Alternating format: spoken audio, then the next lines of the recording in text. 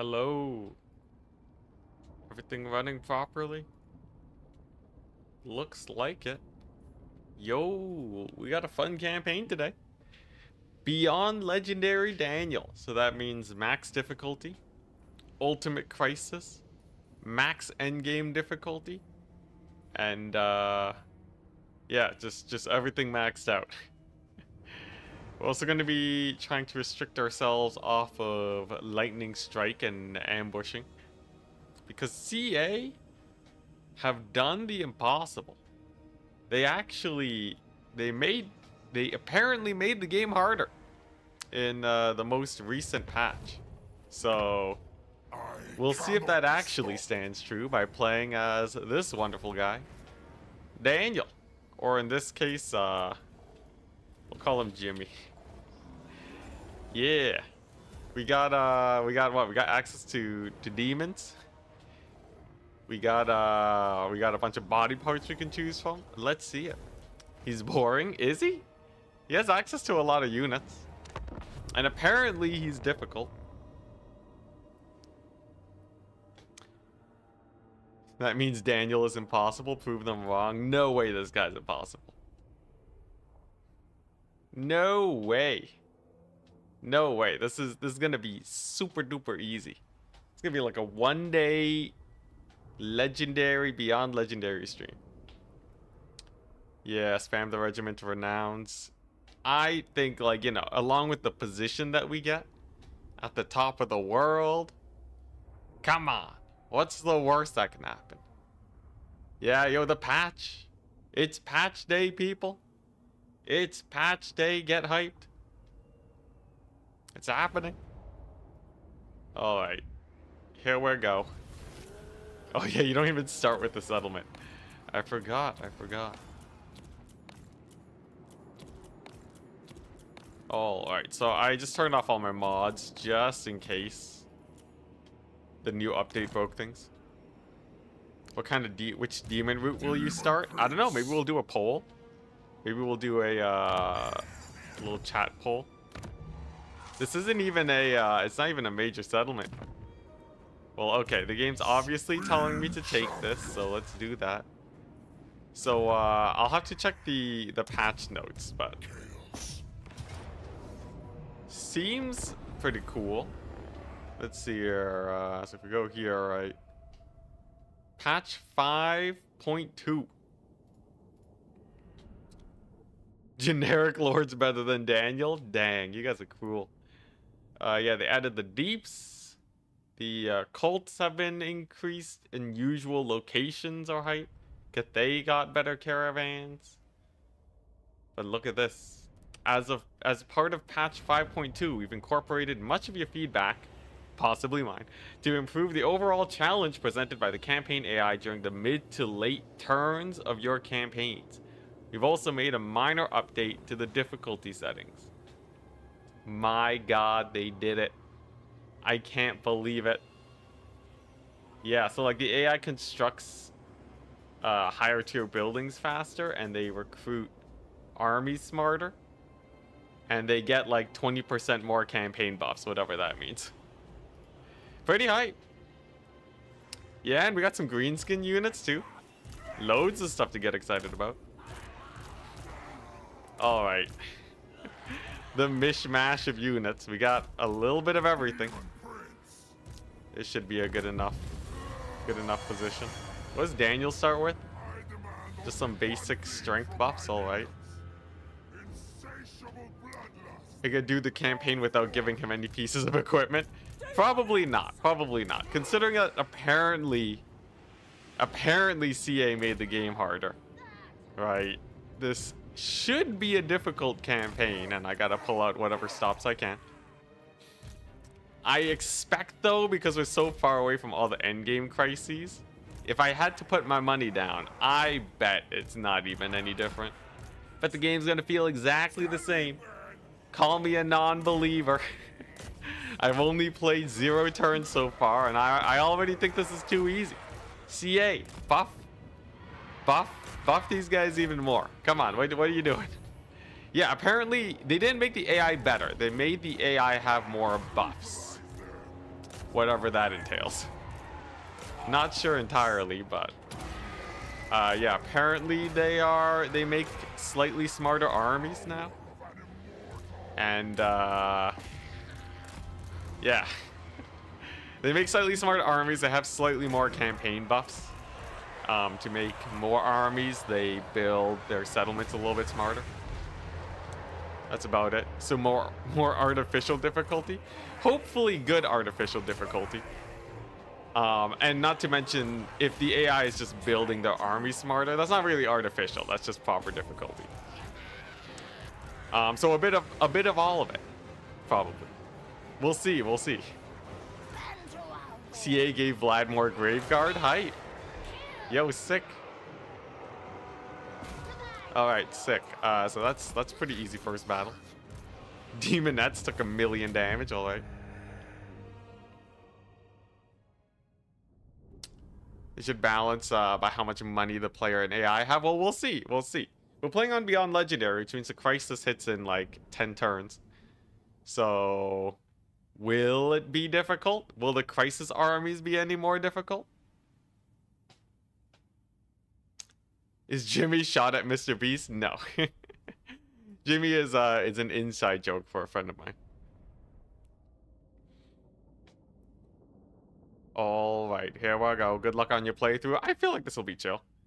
I regard Daniel as pretty strong, having access to Slaaneshi demons.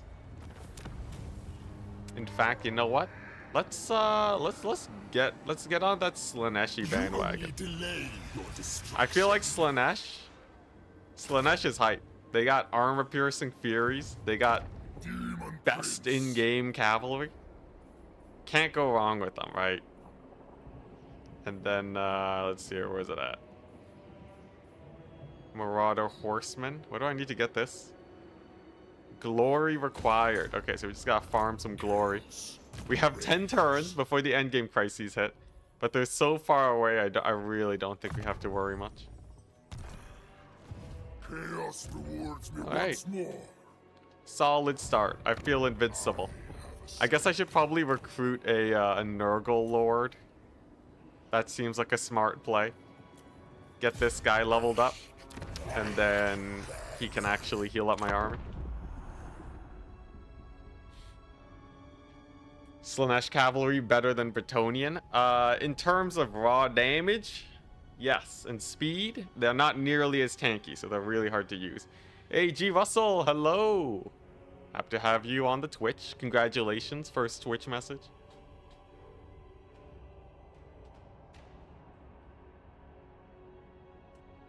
But yeah, Slaanesh has amazing cavalry. They'll be great. All right. So 8 more turns before the endgame crises hit. I'll just auto-resolve this one. Okay, the auto-resolve is not very punishing. And then what if we just go all in on Slaanesh? You know, I'm feeling Slaaneshi today. Let's see, what? Slaanesh Glory. We can get more Slaanesh Glory. Hype.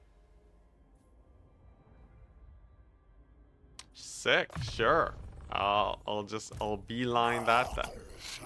We got this guy, he's leveling up. Can take out the rest of these Tzeentch guys.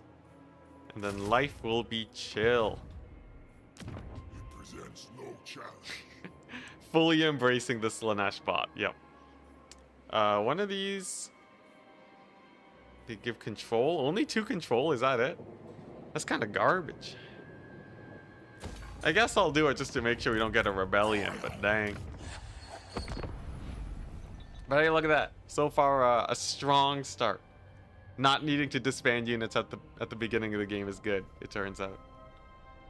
Is Khorne worth doing early with Daniel? I feel like they're all good.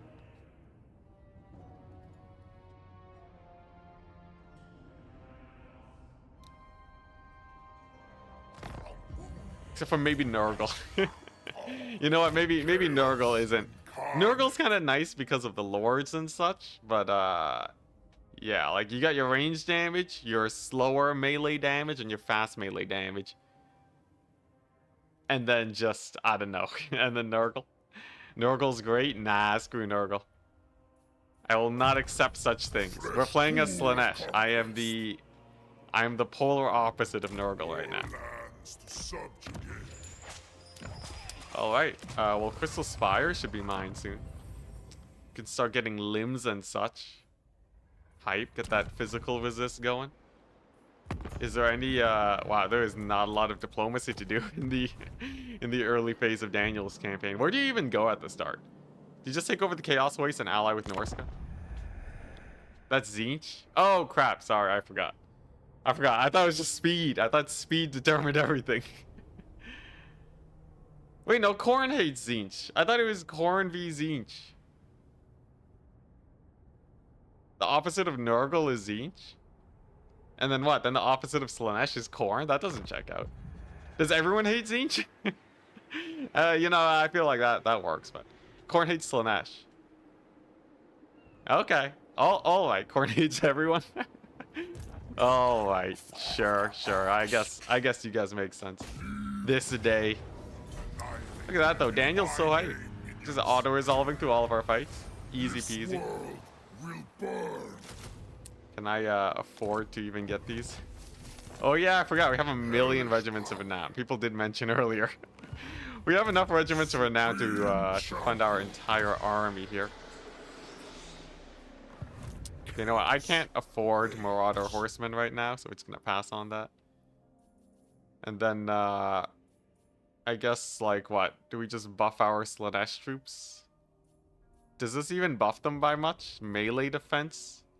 Charge bonus is, charge bonus percent buff is actually pretty high. Weapon strength for my infantry. We're not going to be using a lot of infantry. All hero action success chance. The hero spam? Okay, honestly, there's not a lot that's like super great here. Reign of Chaos, additional chance for Slaanesh rewards. Sure. We'll do that. And then we got our healer. This is going great. We're unstoppable. Endgame crisis in 6 turns.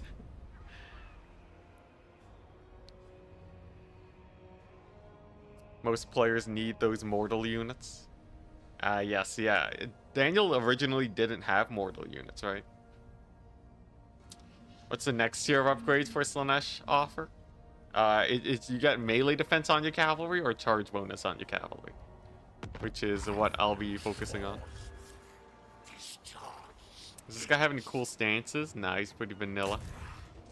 And there he is, Vindex. So just to make sure we don't get teleported on top of and murdered, we're just gonna leave Jimmy over here. Demon Prince. We're gonna leave this guy over here. If they try to run past me, we can intercept. And then we just kill him. We have such a fast army. There's no way this guy kills me unless it's an ambush battle. Then maybe he kills me. But probably not. Probably not. It's an ambush battle. Alright, here we go. It just means we start closer to him. We can get to the fighting faster. Also, yes, his name is Windex. Teleport ambush, it's fine. It's all good. Can't Daniel recruit Chaos Knights? Yeah, but he can also recruit demons, son. What about demons? Alright, here we go. Let's beat this guy up. Easy peasy. I'm the master of these ambush battles. We got that quick micro. Alright, here we go. Let's see it. I think he just has mostly blues and such. Come on, let me control my dudes. Get your charges in. Okay, nice. So mostly... Okay. It's not too much. He's getting a little bit ahead of himself. Some screamers, alright.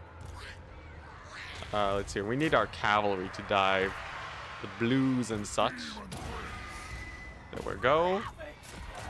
We got more than enough for the infantry here. Unfortunately, my Furies all crumbled away immediately. Alright, Windex. Now, you might think this is sus, but I assure you, this is fine. Oh god, already? The teleport ambush, it's all good though. We didn't need this cavalry. We're gonna recruit more later anyway. Daniel's gonna wipe the floor with them. I mean, Jimmy. But is it really fine? Worst case scenario, we can always run off the edge of the map and get a retreat going. Come on, give me. Oh yeah, power reserves. That's what I need right now. Okay, maybe if I get the cycle charge in. I need to get past these blues that are spamming me. Come on, beat him up. Beat him up. Get him, Daniel. I guess it was a good idea to keep the Norgal guy away. Alright, we'll just back up these guys. Some magic would be nice. Yeah, a little bit of magic would be nice. Okay, you know what? I guess if we retreat, he's just gonna kill me anyways, right? So it's better that we stand and fight here. Maybe we can build up our magic here and get like a sick bombardment or something. Come on, beat him up. Beat him up, Daniel. You got 60 melee attack, 55 melee defense. You were made for this. Okay, so you gotta slow down the game speed so that this becomes manageable. Oh, we can silence him. Okay, that's not that useful, is it? Come on, Daniel. Beat him up. Beat him up. All right. We're gonna need to retreat. No, not like this. We got Windexed. It's fine. It was actually Valiant, which is pretty hype. And he lost all his Furies. Lost all his Furies. So, what were my dogs doing? Did they rout off immediately? I think they routed immediately. It's fine. It's fine.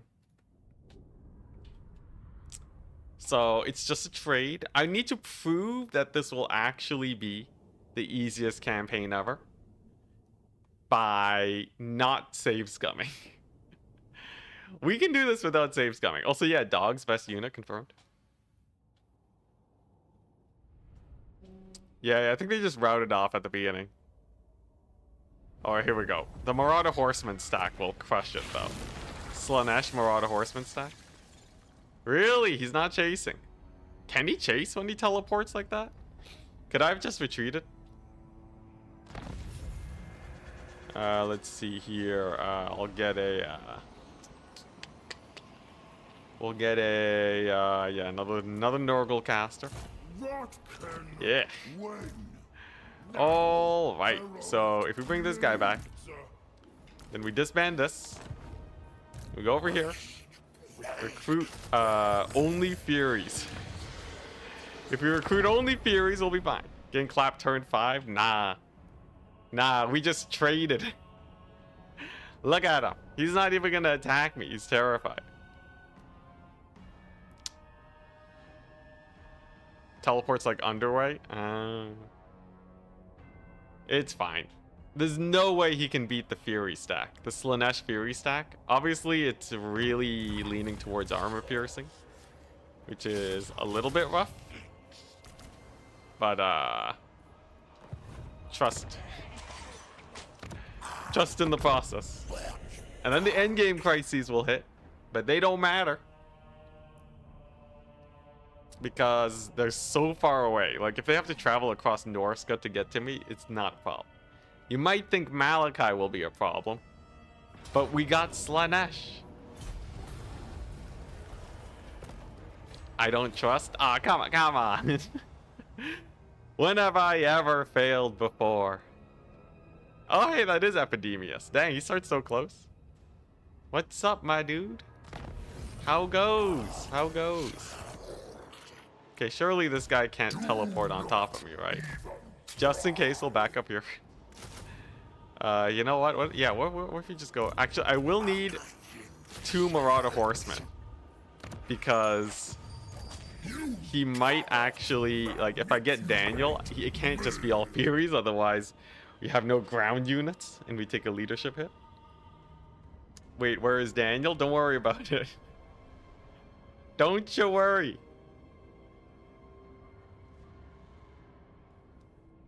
He can't teleport onto settlements? Oh, really? Okay.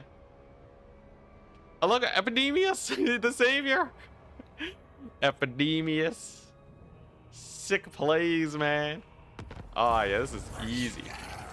Oh wait, this isn't Beyond Legendary. Beyond Legendary, I'm supposed to be at war with Epidemius. What am I doing? Oh my gosh, I goofed. I goofed. We're not even at war with everyone. Alright, easy excuse to restart. I forgot. Yeah. I was like, what was the other modifier on Beyond Legendary? No wonder it was so easy. Alright, here we go. Let's see here. We do this, save camera settings. This is Total War. Okay, nice. Oops. Alright, there we go. Now we're set. Yeah, that was way too easy. We have to be fighting Epidemius. Clearly. Now, I won't have a walled settlement. But I think it's okay. Alright, so if we go Daniel. I cannot be stopped. There we go. Settings. Bada bing, bada boom. Okay, now we're going. Now we're cooking. War with absolutely every faction. Yeah, you were thinking, wow, no, this is Total War this time. Yeah, you guys should know. Wait, what's the rule set? Beyond Legendary. I should have named him Jimmy the Second. Legendary difficulty, war with all factions, ultimate crisis. Okay, yeah, we got it. Alrighty. Easy peasy. Easy peasy. We just have to sit back on our one settlement and recruit a bunch of units. I'm thinking if we get a bunch of Furies, that'll probably do. I'm thinking 1,000,000 Furies. Maybe just the Horsemen. Alright, here we go. Here we go. Much better. Ah, this feels great already. Okay. Slanesh settlement. Get 2 of these.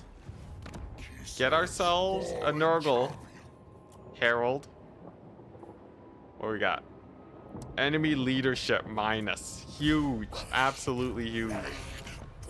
Okay, and then we gotta figure out what is even good. Let's see here. You know, I guess I'll still go for the Slanesh. We won't have any Zinch magic, but that's okay. Get the Marauder Horseman going. Okay, now we're cooking. I guess I should go for the Fortress of Decay early. Is the mod working? Looks like it's working. Alright, here we go. Now we have a real campaign. The big boy campaign. Alright.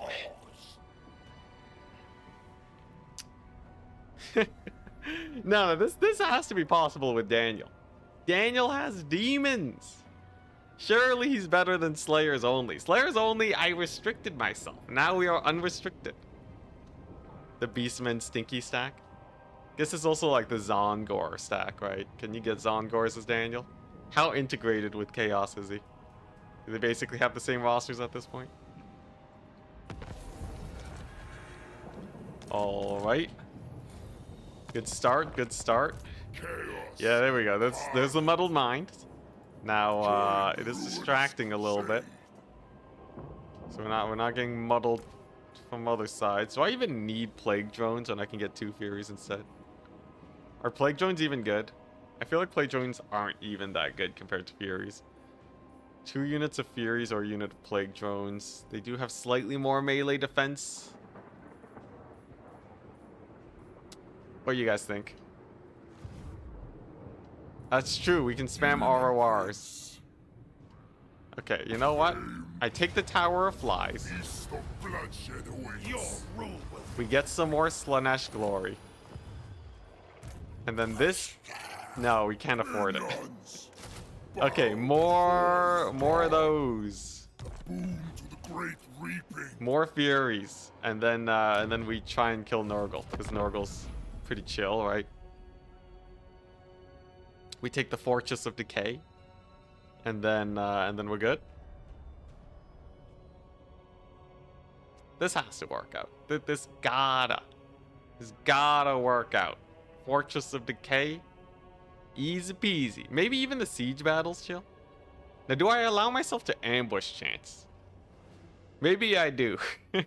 depending on how difficult it is. This world Because I can't even afford an army right now. Let's see here. What do you guys think? Is this winnable without ambush? I feel like maybe. Ah, so he's not there. Kislev's fallen champion.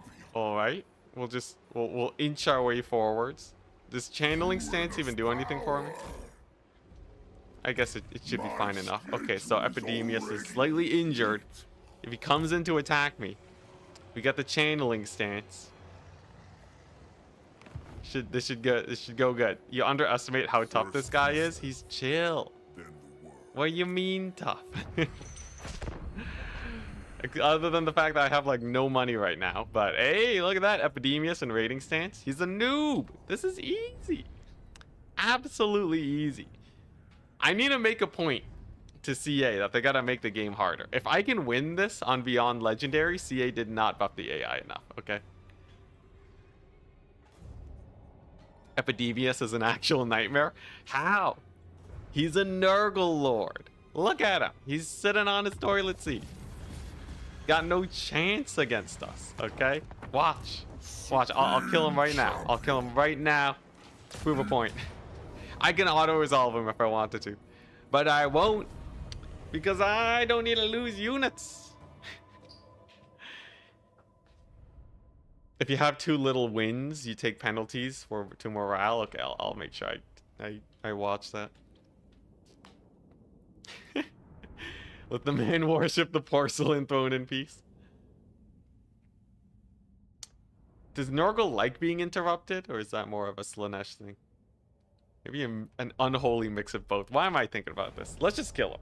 Let's just kill him. We're gonna purge the world of demons as Daniel is wont to do.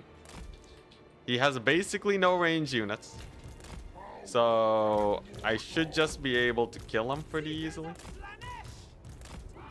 by divide and conquer. All right, we kill all of his flyers at first. We use our blues to massacre his poor guys. This should be smooth sailing. Look at that. All his ranged units are in a terrible position. Here we go. You can fight them rock flies. Good start. Good start. Good thing the AI is absolutely terrible at playing the game. Anti-demon hate speech. It's true. That's true. Death to all demons. I'm racist to demons. Are demons a race? What are they? What even defines a race? Can you be racist to demons? Probably, right? I guess that makes sense. Okay, what we got? Hey, Winds of Magic. Hype. That's huge. Huge. It doesn't even show me how much Winds of Magic I have. If I had units that got benefits from me having high Winds of Magic, I wouldn't be able to see. All right. Can I shoot the plague toads? If they run towards me, then it's not too bad, because we can always surround them with the cavalry. Epidemius, your time has come. Nope, not yet. Your time will come in 1 minute.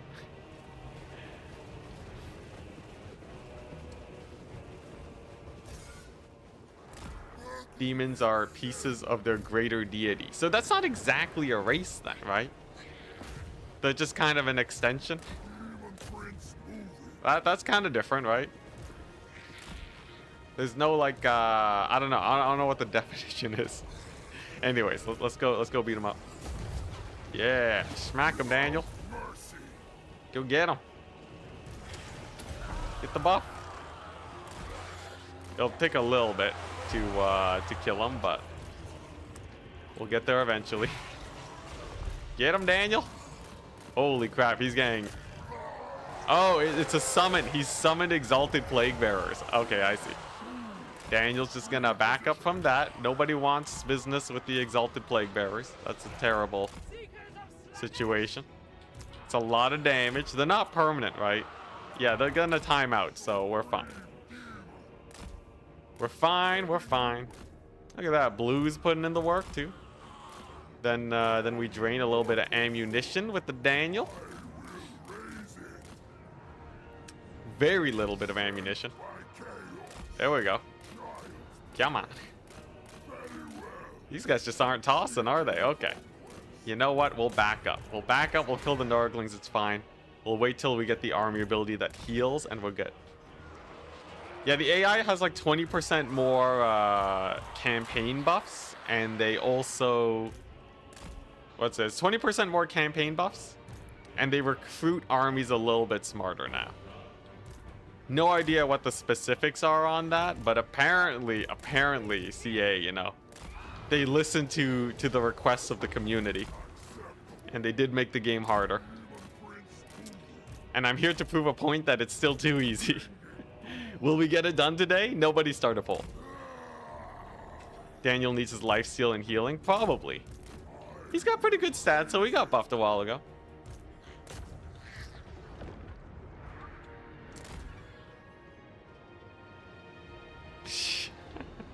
Maybe the AI wouldn't need so much help if people didn't cheese them so much by wasting ammo. All right, bet.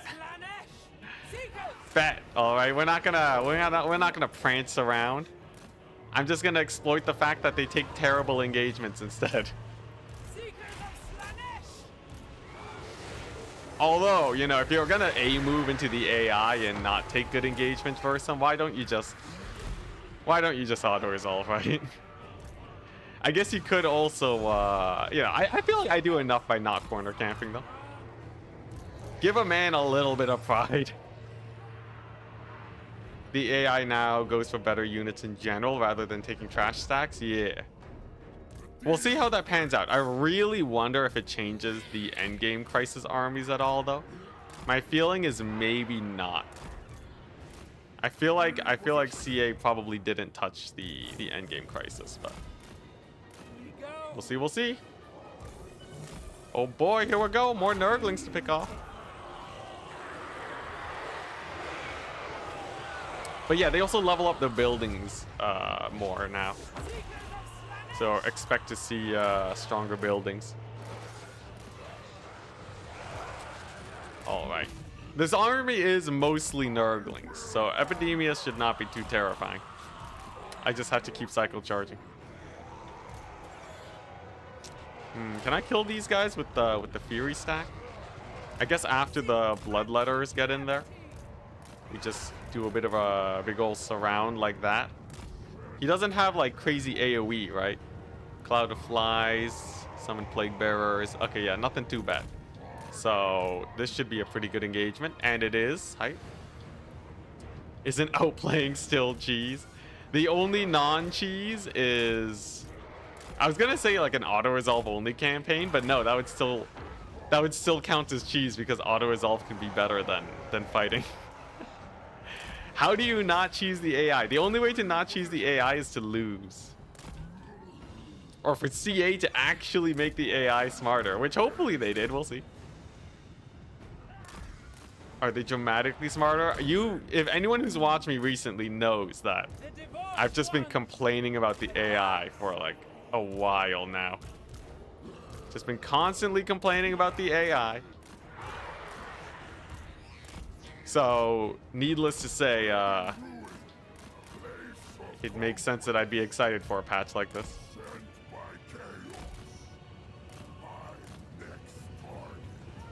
By not manipulating the fact that you know it'll do something, I guess. Like, you know, if you just go like a big A move army, actually I should let them move out. If I go for a big A move army and like just go for like normal flank surrounds, that's good. But then the thing is, even in normal play, the AI just acts so badly.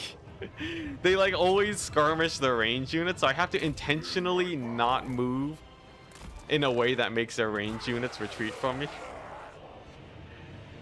That's just butts. You can technically play under the multiplayer rule set, the old land battle rule set, which does reduce cheese by quite a bit. But even then, you can cheese that rule set. It's endless. It's absolutely endless. So we just try to do what we can. Here, we're gonna shoot these Plague Bearers. Oh no, there's the Exalted. It's okay. So I should be able to do that. I'm sure there's, you know, I'm sure there's like a general guideline though that works. play Bretonia. I guess Bretonia does have some anti-cheese mechanics. All right, here we go. Exalted Plague Bearers, prepare to meet your maker. Whew, if they got a volley off there, that would have actually killed me. Okay, nice. So with these guys shooting into them, and then with the Furies at the ready, we should be able to obliterate them in a second here. Get him. Sick. Daniel dead in 3, 2. Nah, he's good. They didn't get the volley off. We're fine. We're fine. All right, then do we take pot shots at Epidemius? Nah, we'll hit the Plague Bearers. Give me a Nurgle heal. Give me a Nurgle heal. Unbreakable. All right, I guess that's okay. It's a very okay ability. We'll take that. We can use it on some of the Furies later. Okay, now some of their weaker forces have overextended, so now we'll bring back our strong front line. Is there a strategy game where the AI isn't complained about? Probably not. AI are simply too hard to program, and if you make the AI too strong, then you get other problems. I can't believe the flying units still leash into melee. CA really haven't fixed this yet? Come on, get out of there, please. Please, just get out. Okay. We kind of got there. Oh, gosh, no. This has been a bug since launch. It's brutal. Absolutely brutal. Come on, plague drones. It's fine. We can make them invulnerable. All right, here we go. Daniel can go and fight there. Let's use our vast quantities of mobility here. Get the ranged flank, and then we should be able to kill him. Oh my God, Daniel, please. Daniel, please. Please, Daniel, no? Okay, we're good. Woo! They got one more pot shot off on him. But he's gonna escape, and we're good. Woo!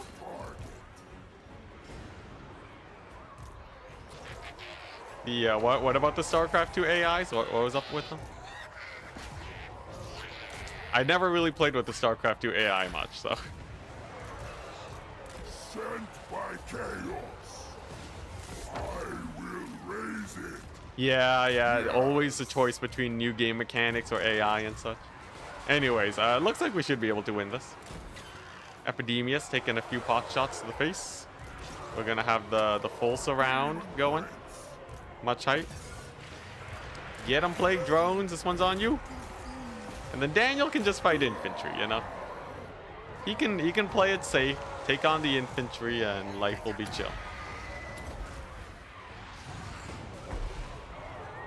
There's some crazy good Dota 2 AI. Oh yeah, I guess yeah, I heard that they programmed some really good AI, like won a tournament. Just goes to show how basic of a game Dota is. Clearly, Dota's a baby game for babies, as Day and I might say. Okay, back cycle charging in. Nothing's crumbling just yet. Nice. This is good. This is good. We can also say that Go is a baby game for babies because AI has conquered that. So same with chess actually. Chess is also way too easy. Yeah. You know what? Honestly, I guess if you're Google, you can probably make a pretty good AI. You just have to be, yeah, you just need the top AI researchers in the world, and then you're good. So what did they buff in the AI? It'll recruit armies slightly stronger, and they get like 20% more campaign bonuses, and they build their buildings a little bit smarter, like, you know. Nothing too crazy. It's honestly pretty average, I'd say. Okay, should be able to kill that thing. Daniel surely can kill a level 1 lord. And then it's just Epidemius. What do we got? Wow. Now we get that? Okay. Alright, sure, let's just... Useless set of abilities. But, hey, nice, we beat Epidemius. Does he, have a cool lord defeat trait? Does he give, like, regen or something? I'll happily accept a regen. How delightful. Demon Prince. My next target. You're acting like you aren't in the first 10 turns. Yeah, no, yeah. The first, the update. We won't know until later because apparently it's more of a mid-game, late-game change. So we'll see. I really wonder how it changes at the endgame crisis though, because the endgame crisis really ramps up the AI, and if they start spamming out actually threatening armies, then we could do it beyond legendary with some of the stronger factions.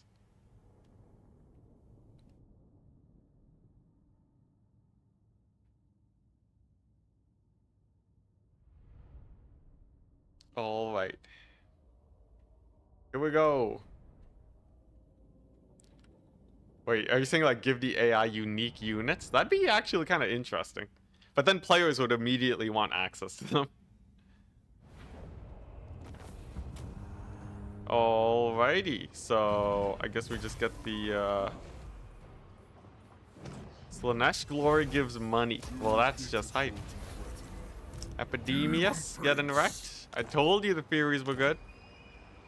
Research rate and immune to contact effects. That's, you know, that's not bad actually. Minions. Boom. We go here. This guy can, sure, he'll just walk it. So much Get a couple power. more Furies going. Okay, nice. Yo, honestly, this is already going better than our last run where we weren't at war with everyone. This is going great. Sick. And then we'll have the Fortress of Decay. We hunker down over there, and then we win the game. Should I go towards the top left? That's towards Grombrindal. That seems like a bad idea. Where is a safe haven from endgame crises? What, top right of the map?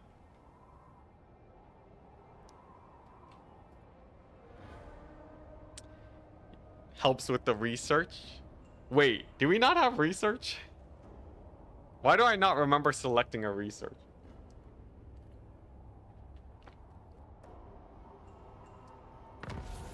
Oh god. Did they really give Epidemius? They put Epidemius beside Daniel so that you get a research bonus from him. That literally is not accessible. He has no research. Oh god, okay. Alright, alright. Well, you know, it happens. Chaos incarnate. It happens. Okay, look, we're here to prove a point today. If I can win this with Daniel, I can win this with anything. Oh my gosh, this guy can't build a siege engine fast enough. Can I give him some units? Do any of these guys have siege attacker? Okay, literally, it would be faster if I break siege. Get the Daniel in there. There we go. And then we fight the battle. Hype.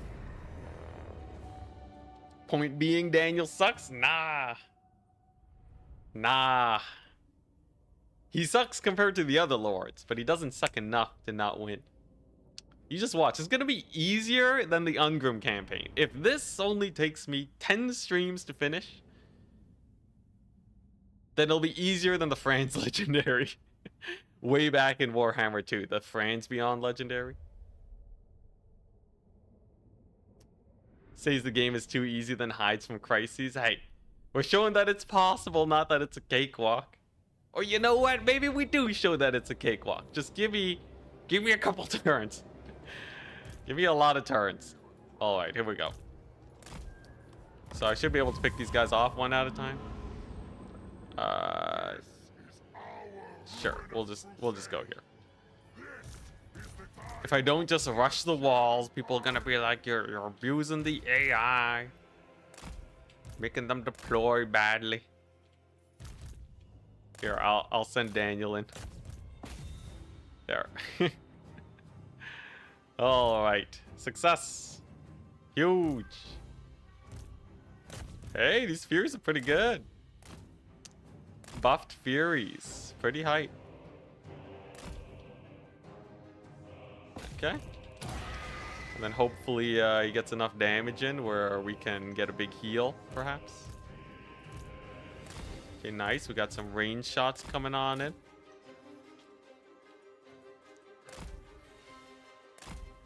What's this about banners? I guess I could just pick off more plague bearers. Seems like a safe bet. And then we just use our vast quantities of flying units to crush it. Honestly, Furies on the charge are actually terrifying. For anyone who hasn't tried out Furies, they're good. They're pretty good. You just have to babysit them like no tomorrow. Okay. Whoop. Okay. And then we just swarm this guy. They're flying dogs. What's there not to love? A nice melee attack bonus that should get him killed. Whoop. Don't want to lose a unit of Furies. Don't want to. Come on. There we go. A little bit janky getting that attack. I guess I could kill the towers too, but whatever, it's fine. We're gonna win this with our mobility anyways. Oh god. Oh, thank goodness they nerfed that spell. I saw that spell and I was thrown all the way back to my early Warhammer 3 launch days. Back when that would annihilate melee infantry like no one's business. Okay. Nah, these Furies won't melt. Look at them, they're holding. He doesn't have another spell, right? Is this guy gonna die? Okay, maybe if I reset Daniel's charge bonus. Get him! Beat him up! Here, I'll climb the walls. That should expedite this a little bit. What do we got? Hey, okay, speed and charge. Is he crumbling or am I crumbling? He's crumbling, hype. Okay, nice. So we can just move on with our lives now. And then hopefully Jimmy can get a Norgal heal. That would be great.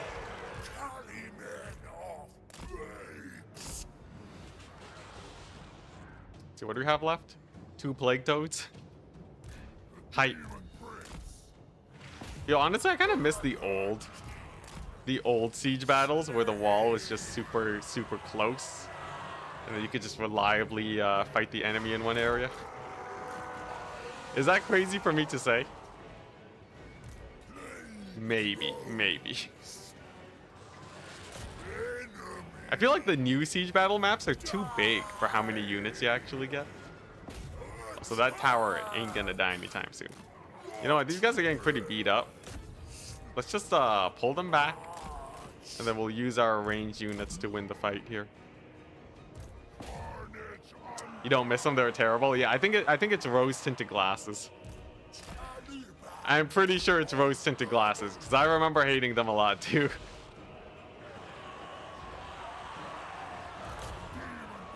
All right. Yeah, let's not get too extreme here. We gotta chill out a little bit. Jeez. Oh yeah, let's do the settlement battles feel like nicely sized for the situation.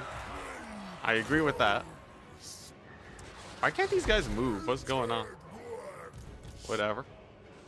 Should be fine because we'll have this gate soon. And then we are good to go. Then we can just waltz right on in. Any moment now.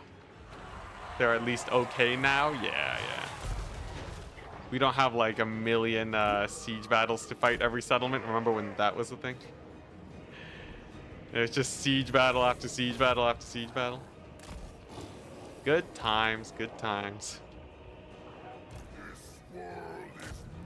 Okay, nice. So that's almost down. Sick. Then we fly over here. And then we bring in the flyers to help support. We kill everything, and then we're good. Ah, okay, we got some glitched out, what's it? Plague drones over there, okay. Alright, so this should be enough shock damage to just kill him, right? And then given the fact that it's just a couple toads left, this should be a pretty easy victory. Come on, army losses, give it to me. Yeah.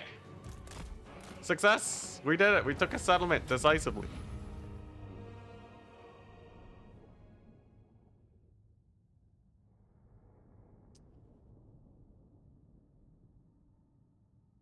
Is it wrong that Nurgle cities make me hungry? Yes. Means you need to direct yourself to the closest witch hunter in your local county and turn yourself in for the Empire. Plague drones are more of a bug than a unit at this point. Rip. Alright, here we go. Pretty good fight. Pretty good fight. I do like the Furies. The fact that they got leadership buffed helps them a ton. Helps them a lot. And we have a major settlement. That's pretty good. Not everyone can say, killed in battle? Oh, okay, he got killed. I thought it was my guy that got killed in battle. Ooh. Okay, nice. Okay. So, now what? Now what do I do? I guess we get one more Fury. I could fight the dwarves. As janky as it would be, that might not be the worst idea. Because, like, what do I really have to get here, right? Not much. What I should do is I should take fights super aggressively. And then get tons of body parts, right? So we get, like, you know, we throw on the torso. What does this do? Explosion when he's at low hit points. Is that garbage or is that just me? I kind of like having 10% ward save. What does this do? Some speed and charge bonus? Sure. Alright. But yeah, I just want to get a Regiment of Renown army and then we're good. Ignition is okay. Yeah, but we gotta get, like, almost dead. I can't afford that without healing.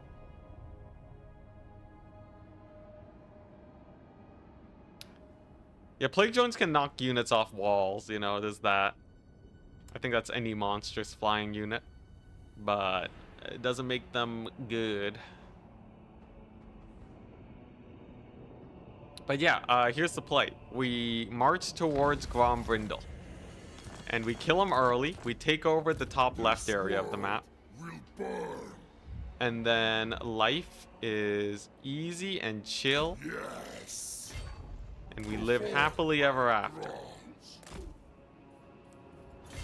This guy needs some winds of magic. We are losing winds of magic like crazy. Alright, onwards. At least the end turns are fast. I got nothing to manage. Hey, Haraback, hello. I could keep him at low HP between battles, it's true. Does it auto-activate? That would make things a little bit more difficult. Once I get the healing, though, you can actually game it. So you get the big boom every battle, and then you heal him up after. But that is for a little bit later. Now, see, the dwarf crises shouldn't actually be that rough. In theory, they suck.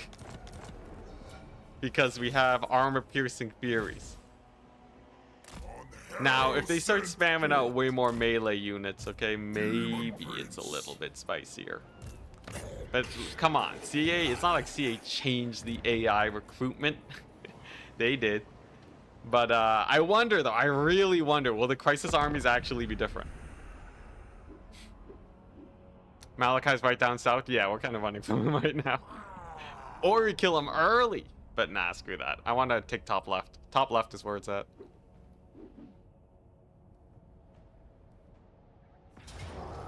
Okay, there's Zinch following me. That's fine. What matters is that we can get Jimmy leveled up as fast as humanly possible. Doubt they changed the spawning crisis stacks. Same, but I don't know. Maybe they're automatically thrown together.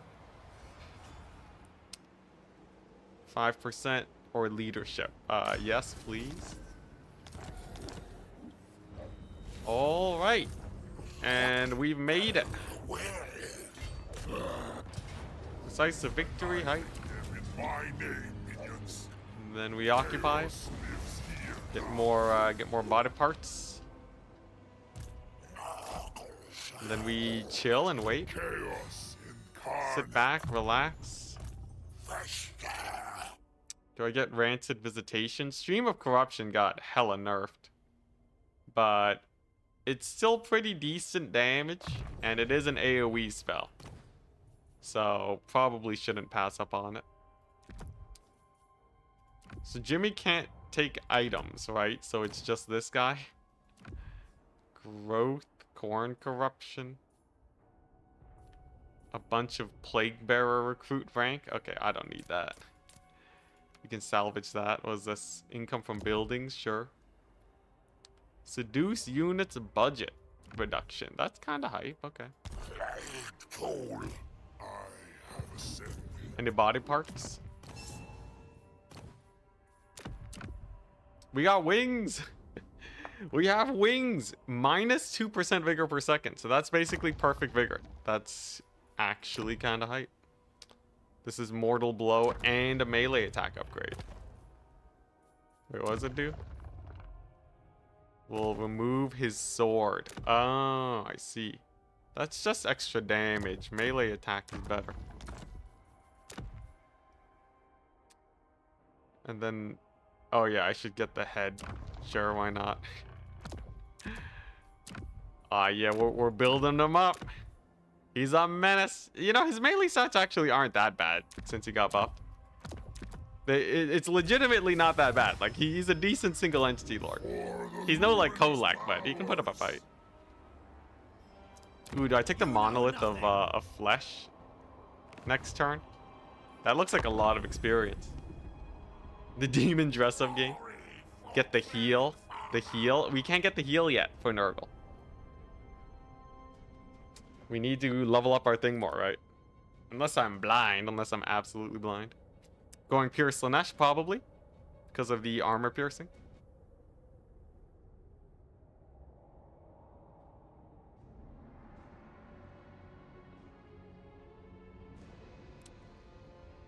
Yeah, we're playing a pseudo Slanesh. Hey, Karavthir. Thank you very much for the donation.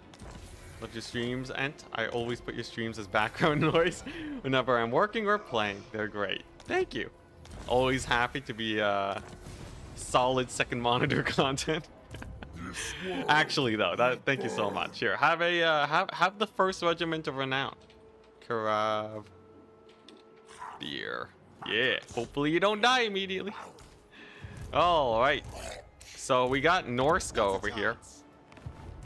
I want to take fights. We want to take fights like crazy. Which means that we're just gonna YOLO it. There's no other armies nearby, which is good. And then, is it a siege battle? No, it's a field battle. Sick. This should be winnable. Get us 1,000,000 experience.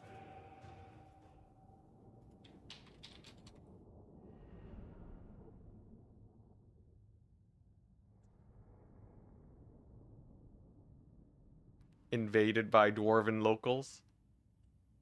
What's this? What's this? Connie has to head out? Ah, alright. Ooh, playing some Commander, right? Yo, I used to play Magic the Gathering, and then I realized that I have... I do not have the money for that. You need to be like... I feel like, you know, just buying cards. You could buy, like, all the Warhammer DLCs for, like, an expensive Magic the Gathering deck. Obviously, you can play on a budget, but... yeah, it's the same reason why I didn't play tabletop much. Also, hello, Marshall. TNT Moose, hello, hello, hello. Alrighty. So this is gonna have to be a divide and conquer battle. We're the attacker, so they're not gonna advance towards me. Ah, crud, this guy's gotta... He's gotta come on from over there. Gotta take the long way around. Alright, so here we go. We have a battle. Best way to play Warhammer Tabletop is Tabletop Simulator. I've heard about that. Yeah. But, you know, why not just play Warhammer Total War at that point, right? I guess they're different games, but... Anyways. How do we aggro this guy? What do these guys do again? They explode on death. Just kind of hype in a pinch. So the hope is it's mostly dogs and the cavalry here. I should be able to just run them down. I don't think any amount of pivoting will save them. These are normal warhounds. Barely upgraded. It should be fine. Is that new? Did they always show the bonus to melee attack and melee defense as difficulty modifier? Can someone confirm that or deny it? Because I don't know about you guys. I think that's new. Is that new? Or have I just been blind these last few days? You've seen it before the update? Dang it. Alright. Alright, now everyone's gonna say it's not new. Dang it. It's the worst thing about being wrong on stream is everyone corrects you. That's new for you. Okay, you know, maybe not everyone noticed it. There's a chance. Okay, nice. Solid initial engagement. If we keep on cycle charging like this, they will eventually go down. I just have to play my cards right. Let's see here. Sure, let's just... all the buffs. And then... more surrounds. Can probably catch those horsemen. Can I dive into this? It looks a little bit spicy, but I feel like we should just barely have enough here to get a mass rout, especially with the terror penalties. That looks pretty good. Okay. Alright, looks like we'll probably lose a couple Furies unless I can get them disengaged. Or maybe the mass routing here does it. We got one terror rout. We got potentially more. Come on, Norskins. Yeah, there we go. Mass terror routes. Huge. Okay, so that makes life a whole lot easier. If we can turn those into actual routes, then we're really set. Always the Arcane Surge, though. Brutal. Okay, yeah, we're going to have to pull back from there. So far, though, pretty good trades. We've lost one unit of Furies, but we've killed a bunch of dogs. Injured a ton of Norskins, routed off a couple of them. Not terrible, not terrible. I just need to get like the Sword of Corn or something in here, and then we're really dandy. Yeah, Arcane Surge, hype. Hype. We almost have our spellcaster on the field. Give him a couple minutes. Actually, you know what? Let's get him here now. Yeah, there we go. Surprise. Sick. He can start casting some spells maybe. Long as he doesn't die to doggos. Let's see here. Okay, so the damage is mostly mitigated here. So I don't have to worry about that. He routs off the dogs. OP Lord confirmed. Hype. Come on. What's the range of this? Okay, he's got to get there. He's got to get there at all costs. That damage is far too much to pass up. Doesn't matter if he gets hit by the Lord a little bit. Come on. Just a little bit closer. It's an easy route if he can do it. It's actually a great blob against the Norskins here. Come on. Come on, just get the spell off. It's so much damage. There we go. Sick. And immediately we have both of our thingies here. And they're both pretty useless. Okay. Well, you can't win them all. Let's rampage these axe throwers real quick so that they are less annoying. Just send them into melee immediately. Looks like this flank's going great. Can I disengage my flyers? I feel like they've taken enough of a beating. Okay, nice. This should be actually I can do it this way. There we go. Another solid spell. Debuff the Lord so that he doesn't kill my caster. That would be so sad. And then I think this battle is more or less done. In fact, if I just park my Furies here and rear charge these guys, 100% they get terror routed. Ain't no way they do not get terror routed by this. This is a horrifying sight to behold. So many Furies.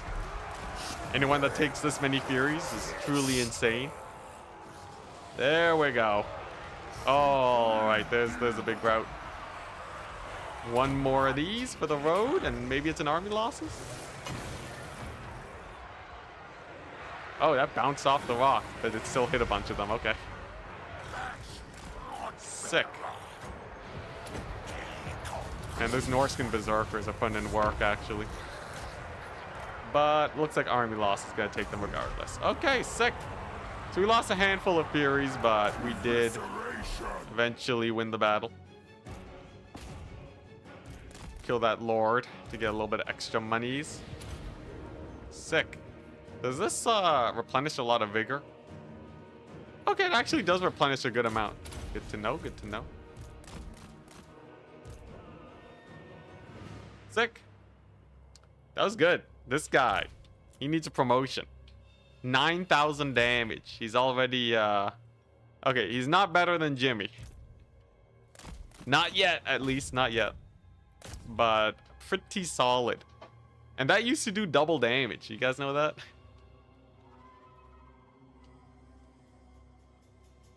Yeah, I should have got the Nurgle caster to like show up here or something, but it worked out. It's fine. Okay, come on, beat him up. He's not that hard to catch. There's new chasing mechanics now, right? He's super easy to catch. Oh, yeah, there we go. Get him. Get him. Beat him up. A sick Pyrrhic victory.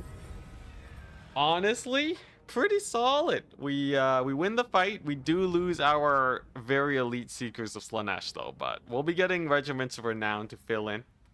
And then I just have to navigate an army with 20 Regiments of Renown. The Rainbow Army. But can it be defeated by anything? Can the AI actually create a strong enough army to take it down? Or will the magic hard carry? I don't have a lot of ways to get a hero stack, unfortunately. So that option of making an OP army is out of the question. Although, actually, we can't get Karanak, right? Because he's locked behind a tier 4 settlement. Are you doing only demon units too? Not only demon units, but I'll probably be focusing them. They are fun to go for. Oh yeah, that's a lot of RORs. Height. Sick. We got another head. Yo, sick. What does this do? Phantasmagoria. That's pretty good. And we're purple now. Yeah, Phantasmagoria is great for that extra deeps. It's good for the routing, not the DPS. What am I talking about? Okay, what does this do? Upkeep for Slaanesh units. Height. And then charge bonus on our cavalry, because we'll be getting a lot of that later. And then okay, yeah. I guess that's it. I don't know. We should probably get some casualty replenishment rate later. But so far, not bad. Yeah, we can't get the healing yet. I guess we can get the passive, though. But it doesn't heal that much, so I'm just going to upgrade Stream of Corruption again. Sick. And then I get more Furies. We can get the Severed Claw. We can get more Blues. I don't really need the Nurglings. There we go. We already have a nice, juicy army with us. And I just need to find more fights. honestly. Level 10 already by turn 9. Endgame crisis, here we come. He only gets cultists and marauders, not the warriors. Who? Daniel? Does Daniel even get the human units other than cultists? Like what? Human heroes? He does have human infantry.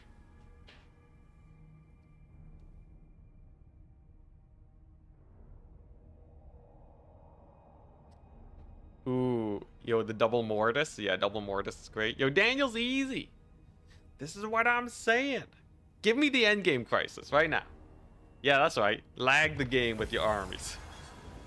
Here we go. Here we go. All right, it begins. Doesn't even matter. I don't care about no endgame crisis. What are they gonna do? Kill me? Capture 500 captives? Easy peasy. All right, so I guess we head back home. On hell-sent foot. He can't move out yet, but I guess he can stay safe on the waters. And then yeah, and then we gotta fight Malus. Malus is chump change, right? Does someone have the confirmation on that? Malus is he's super weak. We don't gotta worry about him. You're so lucky Malus isn't a crisis. I'm so lucky that CA didn't make Chaos a crisis. For whatever reason. Oh, he can reach me from here? Okay. Alright, we'll back up. Admiral Leech, he trapped me. I guess I could kill him with Jimmy, but I don't know if that's worth it. Malus has full Zarkan. Zarkan's not scary. Just focus fire him last.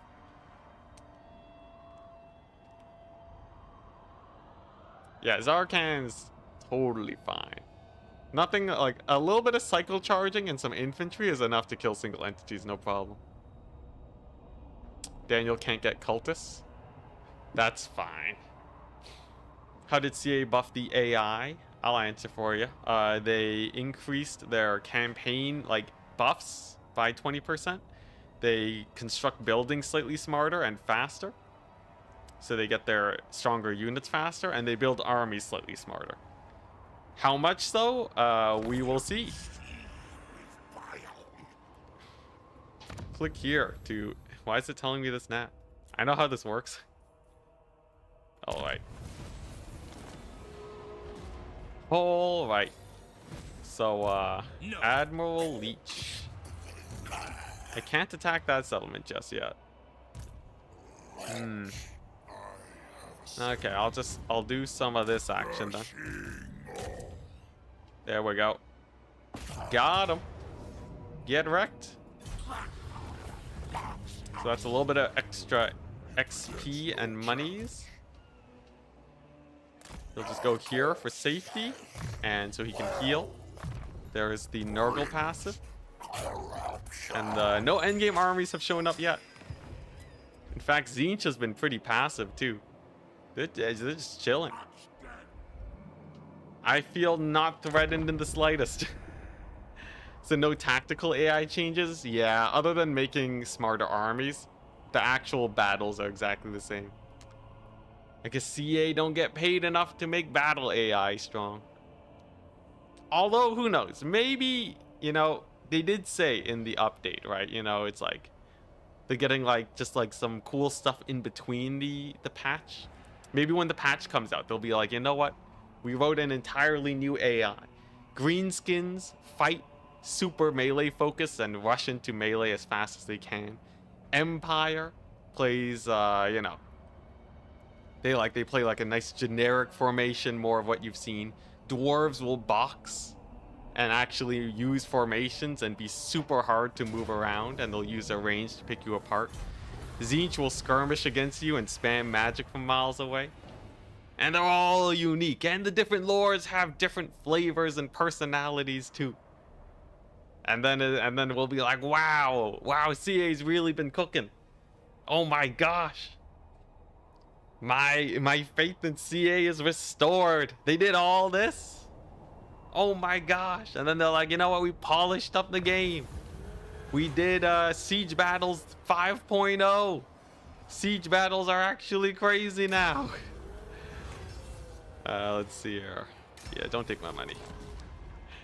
And then we will rejoice. All right. Anyways. Yeah, Warhammer fanfic aside, let's go ahead and I need Winds of Magic. We'll chill here. We'll do some of this. And then I don't know where Malus is, but apparently he's just chilling. Maybe he's all the way westward, so we'll be able to take some settlements. Thanks for the laugh, Enticity. Yeah, realistically, what are we gonna get? Like an unpolished DLC, and then like 2 weeks later they'll fix the major bugs, and then that's about it. And then a couple cool features. Maybe they'll introduce new multiplayer maps that the community made for them for free. Maybe a little bit of that action. That'd be pretty hype. You know.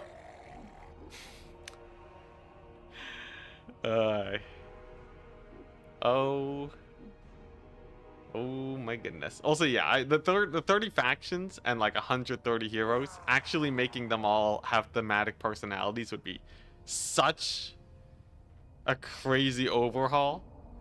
But you can have like, you know, even just a generic system to start off with like, okay, you got some lords that will box formation, and you have some lords that will like move their entire army into you and play hyper aggressive and try to flank. Or an army that just barrels down the middle and tries to break through, right? You know, at least just like some basic AI stuff, some basic AI behavior. Although I don't even know if... No, that's gotta be fun, right? That's gotta be fun, because then you see how they're acting and then you're like, oh, they're trying out this tactic. I'm gonna try and counter that tactic, right? It's not like it catches you off guard if you see a box formation from the dwarves. And it's even like historical, right? No one's gonna complain about that if it's historical. Oh, hi, Malus. So I could fight this battle at the Black Rock, but if I do, then he's gonna show up. So what if we chill over here and just hang out and then fight him at the bridge? Actually use the bridge. Am I insane? Yes. Yes, I am. Here we go. Attack me, Malus. Come at me. You know you want to. You know you want to walk straight into the AoE Phantasmagoria. Sick. Why is he attacking this guy, though? How do you even reach him? I thought he was far back. I guess not. Alright. Alright, so we'll just take the fight. If we come off the edge of the map, it's okay. Doesn't this mean that the reinforcements come from behind Malus? That's a little weird.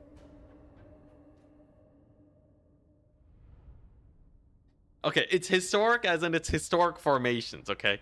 The AI does not use historic formations right now. Or maybe it uses historic formations when the generals were god-awful. Okay? What type of generals like, yes, form up in a line, and if the enemy tries to reposition, we will all blob up around the middle and then redistribute. Trust me. Trust me. Cavalry, onwards. Go get yourselves killed. They have cavalry? What if we leave our siege engines completely undefended? Have you considered? Game of Thrones shenanigans. Alright, here we go. Medusa gonna solo this army? Nah, Medusa got nerfed. We're good. Okay, so, oh god, this guy's slow. He's slow, oh god. Okay, we can't have him die. That would be bad. I can dodge their shots at least. For a good while. Then Daniel and the Furies can show up. Sounds like a band. Whoop. We got the jukes. We got the jukes. We're fine. Okay, nice. Aha. Ducking and weaving. You never expected this, did you, AI? Yo, if the AI caught on that you're doing this and they move forwards a little bit and then shoot, so that you have way less time to dodge, that would be a nice little change of pace for the legendary AI. Then you can finally stop archer cheesing them. Honestly, if they just made the AI a little bit smarter, that would make the campaign so much harder.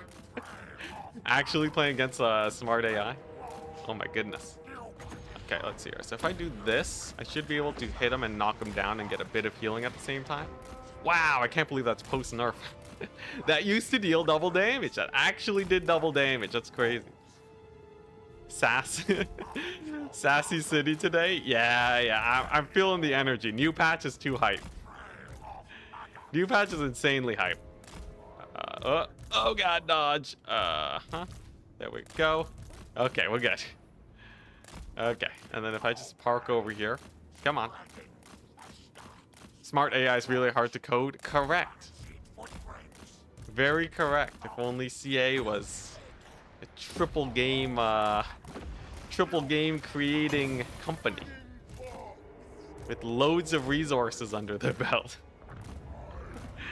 If only they had the resources. You know, smart AI is still really hard to make, especially when you're creating everything else in the game. But still, come on. The battle AI is what you interact with like 50% of the time.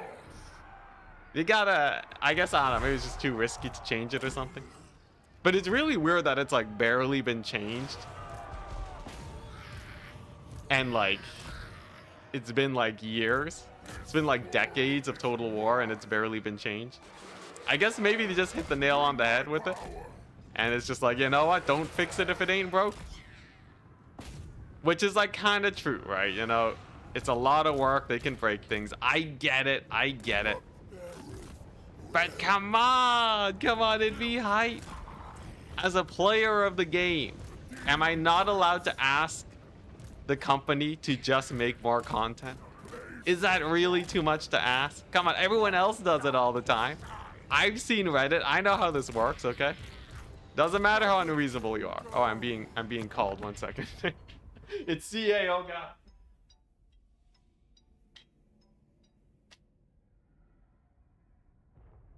All right, we're back. Yeah, don't worry, CA. I told them to get off my stream. Told them to get off my stream. I'm busy trying to tell them what to do. It's like, if you want to hear from me, listen to what I'm saying right now. And then I hung up. Oh, man.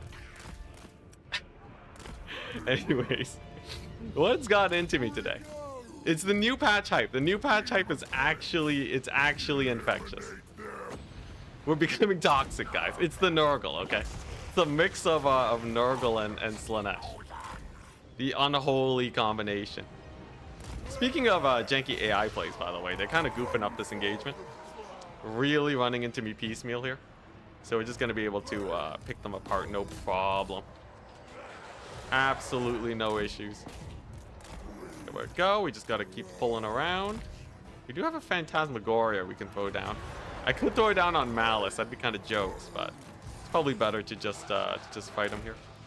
I wonder, can I kill these guys?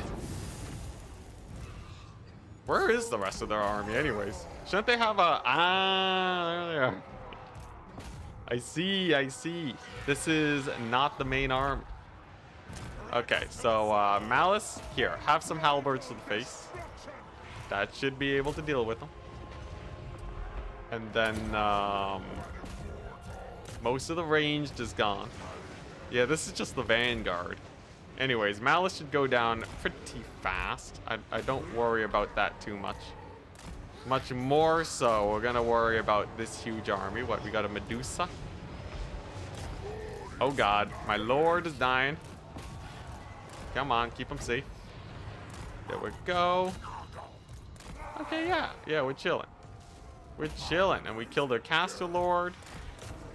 She won't be much of a problem anymore.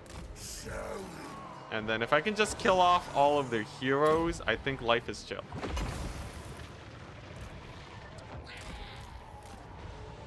Hey, Deeps update convinced you to get back to Total War. Hi. Yo, Deeps seems super cool as like a mechanic. I'm very excited to try that out later. But I thought that the dwarves would be too easy for this challenge, so we decided to punish ourselves a little bit. Malus getting chopped up, by the way. These aspiring champions are insane. They are actually insane. It's great. They absolutely do not die for anything. Oh my gosh, healing, thank goodness. I'm just gonna heal these guys. Much as I want to heal my lord right now, it's probably better to just get them buffed up. Malus getting absolutely annihilated. Hype. Come on, beat her up. I think we got this one. As long as if we can just kill their lord anytime now. Any moment now, and she will go down. Malus almost dead. Dang, those aspiring champions are actually so hype. Thank goodness for early regiments of renown. If there's one thing that makes Daniel hype, it's the fact that he has 1,000,000 of those. There goes their leadership. I could almost Phantasmagoria them right now, and they would all rout. This is great. Absolutely amazing. Alright, you know what? Let's just regroup real quick. Malus will be dead soon. Unfortunately, no Lord lost recently penalties, but like, look at that. Itty bitty leadership. These guys they're gonna get wrecked. Okay, here we go. Backing it up. Just some cold one knights, not a problem. We have the Nurgle caster. Oh, actually, this is Stream of Corruption Heaven. You guys ready for this? This is what we do. Phantasmagoria this blob over here. Hear me out. Now they can't move. What does that mean? These guys are gonna catch up. They're gonna fully stack on top of each other. And then we give them the pain. Look at this. Oh my gosh, come on. Give it to me. Come on, is this just a free route? Okay, that's pretty good damage. Could have been a little bit higher, honestly, but... So here, can I slow them maybe? Maybe we slow them? Dang it, they got their leadership back in time. And they got their passive to proc. Okay. Alright, bailing out. We're bailing out on that situation. We'll hit them with the next plague spell. I have no magic, dang. Okay, slightly more sus than I would have hoped for. But still fine, still fine. At least we have this. Dang, their passive procking then just saved them. I totally could have killed them before the passive proc if I timed the killing of their lord properly. But sometimes you goof up. It happens. Okay, we'll just send our guys in. We're gonna replace all these guys with thing anyways, right? With regiments of renown, so why not just YOLO them in? Oh, thank goodness for Fecundity. Thank goodness for that. Whew.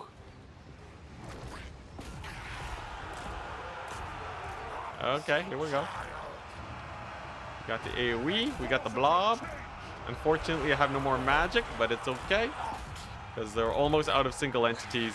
And then once their passive wears off in 15 seconds, I think we win it. A little bit more sus than I would have hoped for, but still a pretty fun battle. And we won it. Showing once again that Daniel is the GOAT. Or at least good enough. Showing once again that Daniel is a good enough lord. Okay. Looking solid. And now we get a mass terror out. Do I have any spells? Man, now a Phantasmagoria would be sick. But I'll settle for a mass terror route instead. That should be a huge terror route into a army losses, I think. Come on, make me look good. Make me look good. We're so close. Come on. Come on, that's such a huge route. That would be so hype. Come on. Ah, no mass route. All right. Anyways, we got to chase him down anyways, so it's not like we're saving time or anything. I'll throw down the Nurgle slow if we have to here. Okay, there we go. We get it eventually. Sick. Can I get another heal maybe? Maybe another Fecundity, that'd be hype. Legendary buffs. Yeah, it's the same as usual though. They're not that much stronger. Fecundity again, hype. Spam that Fecundity. Yes, please. Okay, sick. So already we are doing well for ourselves. We routed off the Dark Elves. We had to sacrifice a good number of Furies to do so, but at least they are easily re-recruitable. Yeah, Molchum. Molchum, there we go. Loads of kills. Maybe we can catch these Corsairs. Looks like we're just fast enough. Nice. Do these guys have perfect vigor? No wonder. Okay. And then that means that Malus should be pretty easy to finish off. Plus we get his defeat trait. Maybe it's hype. You can farm all the defeat traits, get Grombrindal soon. It's like Pokemon. This is great. This is great. All I need, give me one strong army.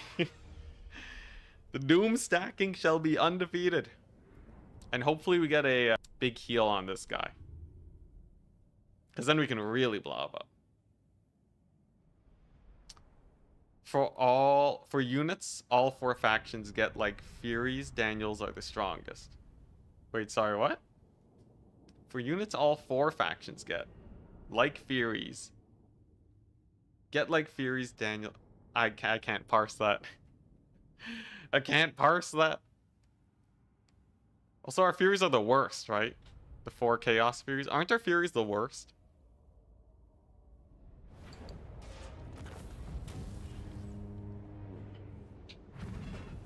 Because we can't give them buffs.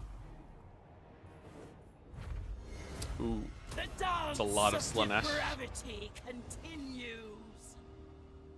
There are changes by Daniel faction? No, they made the other faction stronger. Which means Daniel's faction is more fun.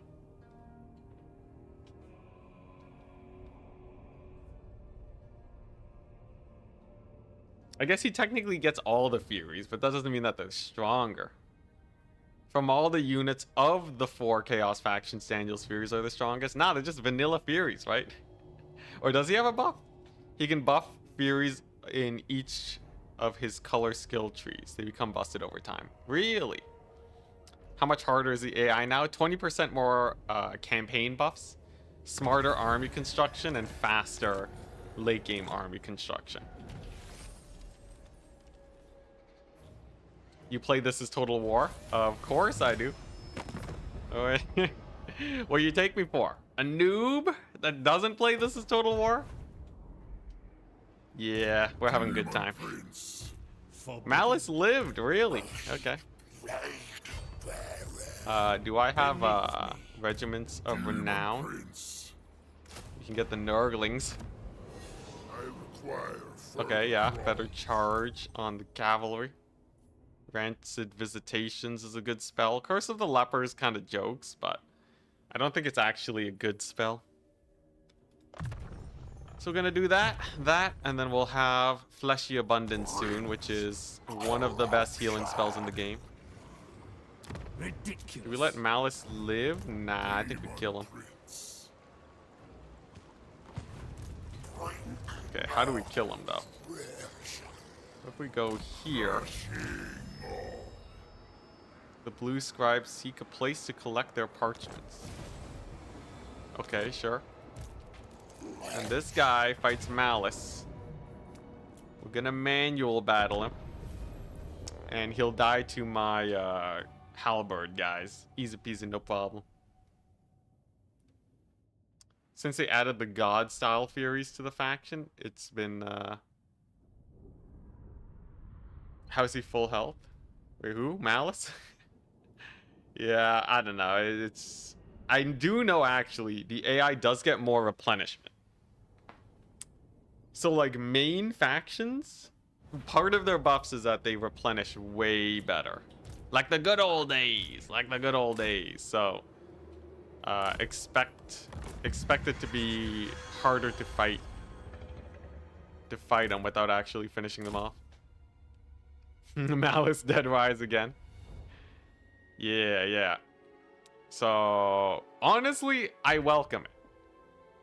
I welcome it because you can always reduce the difficulty if you ain't good enough. Or if you don't want to be masochistic, that too. But like, you know, it's nice to have options. I like these options. This is great. Although I do wish that they would improve the AI smartness over just AI cheats, but I'll accept both. I can live with both. All right, here we go. Do I flush the abundance yet? No. All right. Here we go. Let's beat them up.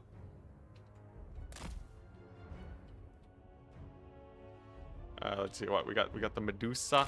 I should be able to. Can I overcast this? Extended effect duration. Wow, the range is real bad on it though. But once we do get in range, I can hit that Medusa up.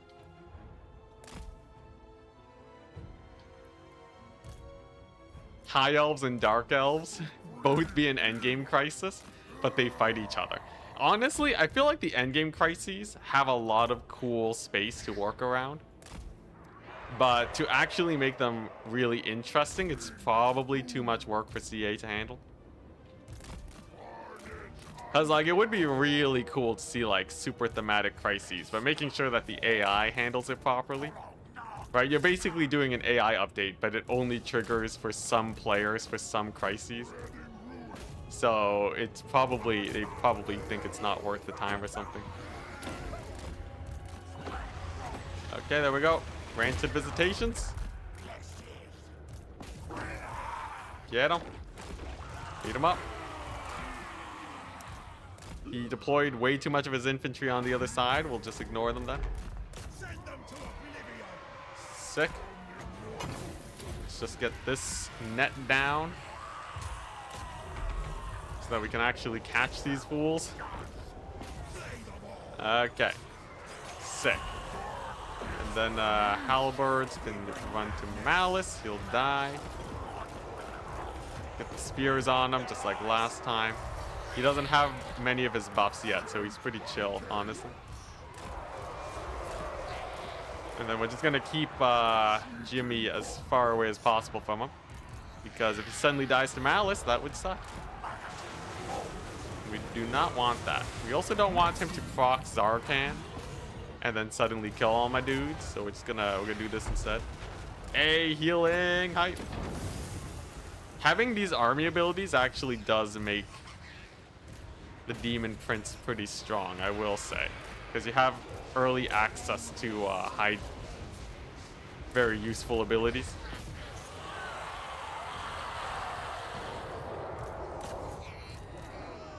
Yeah, I guess, like, you know, the thing about making AI smarter, I'm pretty sure the actual explanation that that makes sense here is if it works, don't fix it, right? CA can probably make a lot more money by just releasing DLCs than spending like a ton of time getting like a super, you know, super smart programmer to get in there and write some really good AI code that'll last, that isn't super buggy and won't need more maintenance, right? Because like you release a weird bad DLC, right? It's pretty easy to just fix it up. You release a bad AI, and who knows how long that takes to fix, right? You know, I don't think that's just like an easy like you know, we'll just like gotta fudge some numbers type situation. So, you know, there's a little bit of that. I can understand why they don't do it, but I still want them to do it. I don't know if it's actually worth it or not. One of my pet peeves actually is people pretending that they know what to do more than CA. You know, they're like, CA should do this. That's clearly the better option, right? You know, obviously people can be right on that, but they can also be just as wrong as CA.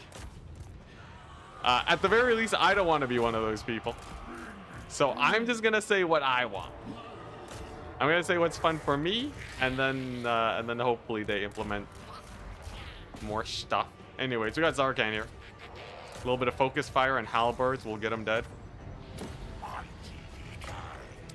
Let's yeah, keep those spears alive. There's the army losses, nice. Can we just shoot him with magic until he dies? Should be not too bad. Come on, beat him up.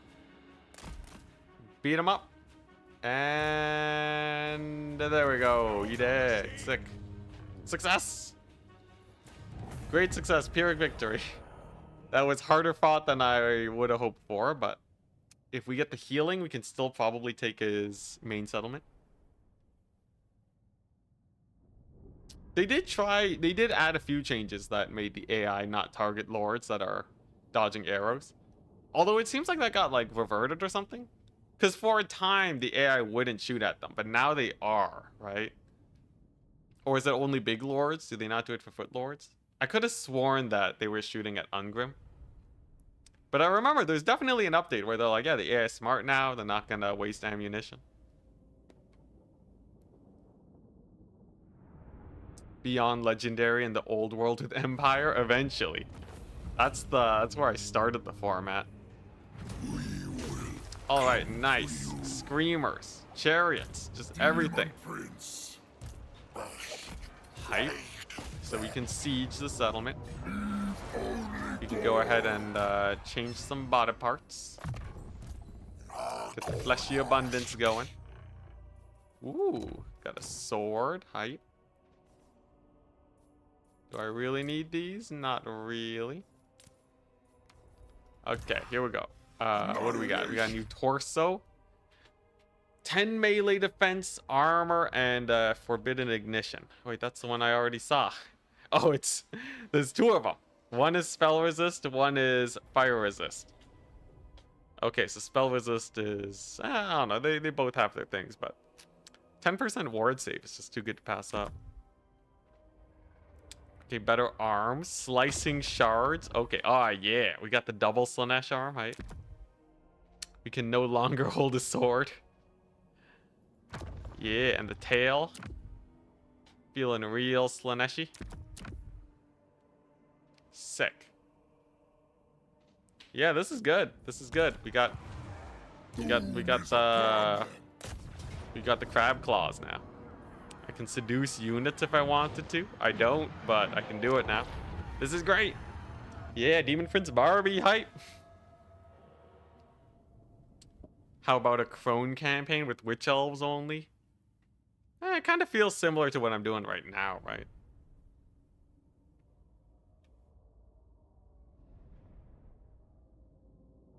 Oh yeah, no, Dowie are really strong now.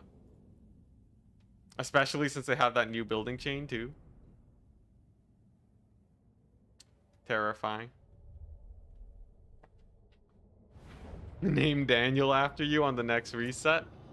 We're not getting another reset. We're chilling. Look at this. Now, I'm just gonna let them build up their towers for a bit so I can heal up first. Then we're gonna slicing shards their faces off. Interesting. What is this? Weird formations. I don't think they changed the battle AI. I think this is just how they act. But this means that these archers over here are just gonna get obliterated. Okay, nice. Let's try overcast this. I don't even have the winds magic to overcast it.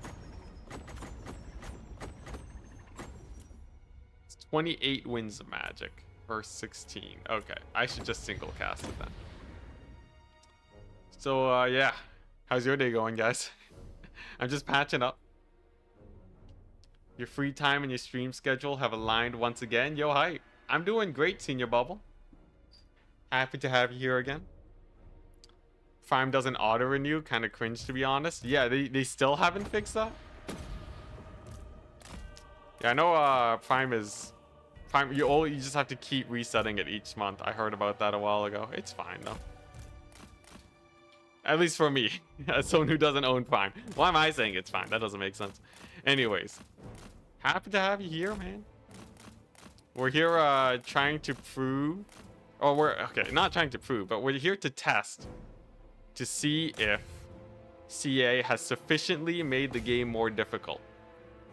Or if the campaign is still too easy and they need to add more difficulty modifiers.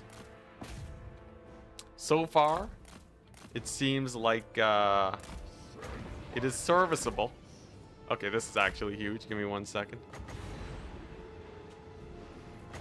Can I phantasm? It's gonna... Oh, crap. Yeah, I don't have the winds of magic for this now. No! Okay, what if I jabate him for like a few seconds? And then I can get the 6 slicing shards. We might be missing out on a 6 slicing shards play. Come on, fight me. Stay in melee. You know you want to. Dang, they're just ignoring me. Fools. Hey, Senior Bubble, thank you for the sub. Did they buff the difficulty? Yes, they did. They buffed the difficulty. Also, feel free to spam chat. I don't think Nightbot will ban you for that, and if it does, I'll adjust it. Slicing shards time. Here we go. Really nice looking spell. Aw, yeah. Beeps.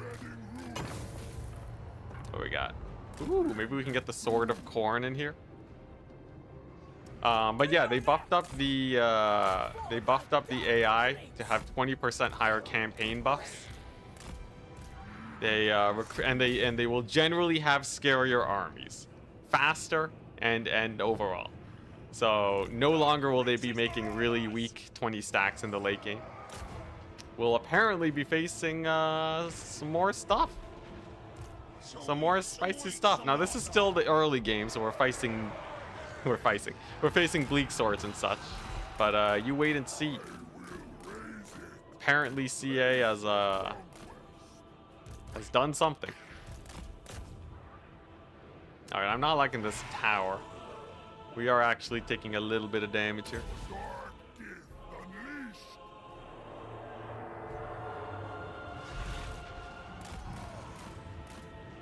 Why do blue and pink horrors sound so adorable? What is this? Yo, honestly, between them, you got the goblins. Goblins aren't like adorable though, but they definitely have they have gusto. Any units that's just excited to exist, I'm a fan of.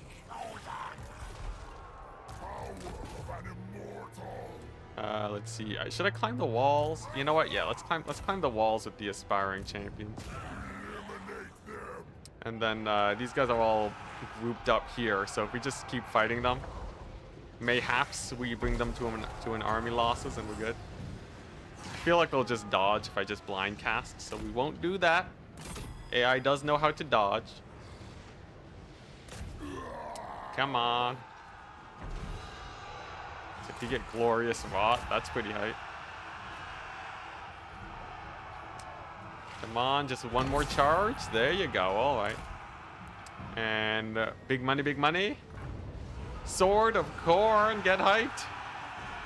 All right. That's a good one. Warhammer gambling. I just have to find a place to throw it down. If I remember correctly, it's pretty hard to dodge, right? It comes down quite fast. Alright, maybe I can just ×4 this. But if I ×4 and just blob up at the front, and they all show up to say hi, and then we wreck them with the Sword of Corn. Like maybe right now. Maybe like so, right on top of these poor archers. Aw, yeah, get sworded. Okay, that was pretty good. That was a sufficiently powerful Sword of Corn. I am quite happy with that. It's like an insta route on all of them, dang. Yeah, I feel like the army abilities for Daniel are really hype. You get them immediately. What's not to love? There we go. Solid bombardment. Not as good as Sword of Corn, but still quite strong.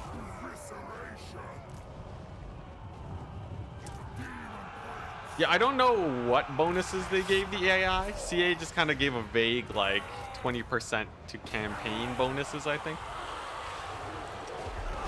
Even out of the loop. Yeah, honestly, I'm kind of on again, off again with the Warhammer. It's like sometimes it's like it's a good time. Sometimes it gets a bit too samey. So I kind of just been mixing in a lot of Stormgate recently.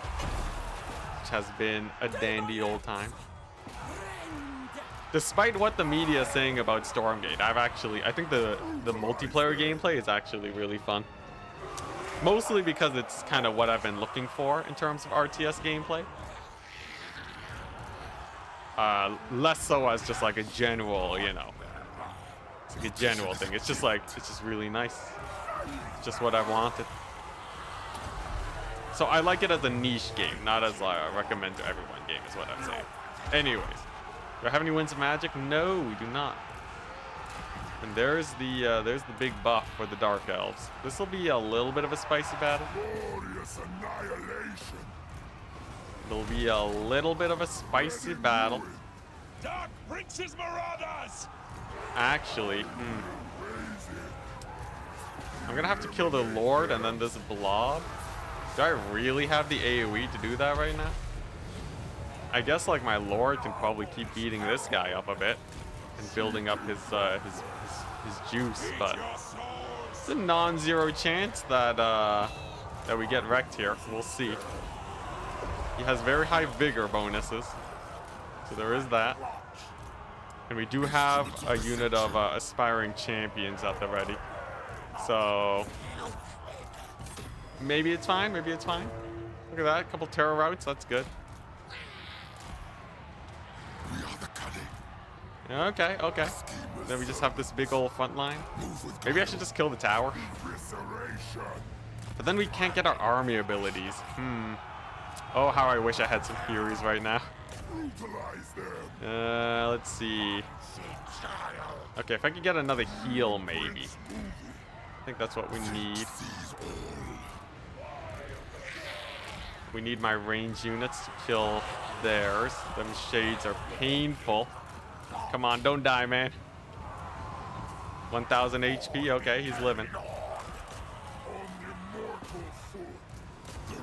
Come on. Just a little bit more damage. Okay, nice. Nurglings are getting in there. That's good. This is actually a little bit of a tough battle. The towers everywhere.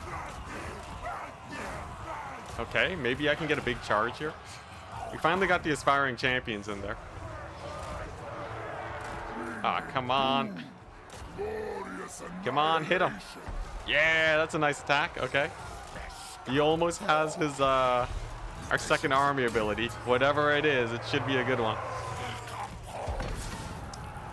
Come on, what's it gonna be? Big money. Bolt of change height.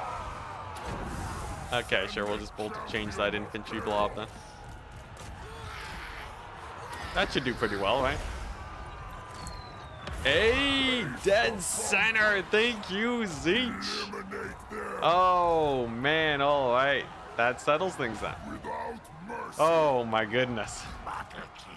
Absolutely terrifying battle. They should be on the verge of army losses, though. After such a glorious bolt of change. Then how much life does he have? 1,000. He should be able to fight this guy. Gotta get a couple units to rally, but should be fine. Come on, just beat him up. There we go. There's a nasty hit. We need another one? All right. Come on. Okay, there we go. There's another one. And army losses away. I think. Dang, still no army losses. Is it the one unit of dark shards over there carrying? Brutal, absolutely brutal. Still though, they don't got much left. They'll be out of the picture soon. Yeah, it's a unit of dark shards and like that one unit of dark riders that's just really holding on right now. Once the Lord is dead though, and we get some actual shattering of units, that might do it. Big maybe.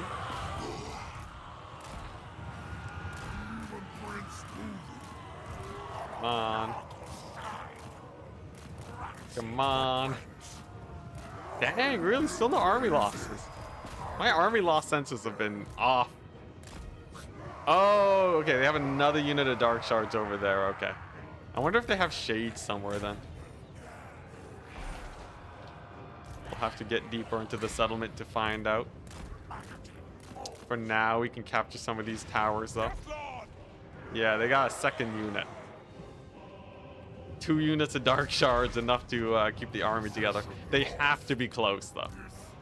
No way they ain't close to army losses. Dark Prince's Marauders! And my army's so battered. If Grombrindal showed up right now, we would be dead. He won't, though. He's far enough away where we'll be fine, but Marauders of Slanesh! it would be bad.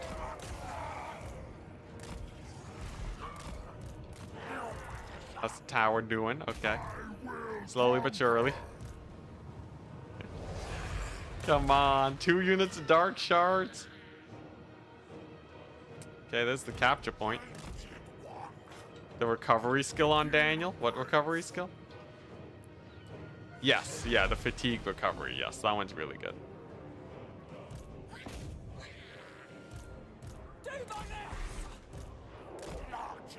He is the white dwarf. Yo, if Grombrindal could teleport like he does in lore, instant death. Instant death. That would be a pretty funny mechanic, though, to have on. Okay, towers are finally down. Ugh. Alright. Just chase off the rest of these guys, and we are good. And then we goodies. Or they get army lost the moment we poke them. Maybe. Look at that. Our warrior's doing well. Okay.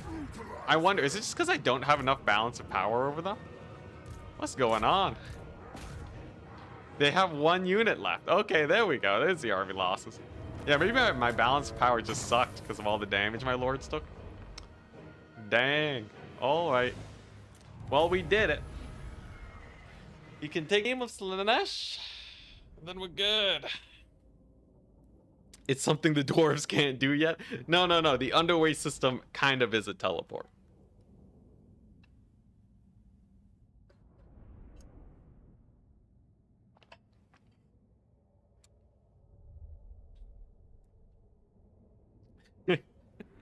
The white dwarf, he uses ghostly shenanigans, okay?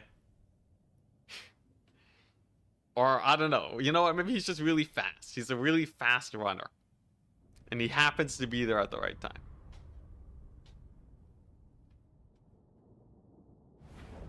The underway system unlocks way too late to be relevant. Ah, that's unfortunate.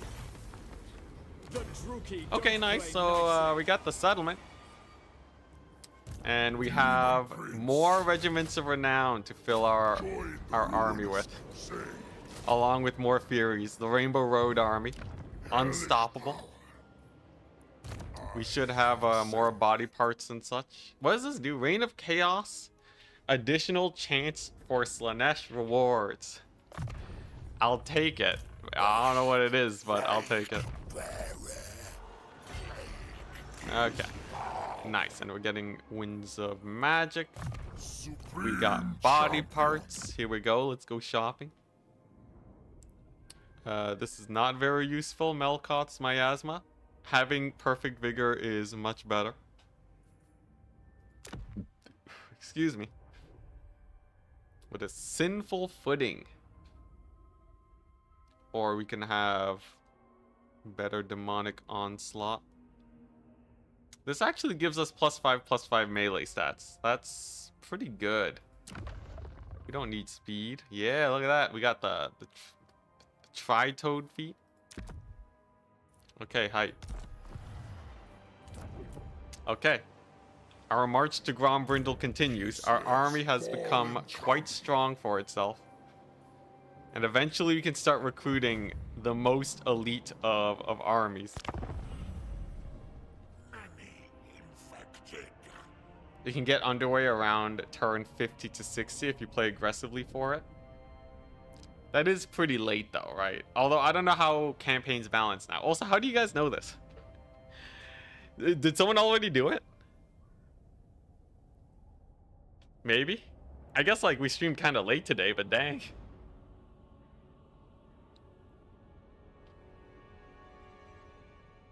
Hey, where's all this news coming from? Are people already putting up like tutorial videos? Maybe. I've been out of the loop though. Alright, yo, sort the X coming for us. Since we have this is Total War enabled. I would love to double back and fight them. Recruit an additional lord. I can do that. Easy. Just get another Nurgle dude. Boom. See you later, Nurgle guy. Totally worth it. We got a bunch more glory. Ooh, I really want to fight Wulfric. My army's a little bit beat up though. So what if we go back here and replenish our forces and our winds of magic. And then if he shows up, he shows up. And we can greet him when he makes landing. We give him the good old demon greeting. Minions, bow before your god. Let's see here. Do I need more winds of magic or do I want the fury? Honestly, I'll take the winds of magic. Nice.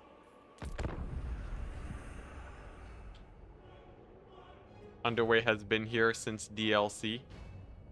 The deeps are new? Oh, I see, I see. My bad. Alright, here we go. Wulfric. Here we go! Wulfric and Surtha Ek. Two Norscan legendary lords. Yo, when are they gonna add Surtha Ek as a legendary lord? Oh, what, the Be'lakor? Why is Be'lakor here? I thought he was on, he should be way more west.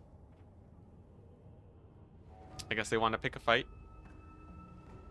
Dang, Wulfric stopped wandering? He just left me? Okay. Surtha Ek's book in it too? Everyone's chump change. Everybody sucks. Why are they leaving? Hellish power. Alright. Fine. Uncontrollable. Will Be'lakor give me will he give me a good fight? I guess we'll see. We'll chill over here because he might have a teleport stance or something. Alright, I want him to come to me and then we can have a little bit of a throwdown.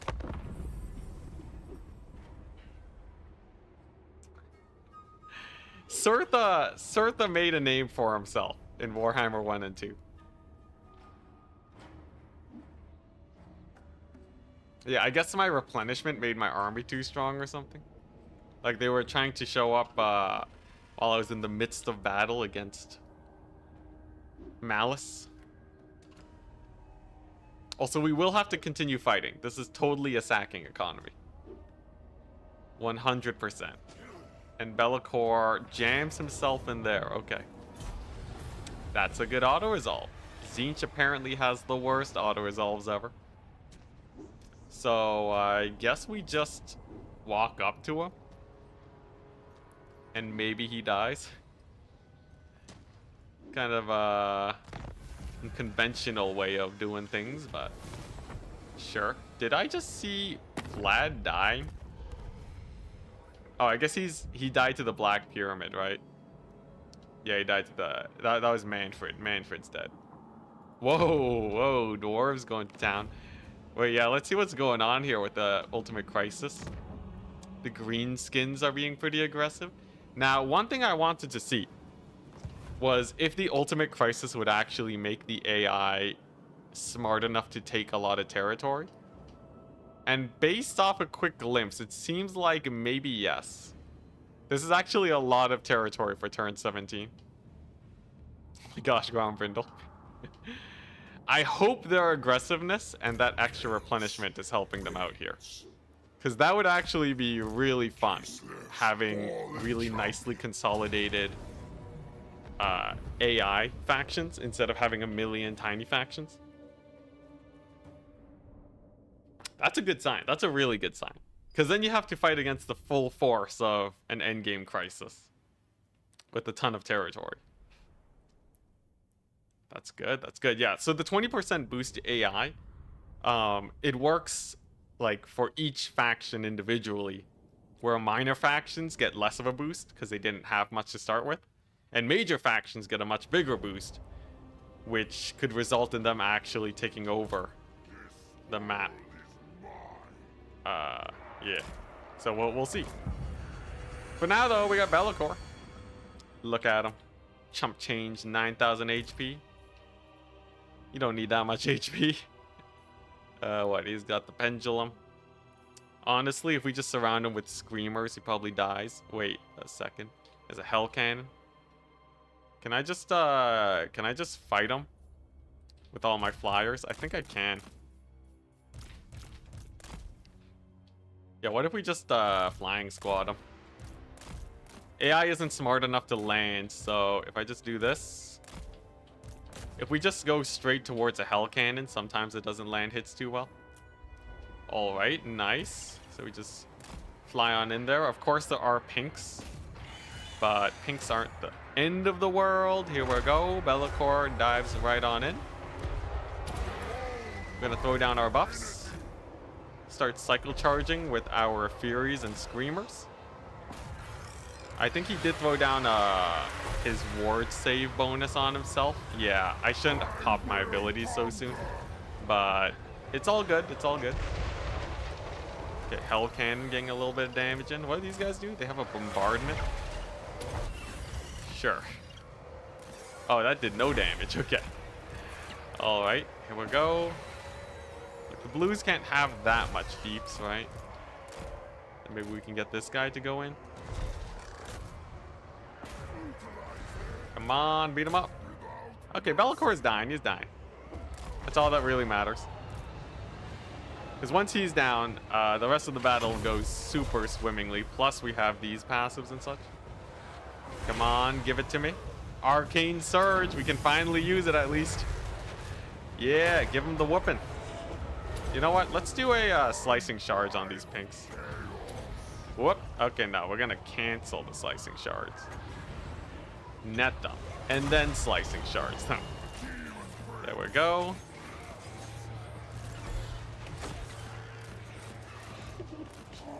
And then the slicing shards should be able to pummel him. That was pretty bad damage. Not the best damage I've ever seen. Oh, actually, I should get a Fleshy Abundance on the on my Fury blob here so that they don't just die. Okay, there we go. Finally, Be'lakor dies.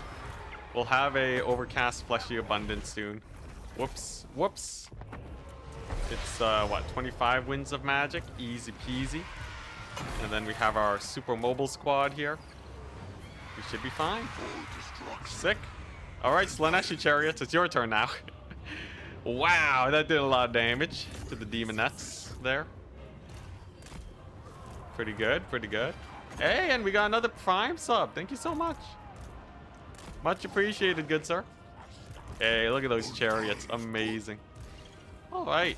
So if we just dive on into this fight here, and I Fleshy Abundance with the one more Winds of Magic, I believe what will happen is we will have infinite HP. I just got to get him in range so that he can heal up too. There we go. There's the Fleshy Abundance. I can basically ignore the Hell Cannon. It doesn't have that much DPS actually, so I'm not especially worried about it. And it's a little bit too much of a mosh pit here. I'm gonna pull back, use my spears to hold the line along with my Demon Prince, and then these guys can loop around for the flank, and that should be able to break this little pocket. AI is not doing a great job engaging with all of their units, so if I just kind of swoop around here like so. There we go. Sure, well, we'll save up for the tier 3 ability. Yeah, there we go. There's the demon that's getting surrounded. Nothing's dying too bad. Does this do anything? A little bit of damage, sure. It actually is a decent amount of damage. I shouldn't knock it too much, but it definitely is one of the more underwhelming looking spells. Hey, and there we go. Huge AoE. Sick. Okay, yeah, this should be pretty chill then. Assuming my mobility doesn't die. And if I just use this chariot a little bit more smart. The chariot is actually one of the highest DPS units I have in this army. We should be high microing that, because if you just plow right on through, it's like infinite damage. One of the things people screw up, they don't babysit their units enough. Okay, nice. Yeah, cavalry and chariots, especially of the Slanesh variety, are great. There we go. We got some decent charges. Can I get a solid charge here, perhaps? Okay, pretty good damage. A little bit underwhelming for how much I hyped it up. Oh crap. Okay, no, that's just a normal unit of blues. Doesn't matter if we lose those. Okay. Can I save these demonettes? I guess if they die, it's not the end of the world. But I'd rather not have to recruit the units back. Solid AoE. Boom. Hey, can I? Okay, you know what? I've been undervaluing those screamers. Their AoE is actually kind of hype.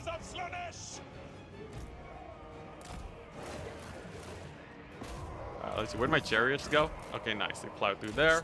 Yeah, look at that. 81 kills. Not bad, not bad. And their lord's gone. What I would do to get a slicing shards here, but I'll settle for an army losses instead. All right. Sick. Overall, not too bad, not too bad. I think we probably could have played it a little bit smarter, but still, pretty solid battle. See, Daniel's OP. That's what I'm saying, people. Okay, actually though, Daniel's RORs are actually kind of crazy. The fact that you don't even need to hold territory. Also, yes, I'm aware that my slicing shards did basically nothing. I thought it would do more damage, okay? No pit of shades, though. Yeah, we should just spam the healing instead, but... Nice. Look at that. Chariots actually got the most kills out of all my units here. They're great. Also, Tombo, I'll get you in as a unit. You know what? I'll get you in as the chariots. I'm sure I won't miss micro them and have them die immediately. Like my poor blues. My poor blues. They got wrecked. Alright. And then, yeah, the fact that we're going for Slanesh means that we get whack loads of money. Look at that. We're rich. And holy crap, Bellacor's defeat trait is really good. Gotta farm that one.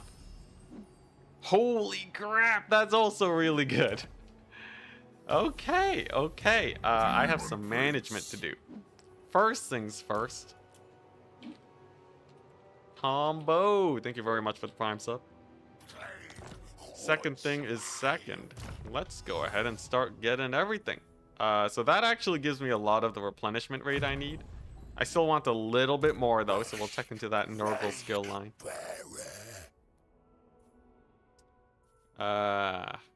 Anything good here? Nothing really, right? Okay, yeah. We'll make him a 6 spell caster then. And then here we go. Dang, can't auto resolve it. All right. Well, we'll just play it then. Catch up with chat. Yo, what do you guys think?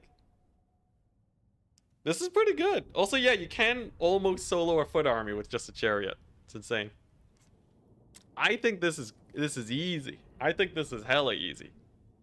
Honestly, I think Daniel is actually, he's in a better starting position than most lords. He can make a stronger army than most lords way faster because of the regiments of renown. I would actually rank Daniel as pretty strong. Am I crazy? Am I crazy for saying such things? I don't know. He feels pretty good. Like, look at this. Look at this. He has a chariot of madness. Just obliterates everything. Oh, I see they're all dead. Yeah, I don't know. I don't know about you guys. He's great. He's great. Like, sure, he gets a bunch of random units. And yeah. Some of them aren't too great, but like, he's pretty fun. I dig. Yeah, him getting RORs from everywhere is insane. It's not even 4 different armies. He also gets the Warriors of Chaos RORs. Or I guess the RORs are kind of mixed in with the demons too, but like, he has more than you can fit in one army. It's crazy. Maybe earlier on before he got them all, and people are just remembering that version of Daniel. But yeah, and you can dress him up. You can play Barbie with him. He's hype.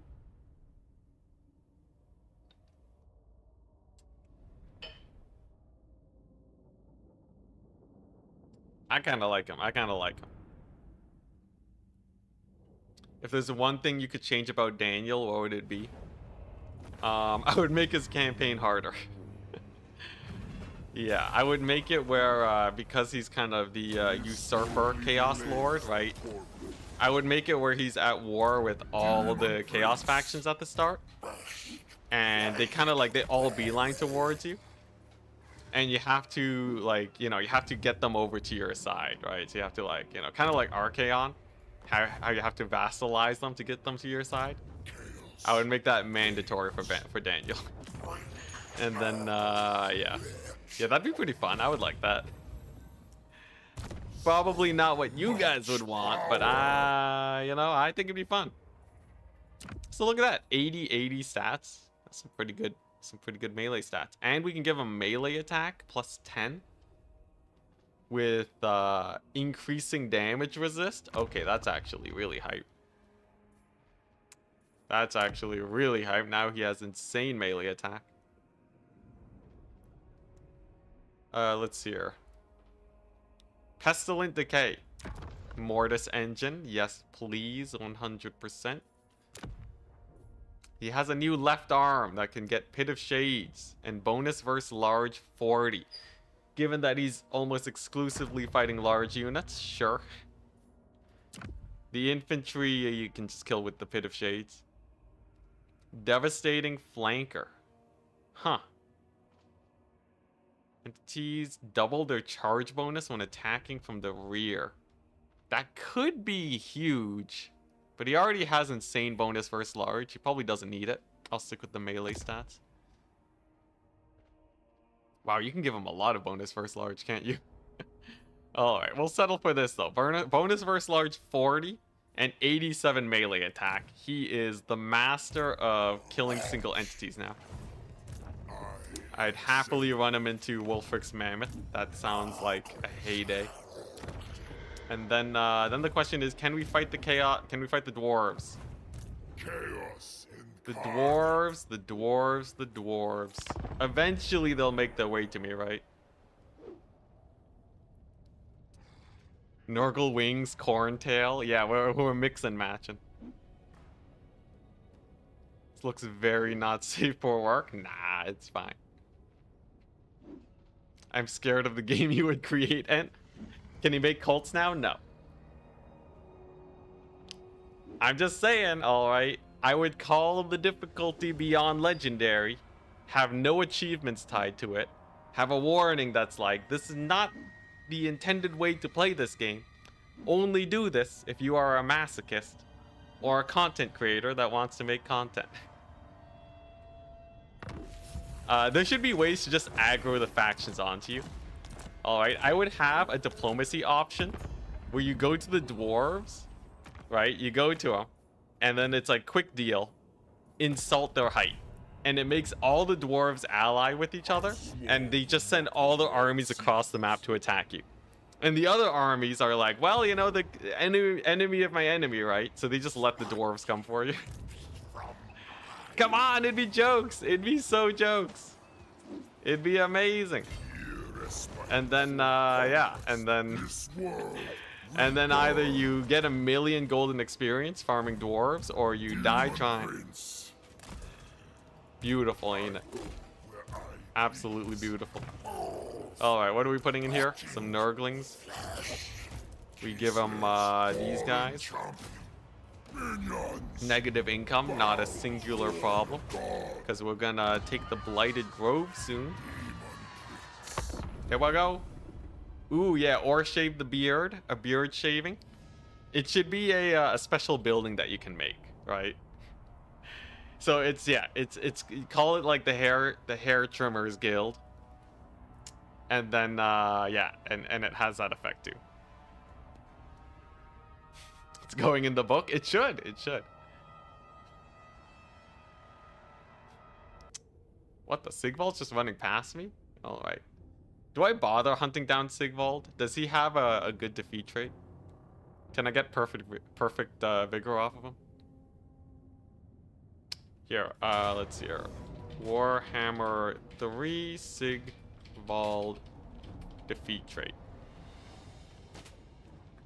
Huh? Sigvald the Magnificent. Post-battle... Okay, he gives physical resist 10%. Okay, that's pretty good. Yeah, physical resist is insane. Physical resist 10%? Please? Yeah, get over here, man. Get over here. We have unfinished business. Alright, we're gonna have to manually play this battle. Yo, this guy's looking kind of sick. Yeah, that loincloth is perfect censorship. They nailed it. Okay, actually though, I like the flamin' chest. The Nurgle wings, the Slanesh thing. Like the Nurgle wings when they're pink kind of fit. 50 barrier. Is that worth? Serpentine tail. Oh, it's the other Mortis engine. Okay, yeah, that's probably worth. Instead of melee stats. Yeah, we don't really need the melee defense. Just don't leave them in melee. The Zinch tail. Oh, yeah, nice. Got a little mouth there. Okay. Yeah, this is good. This is good. Alright, so if we fight this battle and we can get Sigvald to attack us, we're golden. Absolutely golden. Because then we get physical resist from him and we actually become really strong because it's on top of our demonic physical resist. You were playing Lizardmen and got super sad when you couldn't confederate elves. Wait, why would you be able to confederate elves as the Lizardmen? Oh, if you can confederate any race? Ah. Yeah, I feel like it'd be kind of cool, especially like with like the demon factions, but like, yeah, actually getting the mechanics to work is a little janky. Okay, so what do I have? I have Burning Rage Explosion. Okay. So I should just be able to, yeah, just put a shades those guys. Chariots for days. There we go. There's the Burning Rage. Chariots are going to town. Right. They're all routed. We do have some pretty massive leadership debuffs now. I think I still need to equip some of them too. Oh, hey, nice. All bombardment. Ah, yeah. There we go. And as long as I don't lose any chariots, this should be 0 losses.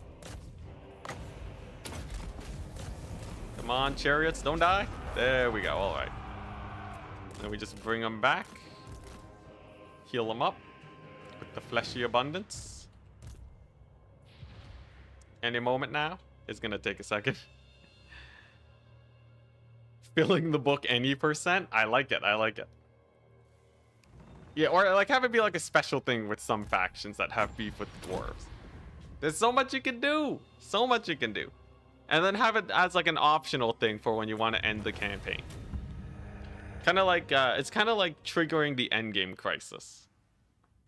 And then beating it. Except instead of it being just like, oh, they get some buffs and stuff, they actually just all converge on you. And then if you can hold off like 20 armies at once, then it's like, well, I guess you won it.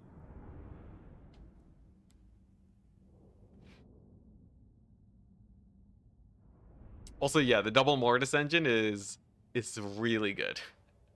That is some premium equipment there. And then I think I can get a -10 leadership banner or something on the Lord. On Cromulus. Oh god. I thought that said defector for a second. It did not. Yeah, let's take a look at these items. It's an ancillary. Great Icon of Despair. Yup, minus 10 leadership AoE. Huge. Absolutely huge. He has that speed banner on him. He's a speed demon. Okay, so I don't need that. We get this. What is it? Skull Totem. That's another speed bonus. So just a better speed banner, probably.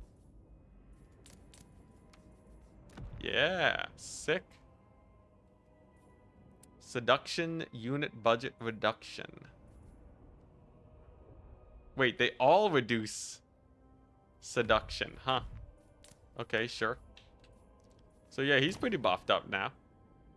Ooh, the Forbidden Rod. I needed some extra Winds of Magic replenishment. Brass Cleaver is actually way better because he already has poison. Sick. Demon Prince. This is going good.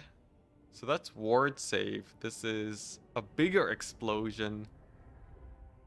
Missile block chance, melee damage reflection 28.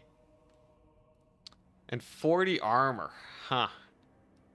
Would I rather have that or melee attack? Dang, this is actually kind of a hard choice.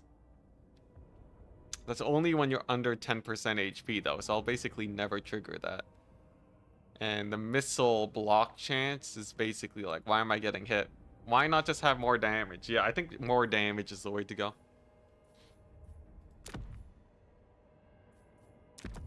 I kind of like my claw arms. Yeah, this one gives Pit of Shades bonus versus large. This one gives melee attack and mortal blow. My right arm isn't as good as my left arm, but I think we're in a good place. Hopefully Sigvald comes for us next turn. Come at me, bro. I'm ready to fight ya. Yeah, you're the Forbidden Rod. Classic. Also, yeah, double Mortis engine. Yeah, Daniel's one of the only factions that can get a double Mortis.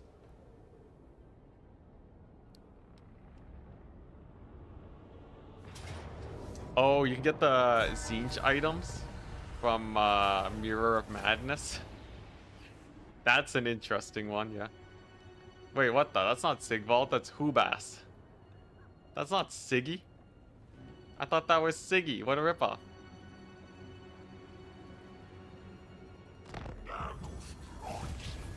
Okay, there's the Vermintide. Alright, so we're already pretty well replenished now. We have full Winds of Magic. I think we just beeline it over here. I just don't want this guy to get snippety sniped, but I think we are strong enough here to just fight him. Sigvald is nowhere to be seen. Yeah, I thought it was Siggy. Alright. Yeah, I guess we just have him come to us because we need to win fights here. We need to win fights ASAP. Otherwise, we will run out of money. Also, turn 20. The only problem is I have no settlements. That's fine. Mirrors of Madness Zinch items give you a Cataclysm spell. Holy crap.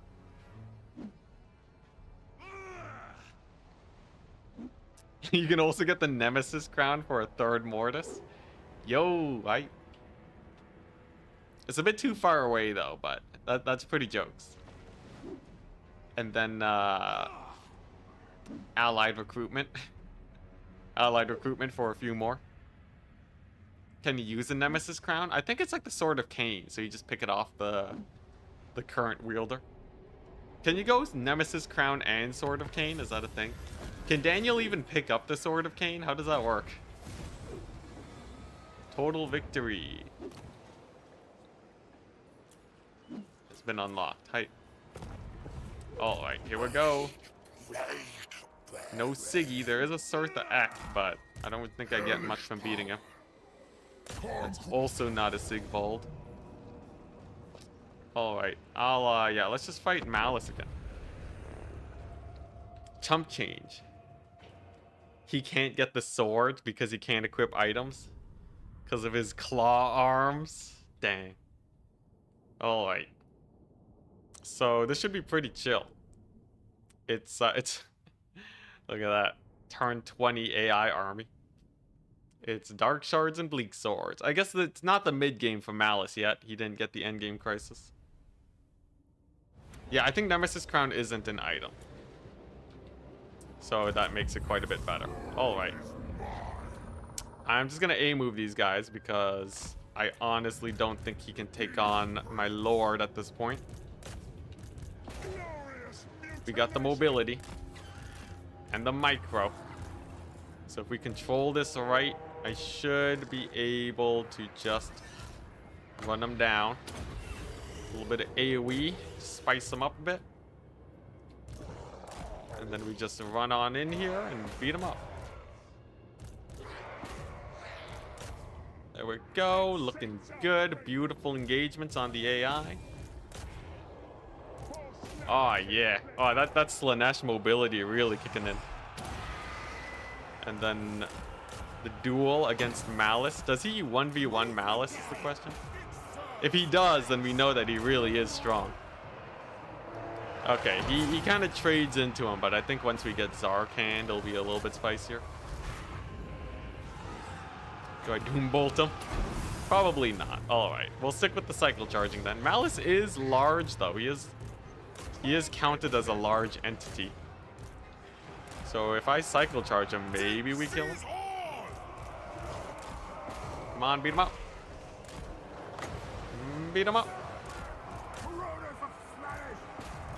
Okay, nice. Yo, honestly, these chariots are great. Just stick with the chariots.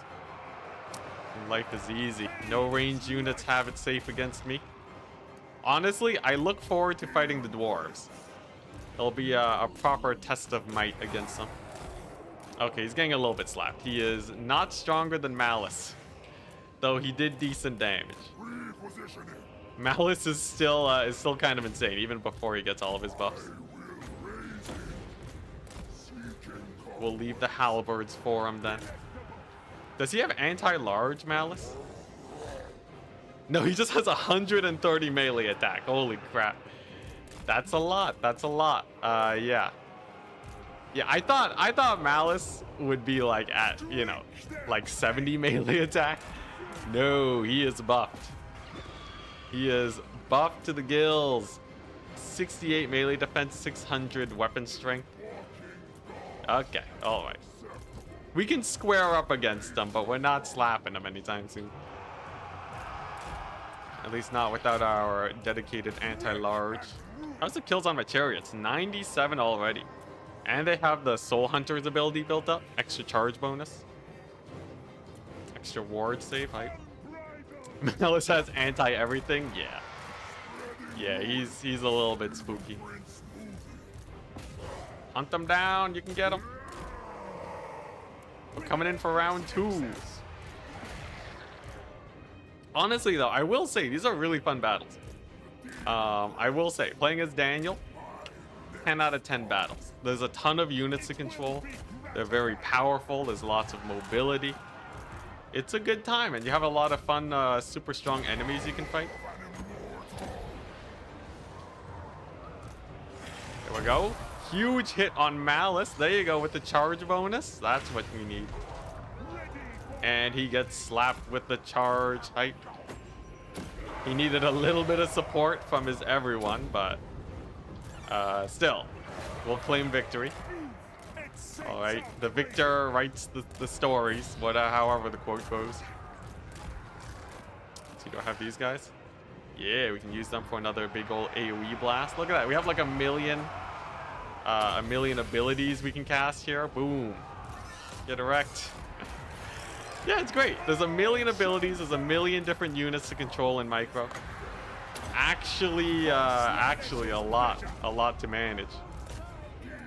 With the Pit of Shades mostly, but it's fine because they're about to get army lost. Great success. So that's these guys more or less gone. We've defeated Malus. He has successfully been farmed.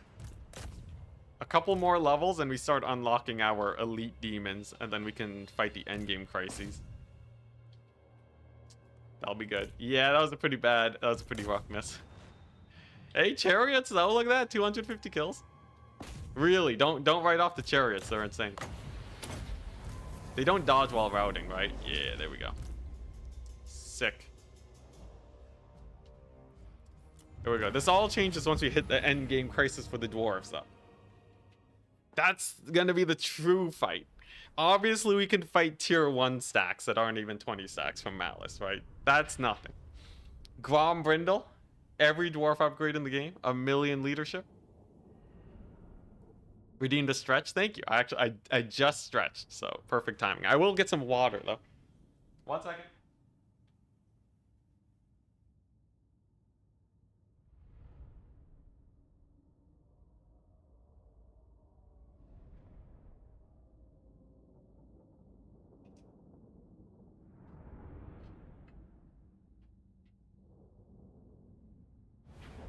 All right, nice. So, more Slanesh glory. And then we have another battle to farm them again. We got a little bit free damage from Malus. We got the Norskin Berserkers. Okay. I guess it's because Khorne technically gets them. Supreme. Nice. And then we fight this. It's a decisive victory. I'll take it. And occupy. Sick. So this is honestly going great. We even got a little province for ourselves. We're working our way towards Siggy, who is all the way over here. Dang. We have, yeah, loads of regiments of renown. I actually can't afford. I can't afford to get more right now. It is... We got too much stuff going on. Hey, he's on a rot fly. That's hype. Yeah, what am I supposed to do with this? I want to recruit my regiments of renown, but I have no money. I guess we'll just keep on winning battles and getting income. Sacking economy for the win. Let's see, Slanesh glory generated? Sure. What's the endgame composition for Daniel? Probably mass regiments of renown. Is the patch out already? It is. It is. The patch is dropped. Check it out. Let me know if CA made the game hard enough.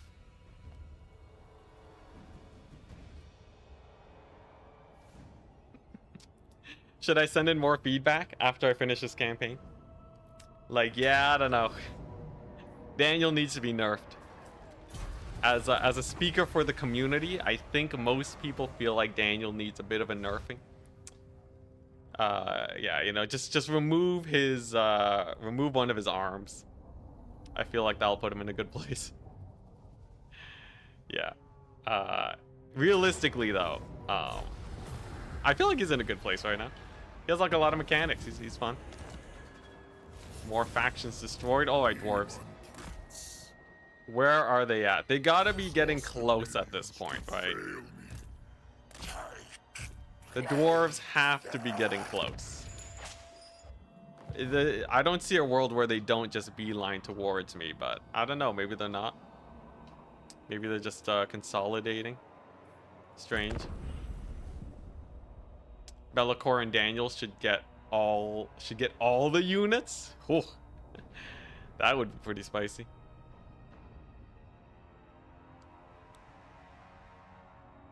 Oh yeah, Be'lakor is kind of insane, right, compared to Daniel. I guess when you put them side by side, it's pretty big. Pretty big difference.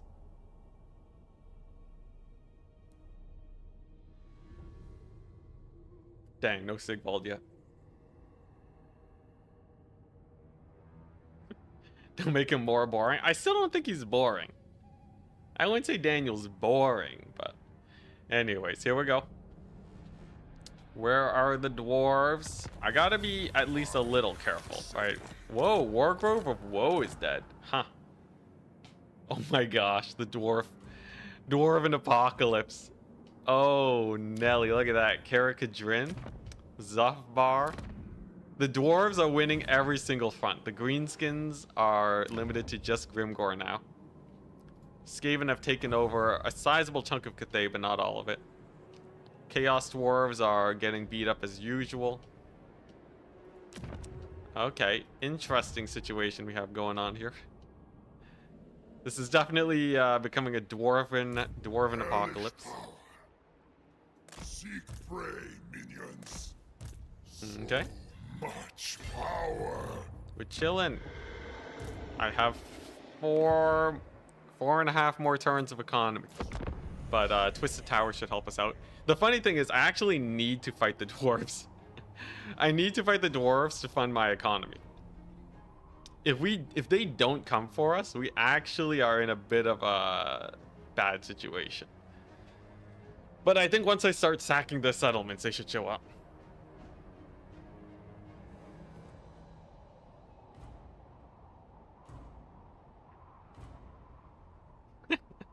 Yeah, him not having a tech tree is really weird. I feel like if they were to do something for Daniel, probably give him a tech tree.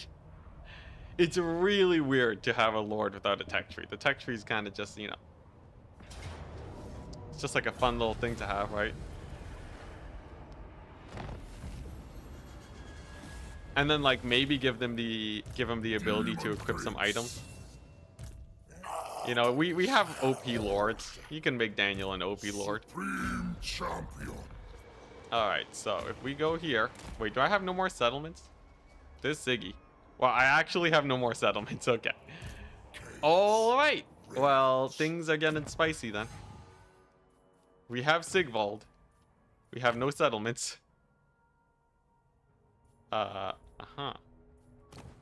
right. Wait, what the? I thought I leveled up. Oh, I did. Okay, we just scrolled to the right. All right, let's see. How are we going to do this? I like Phantasmagoria. I like the stat boosts. Oh, actually, this is even better. Better stat boosts? No Phantasmagoria, but Occam's Mind Razor. You know what? Sure. We'll go for that. Let's see here. AoE wings are fine. Oh, a better arm? Wait, can I get 2 arms that give me bonus versus large? You kidding me? I can get bonus versus large plus 80. Holy moly, that's a good amount of melee attack. So we'll now never miss. And yeah. The end. This world. Sick. So I have to win this battle decisively. And then we need to fight against Sigvald. Will we die? Or will we prevail? I have a lot more regiments of renown in my back pocket. So I get the feeling we'll be okay. But you never know. He just sucks without it? What do you mean he sucks without the tech tree? We're crushing it right now. We have an unbeatable doom stack. Like, honestly, you can get to, like, endgame units super fast with them. We already have a couple tier 5 units. With, like, those Zinch Halberd guys. These guys, they're insane. And these Screamers just have an AoE ability on off-rip. I'm joining the counterculture against people saying Daniel sucks. People have spat on his name too much. Okay, I'm just gonna go here. And just make this easy. I could slowly grind and use spells and stuff, but I want to skip to the battle where we fight against Sigvald. We got the RORs. We got like these guys, which get like a ton of shields. Yo, remember when the lens flare was crazy? I remember Warhammer 3 launch. It was very hard to see anything. But all right, here we go. Let's get them.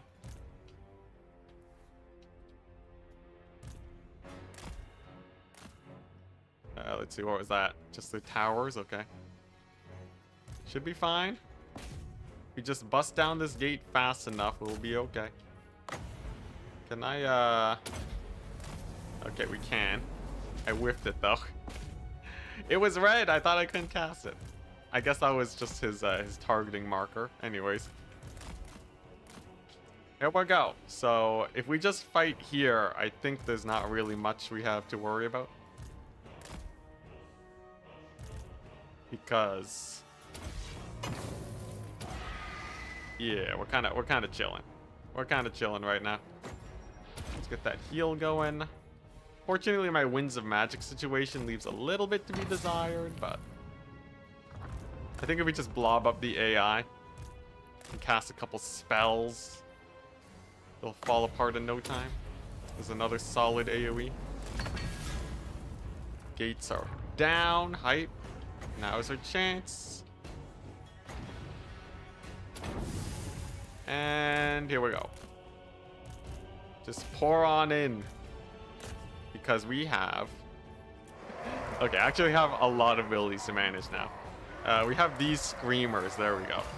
Yeah, does this... Yeah, we'll just plop that right over there. Boom. About 10% damage. Okay, it's actually way better versus infantry, but what can you do? There we go. Get the magic going. Get the Daniel in here.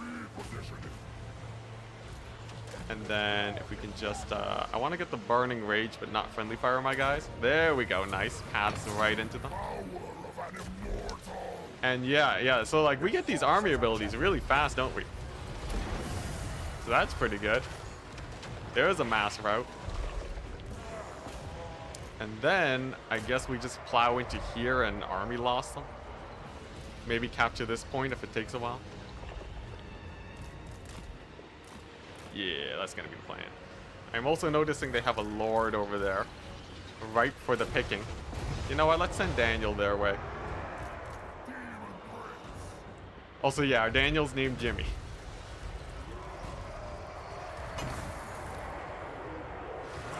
Let's see. We have an AoE in 25 seconds. Do I have any other activated abilities? Okay, not too much, not too much. We're good then. Do I go with the Blight Boil maybe? Or the Pit of Shades? I feel like Pit of Shades is a little bit more fun. I have another Forbidden Rod soon. Oh god, the AoE is terrifying. Okay, you know what? Plan B. We're gonna recover from the fact that we just got pendulumed in the face by saving up for a fleshy abundance. Yeah, don't want to get massacred by that. Here we go. Let's throw that AoE down. Nice, way better versus infantry. Come on, fleshy abundance. What's it? 25 wins? Yeah, 25 wins of magic. Okay, nice. Solid bombardment over there. Yo, this is crazy. Daniel does so much damage. I can just spam all my abilities. I'm sure other demon factions can do the same, but they have to research to get it unlocked. We just have it on default. Nice. So I almost have enough winds of magic. No, not the Furies. Not the Furies. Don't die on me. No, they died. Well, they served well. But unfortunately, they did not live long enough to get the sick AoE heal. Yeah, Daniel's going ham. 300 kills.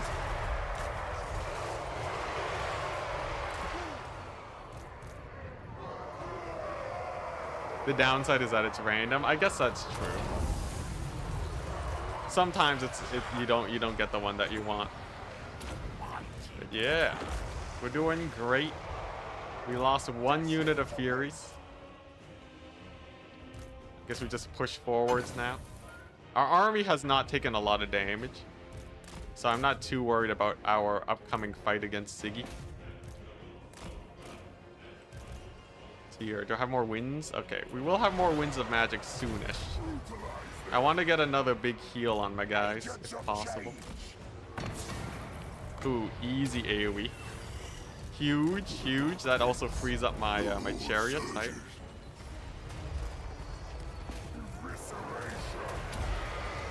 Maybe I just do this, just to get them to army loss a little bit faster. Looks like it triggered. Yeah, there we go. Easy settlement take. Who's unbreakable? No one. All right. And then we continue on the warpath. That should be a good payday. Also, yes, it's true, the Mortis engine. So we lose like a unit of Furies and take half damage on the other ones. Everything else lives. I almost have my OG dogs are almost gold chevron, or at least a halfway there. Oh, you're gonna take a nap, senior bubble? I missed that. Well, I assume you're still doing that. But nice. Sigvald, plus 10 physical resist. We don't need a tech tree if we can farm Lord defeat traits that are really good. Yeah, we punch Sigvald in the face, and then we become really indestructible, along with our crazy melee attack bonuses. This guy needs to hit level 20 as soon as possible. Demon Prince. And what do we do now? So, growth, control, diplomacy, yes. We can get upkeep reduction for units, but it's all spread around everywhere. Let's see here. Just general buffs. Anything good here? Income from sacking settlements and raiding, I guess. Guess some corn buffs are okay. I'll get the reduced Nurgle units though, just because it's easier and closer to get. Evermore unstoppable. Oh my gosh, we unlocked the giant? Well, how do you do? Yes, I'll take a giant. It's a little bit pricey, but fun for sure. Could get rid of the Nurglings and get a Marauder, but let's stick with this. We'll park him outside. Whoops, put this guy in the settlement. And then hopefully Sigvald like sieges and tries to take out my army. He's pretty chump change, okay? Sure, he has 90 melee attack and 72 melee defense. But if he attacks into this army with the giant, there's no way Sigvald's gonna win. Serve chaos. Looting from corn? I was thinking that, but like usually we're just occupying it for the devotion points. All right, Siggy, come at me. Come at me.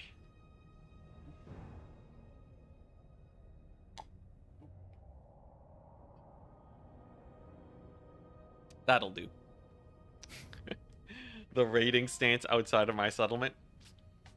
He's like, no, you come to me. All right, man, all right. Sure, sure, sure. Dang, there goes Valkia. Usually Chaos has pretty good auto-resolve. I'm surprised Valkia died. Raids my territory, proceeds to run away. Have at thee, Siggy. Yeah, I'll actually play the battle for the fun of it. You think you have the exact same cup? It's a nice cup. There's different variations though. It's the one with like the little ridges. Yeah, I like my big cups for water. Check the Nemesis crown. Maybe. It's so far away though. I don't think we'll ever get to it.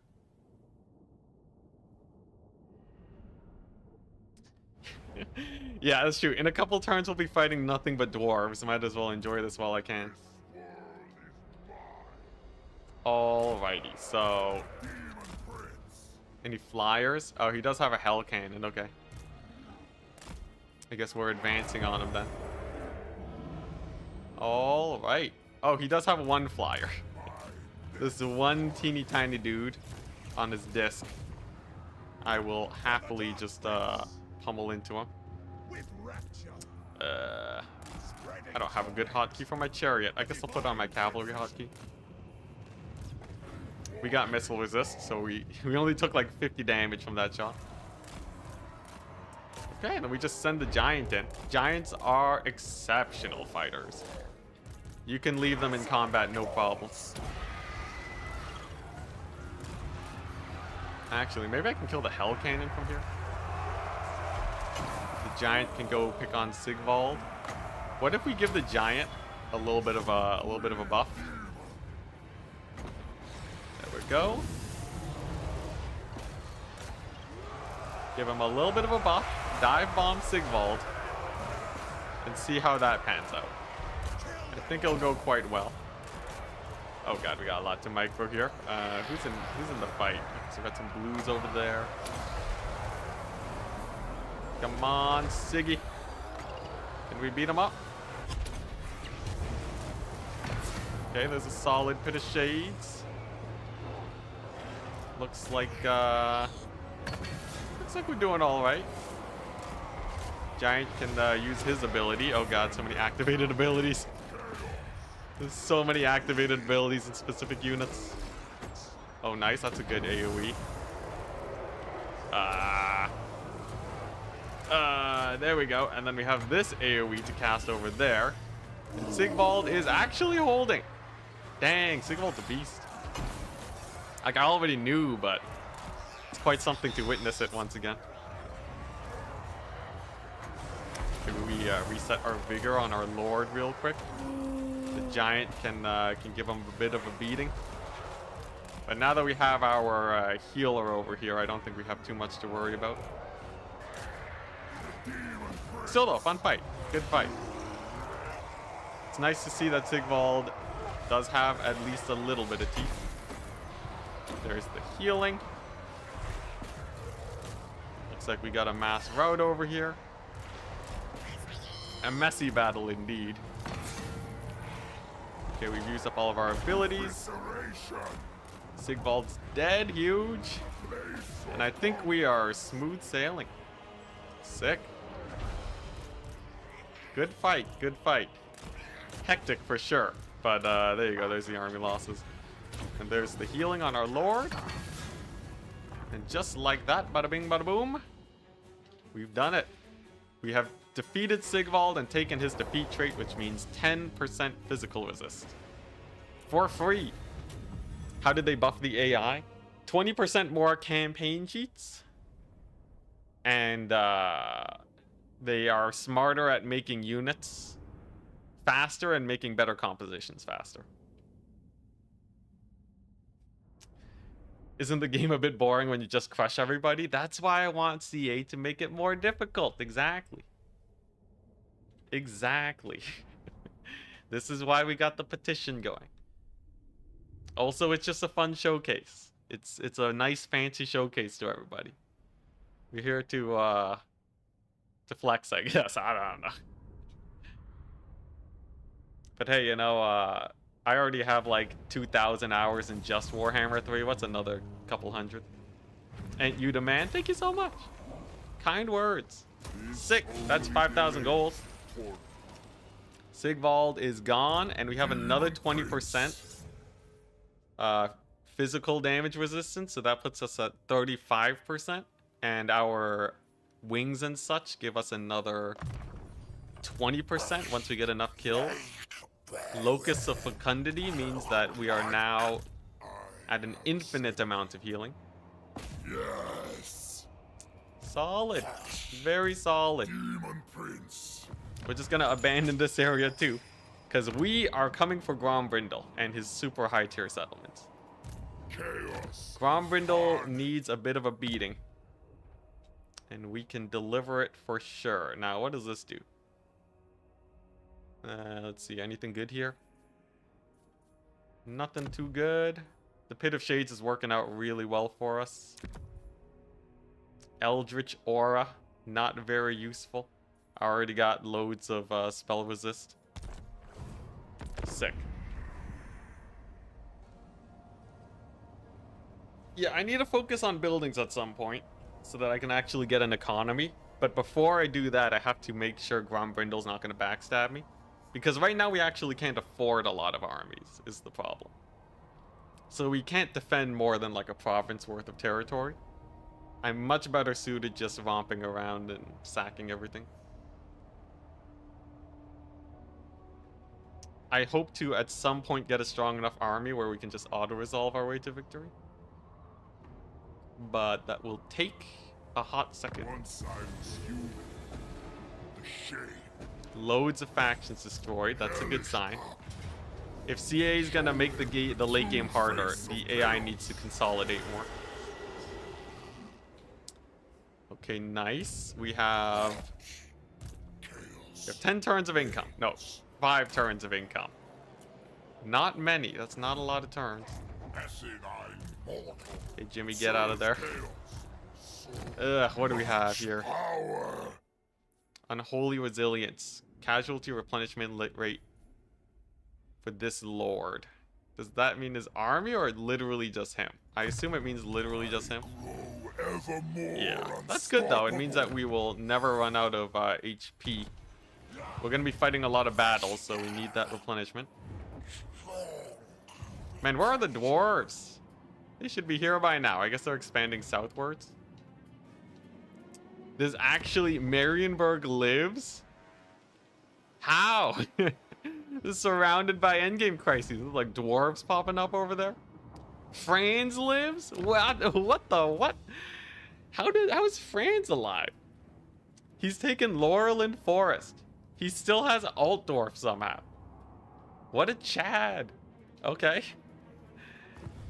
Oh, it's because he's friends with the dwarves. No wonder. Okay, good to know. Yeah, we're just keeping up with the factions. Nice to see that the endgame crises are going ham. Imagine 30% army replenishment for 1 point. Okay, look, let a man dream. Okay. Yeah, I value army replenishment so much. I think most people do, and should. It saves you so many turns of healing, and just lets you keep up the pressure. Did they fix a black arc bug? I don't know. Don't even know what the bug was.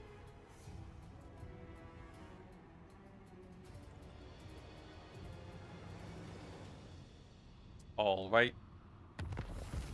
Here we go. I think we are 1 territory away from running into dwarves. So it's important that we stay in a camp stance and play it safe. Our Winds of Magic reserves are looking healthy.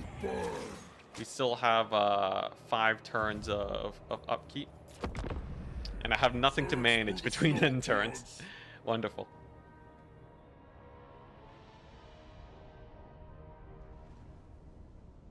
The one where the AI gets free black arcs and crash the game? What? Never heard of that one before. Been watching my content since my Franz Ultimate Crisis? Dang, mighty Smurfy.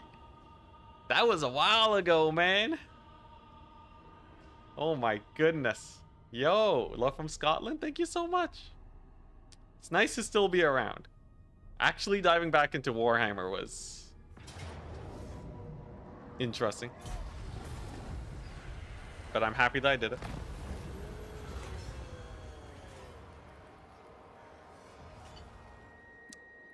The Franz Crisis bomb your sleep schedule? Oh no. Yo, I had so much fun with that. Okay, none of these matter. Which one's the Slaneshi one? There you go. All right. Yeah, yo, that was actually my longest running series ever. That was like many hundreds of hours. Or no, it wasn't many hundreds of hours, but I think we did get to 100 hours on that one campaign. Probably a little bit over too. That was crazy.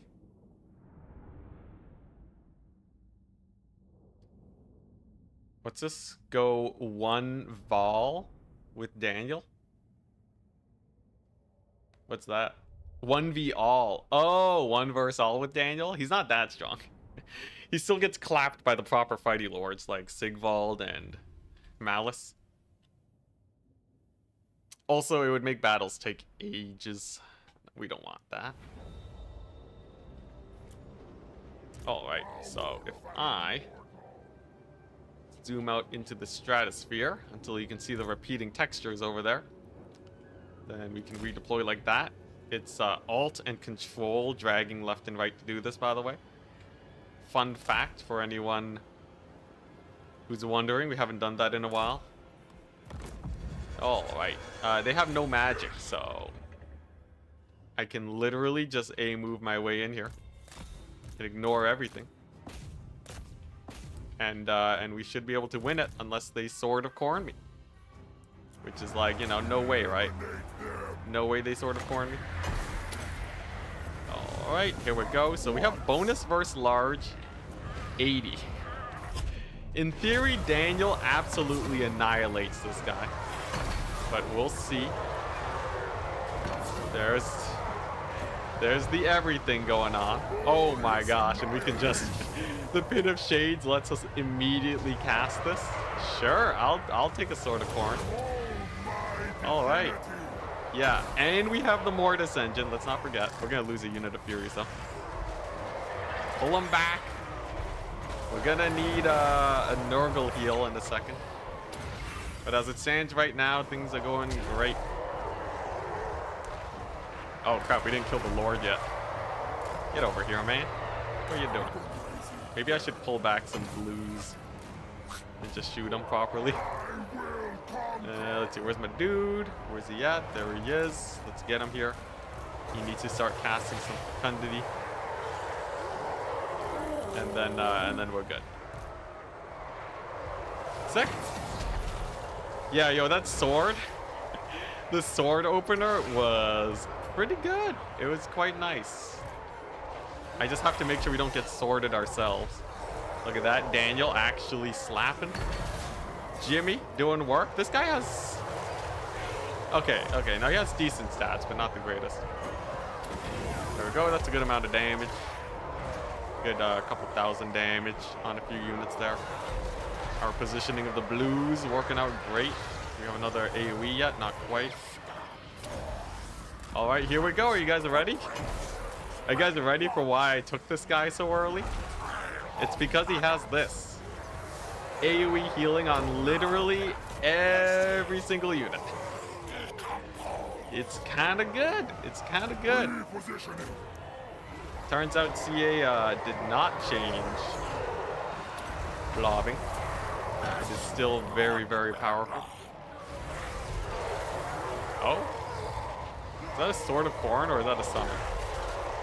I don't think it matters either way. It's a summon. Okay. Yeah, we're gonna leave this battle with basically no losses. Give me another sword. Okay, it's that one. Okay, you know what? I'll just wait for the healing. I'll wait for the healing for safety. There we go. And there's the mass heal. And then, yeah, we've taken basically no damage now. Taken basically no damage. They've lost everything. This is how you play Daniel. You mix and match your magic. You have insane AoE, insane healing. There you go, more magic. More AoE spells. It's endless. He's too powerful. Yo, I can't wait to fight the dwarves. If the dwarves can hold even a candlelight to this, I will be surprised. But I expect them to get absolutely mauled. There you go, there's the army losses. Ah, we did lose a few screamers. We may have lost a couple of them. Denaya, does this revive entities? It doesn't, right? Alright. Pretty good, pretty good. There's also the problem of holding territory, which can be a bit hard, but I'm liking just steamrolling for once. Yeah, no, it is so filthy. It's so filthy. I didn't even micro. We barely microed and we lost 200 units. And that's mostly because I YOLO'd the Furies in. Seems balanced. Right, forgot you don't want caster heroes as Daniel. Yeah, I guess you want Daniel to be the caster, so you can get your army abilities.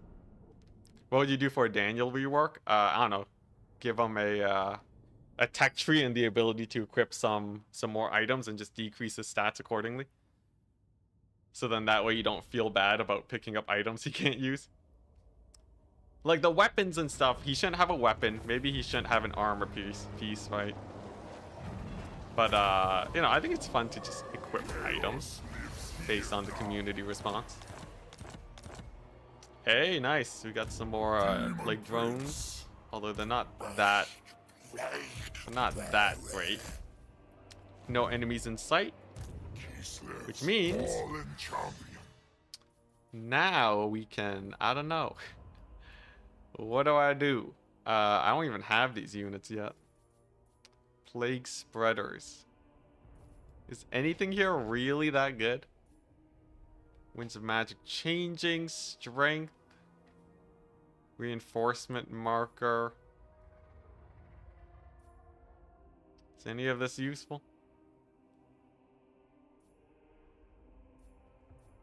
Diplomacy. It's all like unit buffs that are just spread out. They should change this.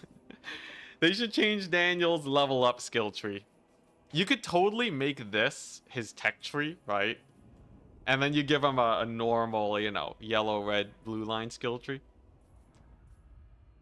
All glory gains? Sure, I'll get more glory. But yeah, I feel like that would be a pretty nice touch up for him. Regardless, he's still pretty strong. We have so many. So you can actually get enough RORs for 2 armies. It just means that they're going to be insanely expensive. But it is doable. Yeah, we're just going to keep marching leftwards. Or, you know, westwards. Yeah. Give Daniel the basic mechanics and then I think most people would be happy. Alright, come on, dwarves. Come on, dwarves. What I'm hoping for is the AI is really making use of their infinite income with the endgame crisis. And we have to fight like 4 dwarf armies at once. If I can get that, I'm happy. That's all I want. Alright. I want to fight. I want to fight a bunch of armies and feel powerful doing so. Okay, if there's one thing that the Total War games do well, it's power fantasy. Okay, onwards we march. That or I die trying. And if I die trying, if somehow the AI manages to make enough dwarves to kill me, that would actually be the most revitalizing thing for me ever. If they can just make me lose a campaign like this, then I will play Warhammer for the rest of my life. Nothing gets me more riled up than losing. So I just need one loss, or I can just put more restrictions on. But the thing is, the restrictions aren't that fun. Some of them are, right? But I like using the game mechanics, right? A lot of the restrictions just remove mechanics for me, which is not exactly what you want in a game, right? For difficulty. So yeah, we'll see. I guess there's always modding. We'll probably transition to modding if this is too easy. But does anyone have a ×2 unit mod?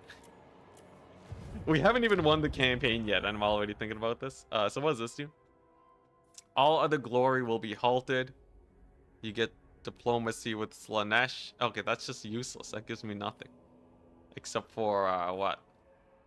Some random equipment that's useless. Sundering attacks. Sinful footing. Devastating flanker. Slicing shards. Yeah, I'm pretty sure all this is pretty garbo, right? Compared to what I already have. Like, I already have bonus 40 versus large for both arms. Yeah, we're chilling. Oh, hey, here's the Zinch awards. Yeah. So these are the ones that are actually hella OP. So I guess we just start going Zinch dedication now. Now that we have all this Slaneshi stuff that we need. Sure, we can't recruit their ultimate units, but that's fine. Alright, time to dedicate ourselves to Zinch, baby! Here we go. Commandment available. Height. Zinch glory. Sick. Alright, here we go.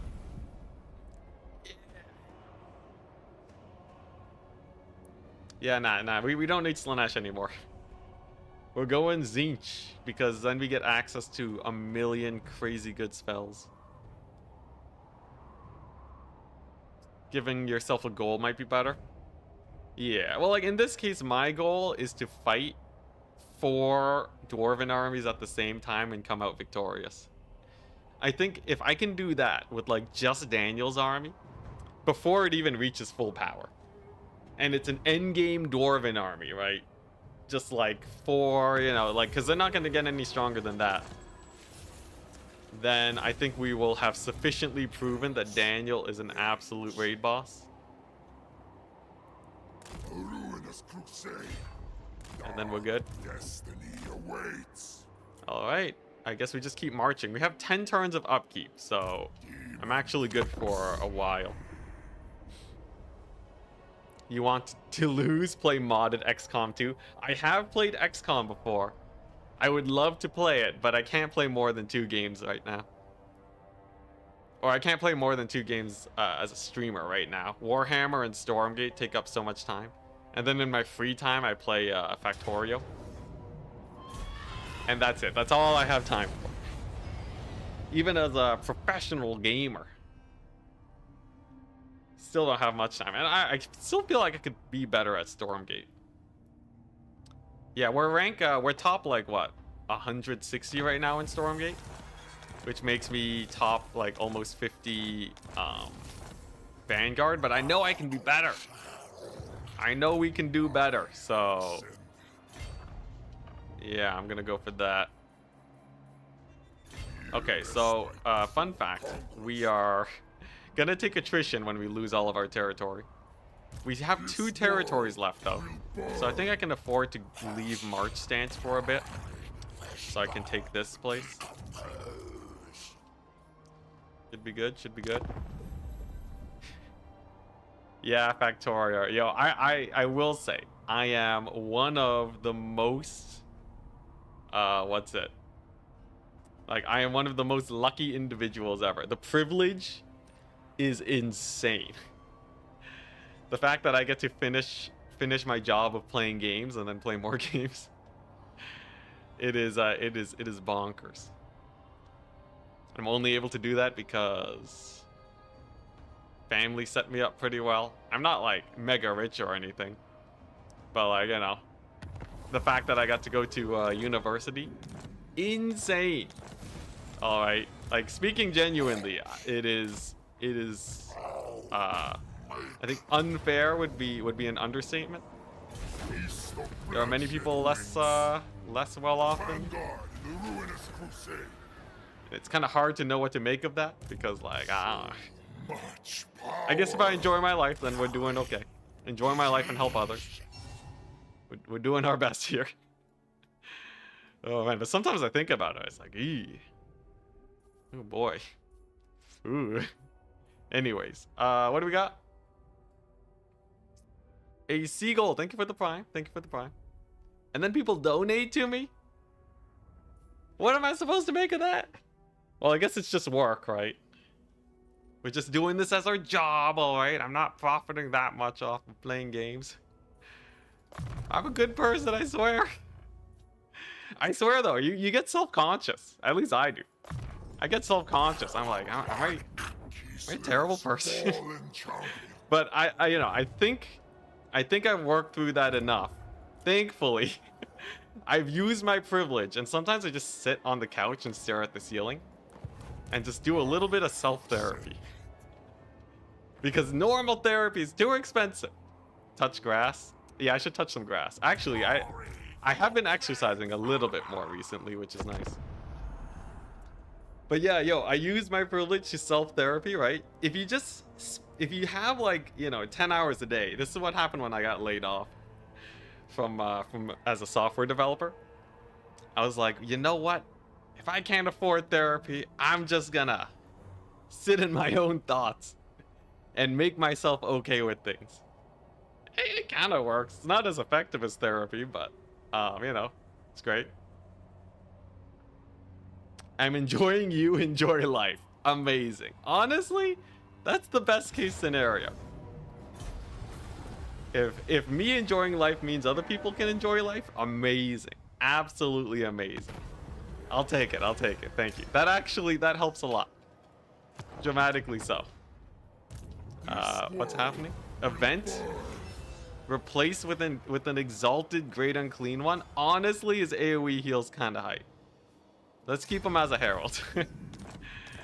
Let's keep him as a herald. It's that ability's insane. Like, great unclean one is obviously a Mortis engine, but we need this guy to stick around with Jimmy to just be the healing lord. Also, finally, we made it to Grombrindal height. Don't worry, Enticity, we're just doing what we can. Yeah. Sometimes you fall into the pit. This is why touching grass is important. Because then otherwise, you know, you're cooped up in your house all day. Here, I can look outside and see the slivers of light. And then remind myself that that life is good. And that there's no problem with that. Yes. And you know, if you're having a hard time, tell yourself that too. Unless life isn't good, in which case, best of luck, man. That's rough. That's really rough. But hopefully you can make it better. Time does help sometimes. Unless you're in crippling debt, in which case, man, that's rough. Find help. There's people out there that are willing to help you at least. At the very least, that's true. I can say that's consistent. No matter how bad things get, there are people that want to help you. There you go. Hey, there you go. Hey, that kind of works. Anyways, speaking of needing help, we're about to lose our last settlement, and we're gonna have no income. But by getting to Grombrindal, we can finally solve our economy issue. Park ourselves right here in the corner. Let them come to us, make bank, and then we're good. You're not as good as a motivator as you are a gamer. Dang it. Well, I tried my best. The effort is what matters. Well, from experience talking to other people, I think the effort is actually not as useful as the product. You know, like as someone who's talked to friends and been like, hey, you know, this is all I got. I hope you get better. Doing that compared to them going to therapy, it turns out therapy is actually pretty effective. And the therapist doesn't need to put in as much effort as me because they're a trained professional. So I feel like that data point kind of points towards, Hellish power. yeah, it's not about the effort. Be better. Anyways, what are we doing? Where's Grombrindal at? Is he gonna attack me or what? What are you on about? I'm super motivated now. Maybe it's hit or miss. Therapy is great. If you can afford it, it might be worth your time. Quality of life is important. If you can't afford it,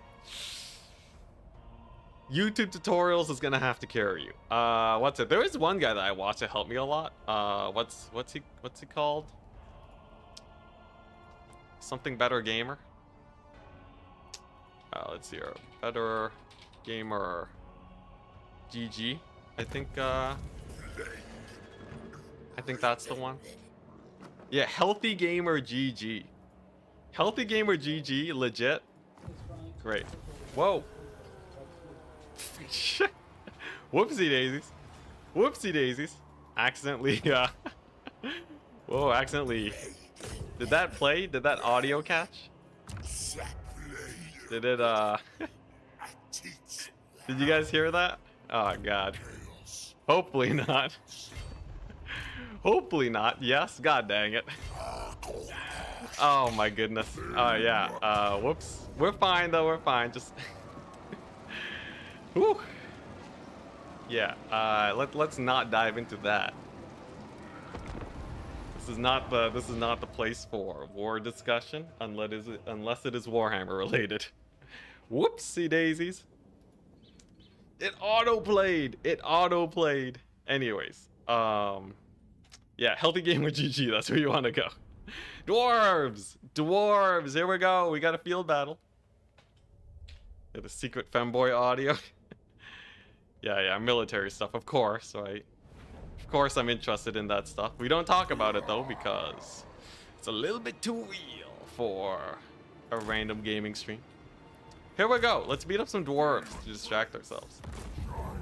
Oh, yeah, Pirate Software, also really good. Yo, he got popular out of nowhere. Mad Lad went super hard on the YouTube shorts with like super great insights, and then he just kind of blew up, right? You know, his dad worked at Blizzard, You know his dad is the what's it? The South Park Blizzard guy? The Blizzard gamer? Yeah, they modeled that guy after his dad. It's crazy. Allegedly. Insane, right? Small world, I guess. Yeah, I know. The WoW guy is his dad. What? What in the world? Anyways, yeah, there's a little bit of trivia for you. Anyways, yeah, loads of good channels out there. Happy that you guys chose me, though. You know what? You can watch multiple channels. Cheat on me all you like. It's not cheating. My brain was like, it's not cheating if there's consent, but also that doesn't really make sense. But does that work? I don't know. I don't want to think about this too much. Can we just obliterate some dwarves? There you go. Boom. Pit of Shades. It's still strong. Sword of Corn. It's also still strong. And bada bing, bada boom. There you go. The classic Pit of Shades, Sword of Corn combo. Now, I will say the dwarves did a number on Daniel. I don't know what did so much damage, but they actually got a little bit of heat in. Thankfully, we have a guy that can just heal him to max, so I don't think we're too worried. I have not tried a new dwarf campaign yet, no. Yeah, no, we basically started streaming as soon as we could today. And it's been great. It's been great. But yeah, I really want to try the dwarf mechanic, but I feel like it takes a little bit too long to get started. And I was just a little bit more interested in trying out the Masochism campaign today. I could go for another Pit of Shades here. They are blobbing up pretty viciously. But I'd rather save my Winds of Magic for a big heal on this blob. Because it will be super duper juicy. Come on, get in there. Where are we at? 21 Winds of Magic. A little bit more. And then once we get that heal, we're set. Set for life. There you go, more Winds of Magic. I will say, Daniel does not have a lot of Winds of Magic replenishment. Okay, here we go. And the second combo. Number 1. Number 2. And suddenly, look at his HP. Look at that healing. 5,000, 5,300, 5,600, 5,900. There you go. He heals about 300 HP every single second. That's pretty good. That's pretty good. And that is happening on each and every single one of my units here. They are now maxed out on HP. Success. Great success. Now this is just about a single dwarven settlement. We still have many a dwarf left to annihilate. Alright. Let's get them all grouped up. With a big AoE heal. Come on, and there we go. Just gonna top them off. And then we crush it. Then we look for Grombrindal's armies, and maybe the man, the myth, the legend himself. Don't your armies get Arcane Conduit? I guess they do, yeah. So that helps a little bit. Plus the Forbidden Rod.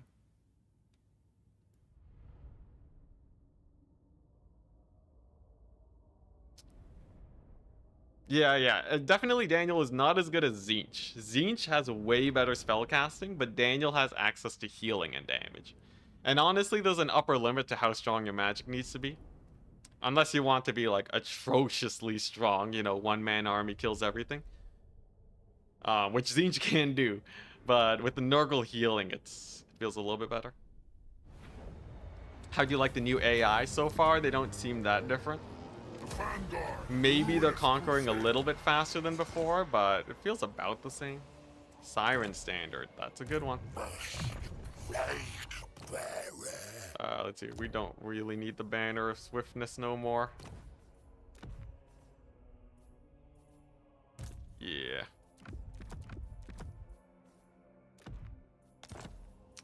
There we go. Pick those guys up so that this guy can get some more interesting banners. Nice. And then we're gonna get a second guy with the Locus of Contagion, which will help kill everything.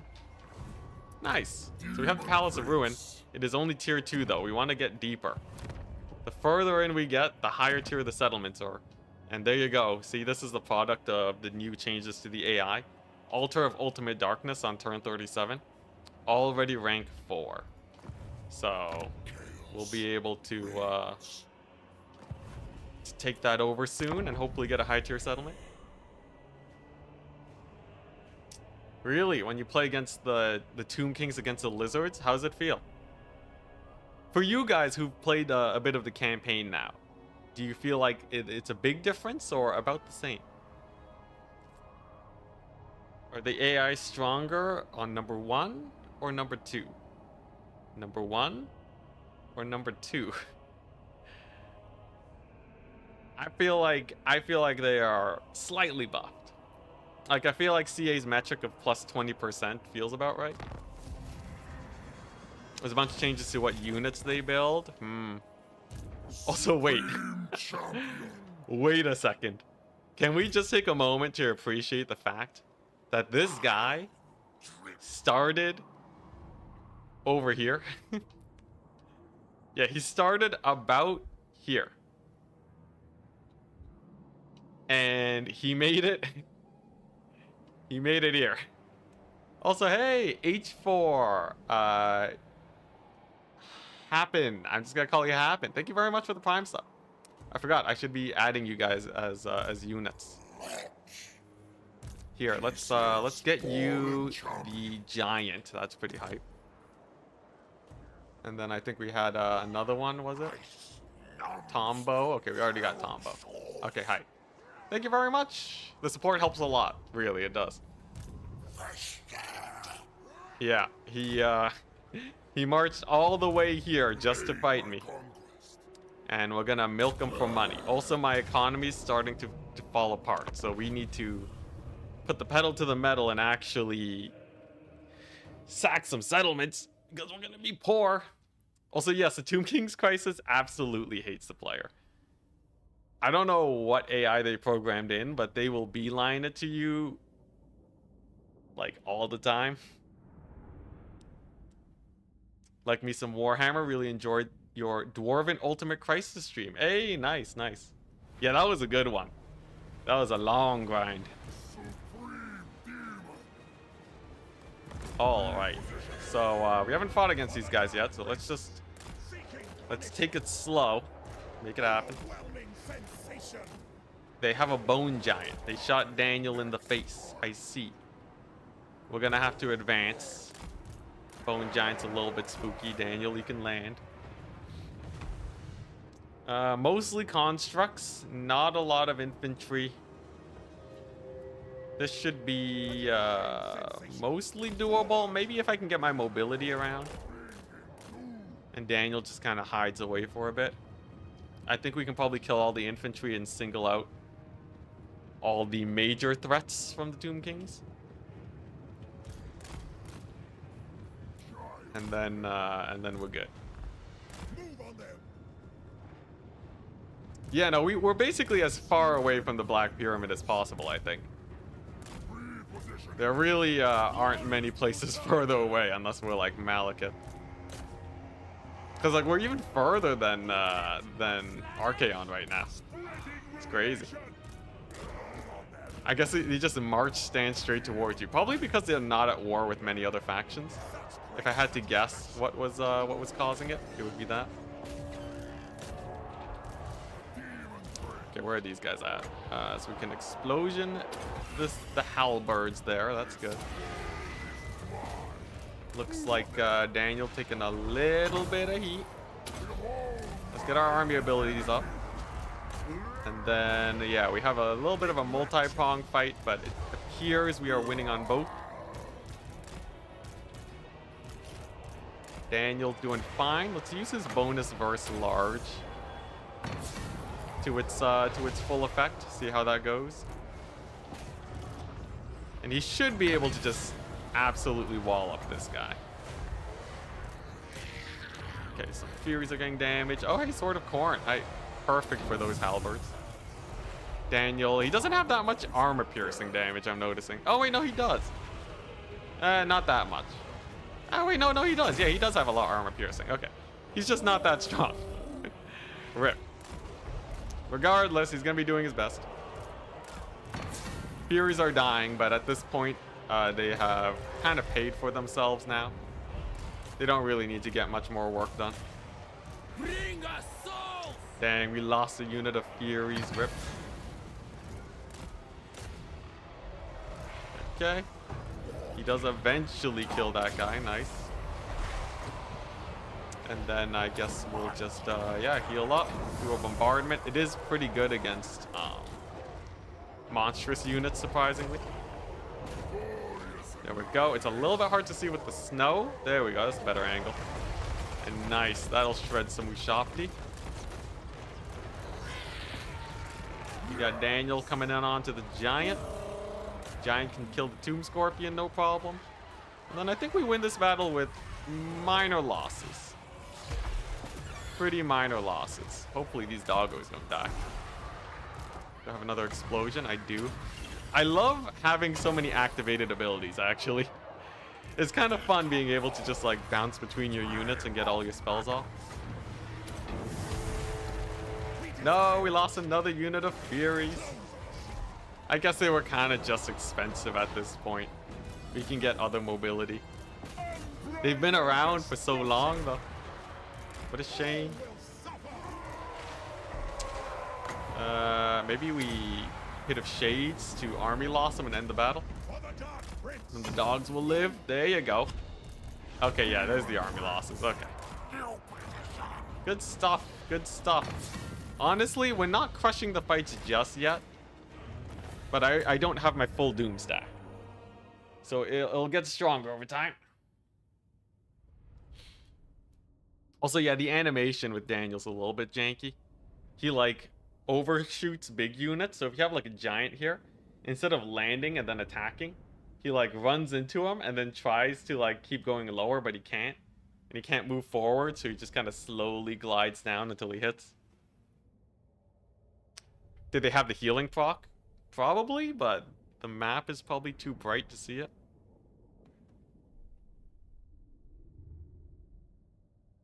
Oh, you already messaged Heliophage that it's probably because they have no wars. Yeah. Okay, so based off that fight, I probably don't have enough to probably don't have enough to fight a million dwarves just yet. I want to get the Zinch stuff, but the money is like too good. Ooh, those are Doom Knights. Oh my gosh. Okay, there's our special cavalry. But I have no money. Oh boy, alright. Yeah, Jimmy's army's expensive. Hella expensive. Oh, hey, Root Marcher. That's good. Yeah, he's really expensive. So I can't really make the army of my dreams just yet.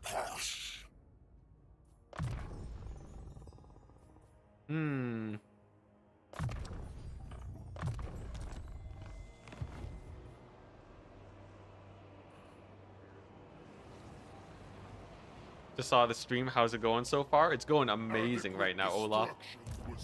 It is going absolutely amazing right now, except for the fact I have no territory. But we have a pretty scary Doom stack, and we're trying to blitz Grombrindal at the moment. Yeah, aside from having 0 territory, it's going really well. Mostly, though, it's the Regiments of Renown that are gonna crush it. I just can't afford them. I can't afford them. I need more armies. Why is Grombrindal not sending more armies? We're at its gates. If he would just send a few more armies, then I can make a proper Doom stack. Daniel needs some love. He just needs some, like, feel-good mechanics. He doesn't actually need to be buffed. Having all the Regiments of Renown is honestly a faction mechanic in and of itself.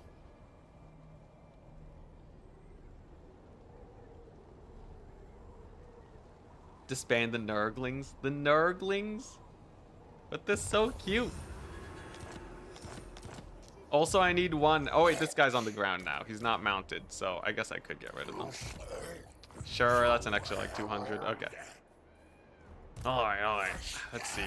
Okay, so we got a random beastmen faction here that are out of range of me. Alright. We'll be able to take this settlement and hopefully sack it for a good payday. Jimmy, Jimmy, Jimmy. What do you need?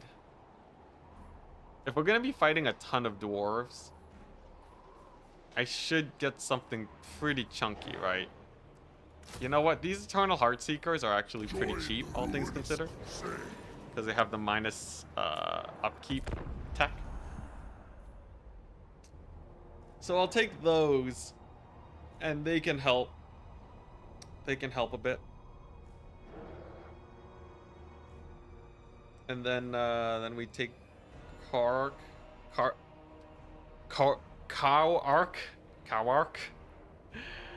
Orok? Korok? Maybe it's just Korok? Okay, sure. We'll take that.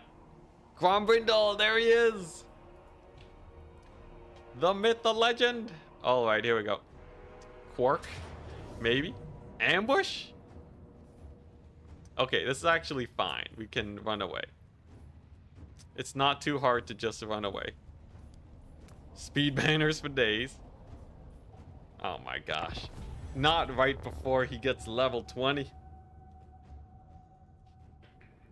Alright. Now, here's the thing. These guys are pretty strong, okay?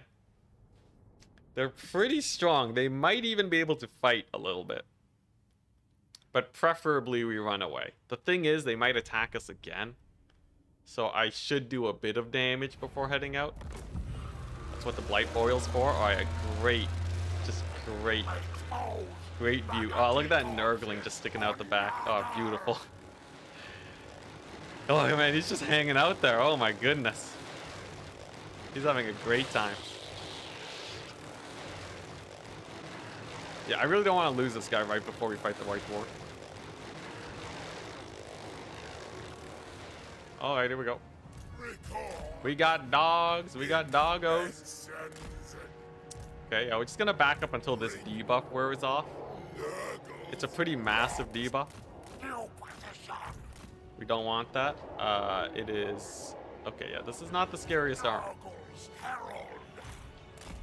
Yep, Herald the Herald. Just gonna book it. Okay, nice. So then he can just sit and fight there. And then if I do this... I believe they're all going to die. Are you guys ready? The huge Blight Boil. And there we go. No more dogs for you, good sir. Funnily enough, they all live. CA, why they gotta do that? Why they gotta do the thing where they all live? It's so much less satisfying than how it was before. At least that's gonna kill them. Okay. Yeah, and it bounced to them, so it killed those guys too, but... Yeah, all these AoE spells, they're not the same anymore when they don't actually kill anything. Alright, so I should be able to just straight up fight this guy, maybe? Don't have to just yet. We can wait for another Blight Boil. I could Rancid Visitations him. I think Blight Boil would be slightly better. Especially because we can overcast. Okay, we'll go. This should be good enough. Then we beat this guy up. Whoops. Cancel it on accident. Alright, what's his stats looking like? Actually pretty good because of his items, okay. And there we go, there's the Blight Boil. Success! And there's all of our things again. I love how it just instantly gives you all of your army abilities. Okay, nice. And then we just, oh crap, no. No, no, not them, no!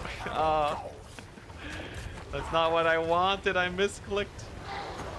Alright, I guess we'll heal instead. Anyways, the Beastmen stack, people. Much to be feared. Can we get another Blight Boil, maybe? Can in a bit. And then that'll basically rout him. Blight Boil again. Bada bing, bada boom. It's so dramatic. Just the instant full stack of your army passive. This guy's a beast. He's an absolute beast. Especially with all the heals too. Nice. And then we Rancid Visitations him to finish him off. And he's dead. There we go. And then I think... Are you guys ready for another one? Looks like they might army loss before I can do it. So I'll just give him a stream of corruption to end off the battle. There we go. Actually not that much damage though. In fact, are they sticking... They're sticking with it. Dang, okay. Okay, fine. You want to get Blight Boiled again? Go make me do it. Okay, here we go. This one will do it this time. This one will do it. 2 lords and a Blight Boil. Here we go.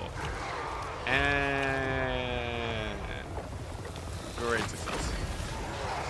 Solid. Very solid. All right.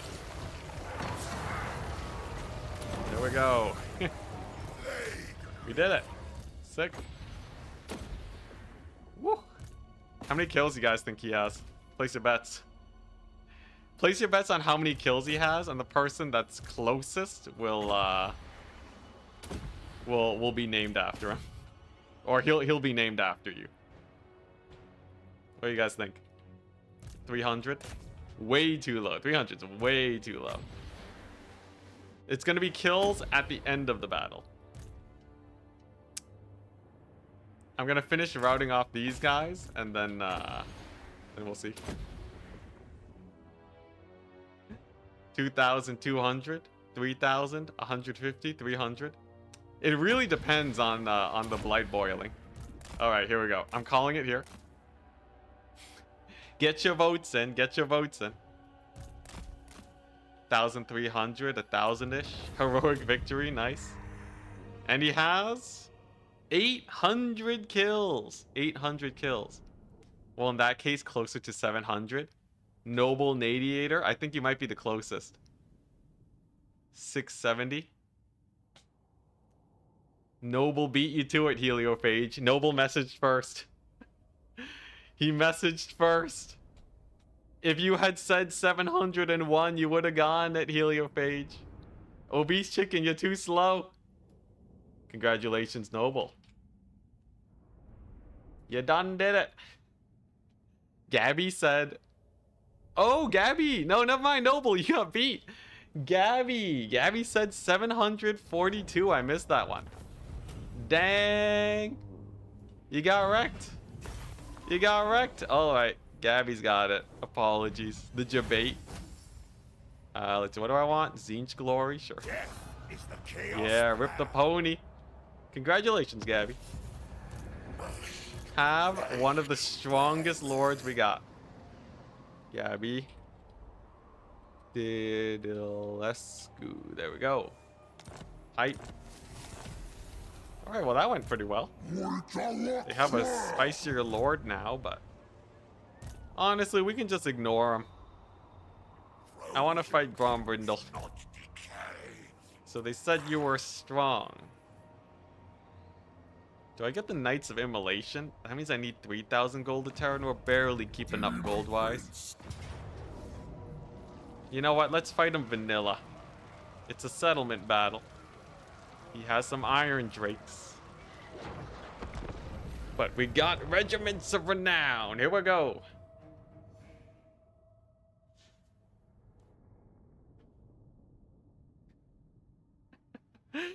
Yep, yeah. Yeah, could be worse. Could be worse. You know, that's his last name, I guess. Nurgle really has no subtlety. Alright, so this should be pretty easy, right? This is fully upgraded dwarves, though. So they have the entire skill tree completed. Joke's on them. We also have our entire skill tree upgraded. So we should be able to at least square off against them. Chariots are the bane of them. With only one unit of slayers, it'll be a little bit difficult to protect these guys. So fingers crossed. Oh, okay, there isn't even a wall here. Oh, it's the unwalled version of the settlement. Okay, that makes it even easier. Alright, so we're gonna want to actually play this at least mildly smart here. Single entities are very good. Here's our ground mobility core. Put them on 3. We got the air mobility core. We'll put them on 2. High micro chariot on 5, I guess. No, that's a terrible hotkey. High micro chariot on 1. Giant goes on 6. Because I don't really have to move them much. And then now I have all my hotkeys. And we can use that to figure out roughly where I need to send units. So first things first, we're just going to do the march up. Take out the troll hammer torpedoes. Hopefully not take too much damage on Daniel on the approach. There's the AI with the Lord snipe coming on. And alright, Grombrindal, let's see how strong you really are. Want to get a pit of shades over there, but we'll save it for the blobs, for the infantry blobs. I think my infantry do want to try and get on in there, but only on the left-hand side. The right-hand side will be handled by my ranged, where we can just keep on poking up. Okay, and then we have a little bit of a breach here, just a minor breach.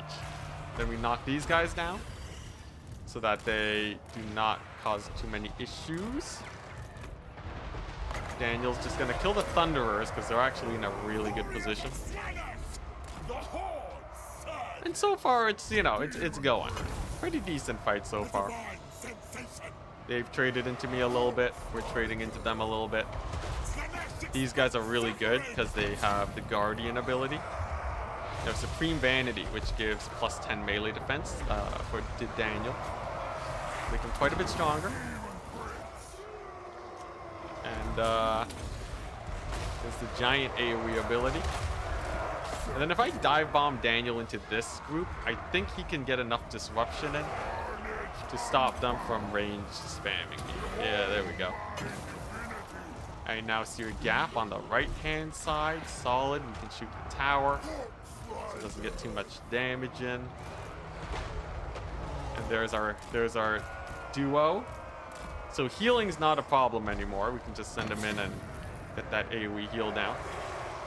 I think most of my damage I wanted to come from my magic. So we're just gonna do that. Wait for a bit of shades, it'll be great. And we have our guys coming on in. How much missile resist do we have? We already have 20% ward save height. But we have no missile resist. Dang.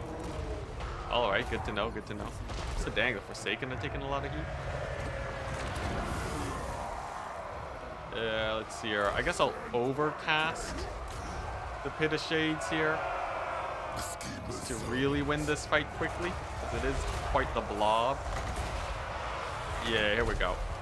Just a little bit more and we can overcast it. I gotta remember to keep using this ability too. I think I had another one somewhere in here. Buried deep in my army. But alright. The Pit of Shades to win the day. Great versus dwarves, would highly recommend. There we go. Daniel's doing great. I guess I'll pull him over so we can get the heal. Little pocket of infantry's doing good. I wonder if I can get my cavalry in here to win it. Ooh, blasting charges though. Okay. Thankfully, not too much damage. They did get nerfed. And I think we got the breach going. Just have to pull back the expensive RORs. We have flyers now to expose the fact that, or to expose flanks and such. Chase down the gyrocopters actually. Okay, we have a little bit of a mosh pit. Actually, those are demon nuts, just vanilla demon nuts. Maybe I do want them to die. We could leave them to die and then recruit better units. I think I'll do that. Is 75 to 80 degrees Celsius fine for a GPU?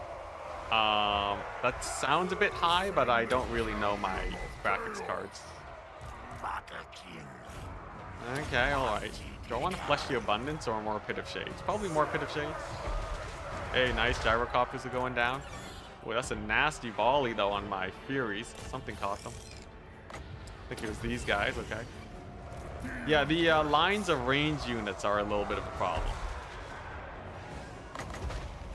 Maybe I can Pit of Shades them. Also, Grombrindal's coming in hot. We'll get the giant to sick him.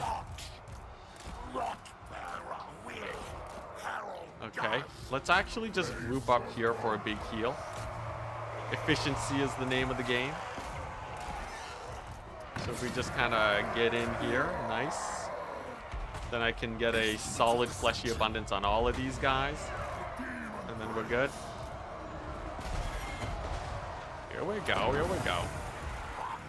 You need 25 winds of magic to do it. You know what, I'll vanilla heal over here and Fleshy Abundance on the right side. It's suboptimal, but I think they kind of need the healing sooner rather than later. And these dwarves do not break. Okay, there we go. Huge Fleshy Abundance, nice. They get the demonettes to barely get in there. Solid, they do. Okay, sick. So that's a heal. You can see all the HP bars on the bottom now going to town. And now it's, can we kill Grombrindal? So we have the giant over there. He's putting in work. Random runesmith. Okay, nice. We almost have the screamer ability back. Let's go ahead and use that there. How's Daniel and his giant doing? Giant's actually kind of getting stomped by Grombrindal. That's terrifying. Grombrindal's a little bit of a menace. How's his stats? 100, 100 almost. Okay. Okay. All right, Grombrindal. A little bit of a beast, but he doesn't have any healing, so I think that's good. Oh, not the Forsaken. Don't die. Okay, nice. We're on top of them now. We got loads of dudes. If we can beat them up, it's great. But okay, it's a little difficult. Man, my cavalry's taking a beating too. Okay, that's good. Another heal. Another heal again. I can Pit of Shades as infantry. Man, there's so much range. We gotta send our Furies on them, I think. How's the giant doing? Better now that he's being healed. Solid Pit of Shades. Okay, I think my main priority now is to deal with all the range units, and then we're good. The routing units will get killed by my range. Grombrindal is slowly but surely going down. Very slowly but surely. Nice. Friendly fire with the blasting charges. That's exactly what we want to see. Okay. I gotta make sure my guy doesn't die to Grombrindal either. He is a menace. Oh my gosh, he's an absolute menace. Oh my gosh, Grombrindal's a beast. We're just gonna have to win this with our other units, it seems. And by just running down the dwarves the good old-fashioned way. I will say, a nice, solid battle. Ooh, Grombrindal's spicy. Oh my goodness, he is spicy. What unit do I leave to fight him? I guess the halberds. The halberds should stick around for a long time. Chariots are dealing with the range, so we're not taking too much range poke damage. The thing is, these choke points are kind of terrifying for me. Oh god. My poor Slaneshi units. Again, beat up. But hey, we can always replace with more regiments for now, right? Also, those chariots putting in war, thank goodness. Okay, you know what? Giant's gonna relocate. Screw this Grombrindal business. We're gonna keep them bogged down. And then we'll be good. Just arrived. How are things going? Actually, pretty good. The endgame crisis is triggered. We have a strong enough army to tango with Grombrindal. It's, yeah, it's cooking. Barely, though. Barely. The biggest problem right now is that I have no money. We are getting absolutely wrecked on the financial front. And I need to recruit my stronger regiments of renown. Okay. Man, this pocket's starting to fall too, dang. Such great satisfaction. Oh hey, nice. I can at least attack the ranged units. Giant is now safe. We can mortis engine this blob. And at the very least, we don't have gyrocopter shooting at us. Grombrindal is sufficiently distracted by infantry. There's the mortis. Yeah, all these legendary lords that are proper combat lords, they are doing pretty well for themselves. Okay, now I do still have some winds of magic, so here's the play. If I can just blob up everything here, by the time we can get our winds of magic and get a big old heal, that should do it. That should do it quite well. The problem? We, it's a little scuffed. It's a little bit scuffed. We have to wait a while before we can even get enough winds of magic. Oh, goodness. What's Giant doing? Decent, decent. Grombrindal, you know, he's kind of getting low. He's kind of getting low, too. And in like a minute, we'll have enough winds of magic. Come on. Grombrindal's skilling everything. Does he have a mortis engine himself? Siege defender, extra melee defense. Goodness gracious. Leave me alone, Gromby. Okay, finally we bust through that wall, so I should be able to start running down some of the range units here. Daniel's taking a little bit of heat, but he's doing fine. Here's the Grand relocating. So we'll get the big old blob. We'll heal up absolutely everyone we can, including the chariots. There we go. Oof, I should get my elite cavalry in here too. Okay. Here it is. Can the Slanesh cavalry make it in time? I think they can. Come on, Slaneshi cavalry. This one's on you.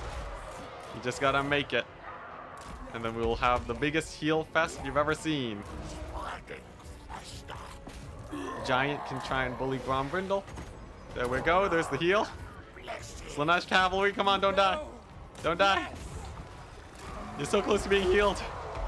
Okay, there we go. There's a huge heal. Pulling out all the stops to beat this man. Okay, sick. And we get a capture point. Ugh. Okay, the Giant now with its new heal is going to be able to lay into Grombrindal. And it's just a handful of ranged units left. I think that might have saved us. Oh my goodness. All right. All right. He's a little bit more of a menace than I thought he would be. I did not give the man enough credit. Especially in a siege battle, too. Oh my gosh, Daniel. You're looking a little bit worse for wear. Thank goodness he has that extra replenishment. Beat him up. Come on, Daniel, back it up. You are getting way too much range pressure on you. That guy just got walloped. He just got walloped by Gromby. Bring him to safety, bring him to safety. Okay, nice. That's another capture point. And then we grab the toads. They can get into the fight since they're pretty high on HP. What a grind. There we go. There's the capture point. How are the AI armies now? Difficult to fight, though this isn't that different from usual. This is just kind of a normal army. I will say though, Fun is being had. This is actually a great fight that we're having. Oh god, my chariot. Come on, beat him up. Grombrindal too angry to die.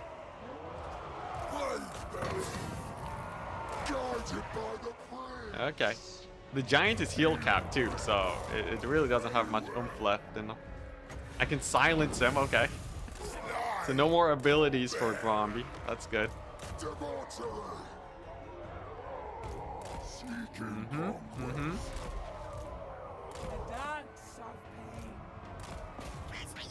Oh, oh, the Iron Drakes. The Crossfire Iron Drakes putting in work. Okay, you know what? Sure, we'll buff up the Giant's DPS. We'll buff it up so that it could possibly just wall up Grombrindal, take him out. The rest of these guys should rout, and then we're good. And then we can pack it up over here. I get the feeling that the army's not gonna rout off though. In fact, the Giant's even getting a little bit beat up. He takes a hit though. Grombrindal's getting low. Okay, fighting over here is going decent. And he dies! Oh my god, he dies! What an absolute menace. Oh my gosh, okay. Okay. We could take the heat though. We did it. Change Daniel to be anti-small for the dwarves. Yeah, that sounds like a good idea. I love how you call it anti-small, not anti-infantry. All right. Yeah, we have all anti-large. We should switch them up, shouldn't we? Oh, man. Yeah, that'll help him in the fight for sure. Mix and match the body parts. Yeah, just a little bit pure. Just a little bit.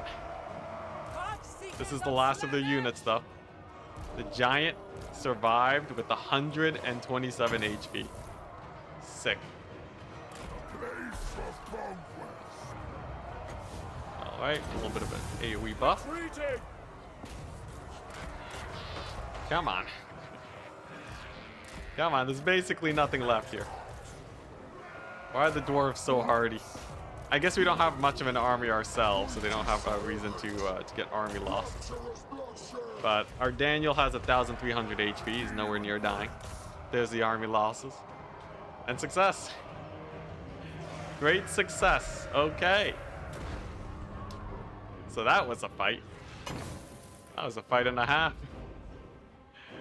Okay. So, nice. Pyrrhic victory. Wow.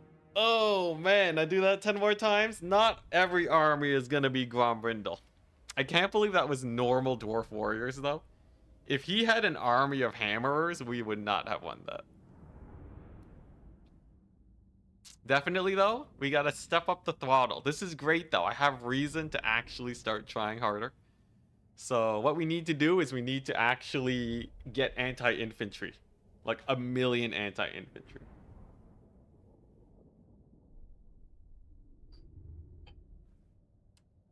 Yeah, that's fine, Obese Chicken. I want them to come back. They give me money to recruit more regiments of renown. Also, yeah, 800 kills is kind of good. We can get rid of some of the less useful RORs and replace them.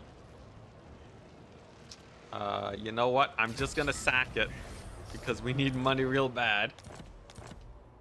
Okay, Blood Brute Behemoth. Asun the Fallen. Yep, that's his name. Uncle Frunkle. Yo, Uncle Frunkle is great. Okay, now we have the A team. We have the A team. We go back. Occupy Fazinch. Papa Frunkle's here. Okay, sick. Sick. So these guys are hot garbage. Expensive, they do nothing.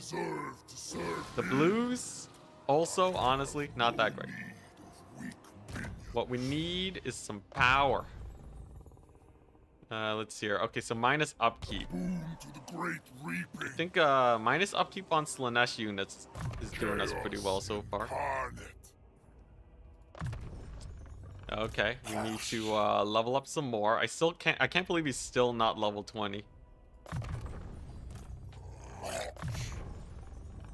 Okay, nice. Alright, so now we gotta figure out, what are we doing? We have money. We have 17,000 gold. I need units. Obviously... Man, this is so expensive. I have to be careful here. Okay, Uncle is good. Uncle Funkel's good. He's a Mortis engine, right? Nurgling Emergence. He's not a Mortis engine? Okay, he just has an AoE ability. That's a little disappointing, actually.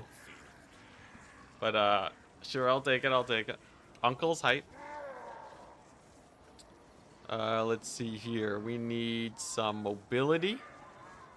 The Mutilith Vortex Beast. Is that... Damage per second engaged in melee. Okay, yeah. That's an AoE. Maelstrom Change. Sure. So we'll take that. Join the ruinous crusade. And then we need some elite infantry for sure. So like, we need some bloodthirsters, bloodletters, exalted bloodletters. And then I probably need a stronger cavalry corps. Wait, how much money do I have left? Okay, we can re-recruit the cavalry corps. So we get the Knights of the Brazen Throne. Because we can heal them.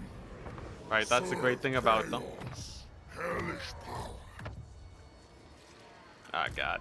My Okay. engine upon Yeah, we're gonna pop this guy in here so that we get even more replenishment. supreme That's good, that's good. champion.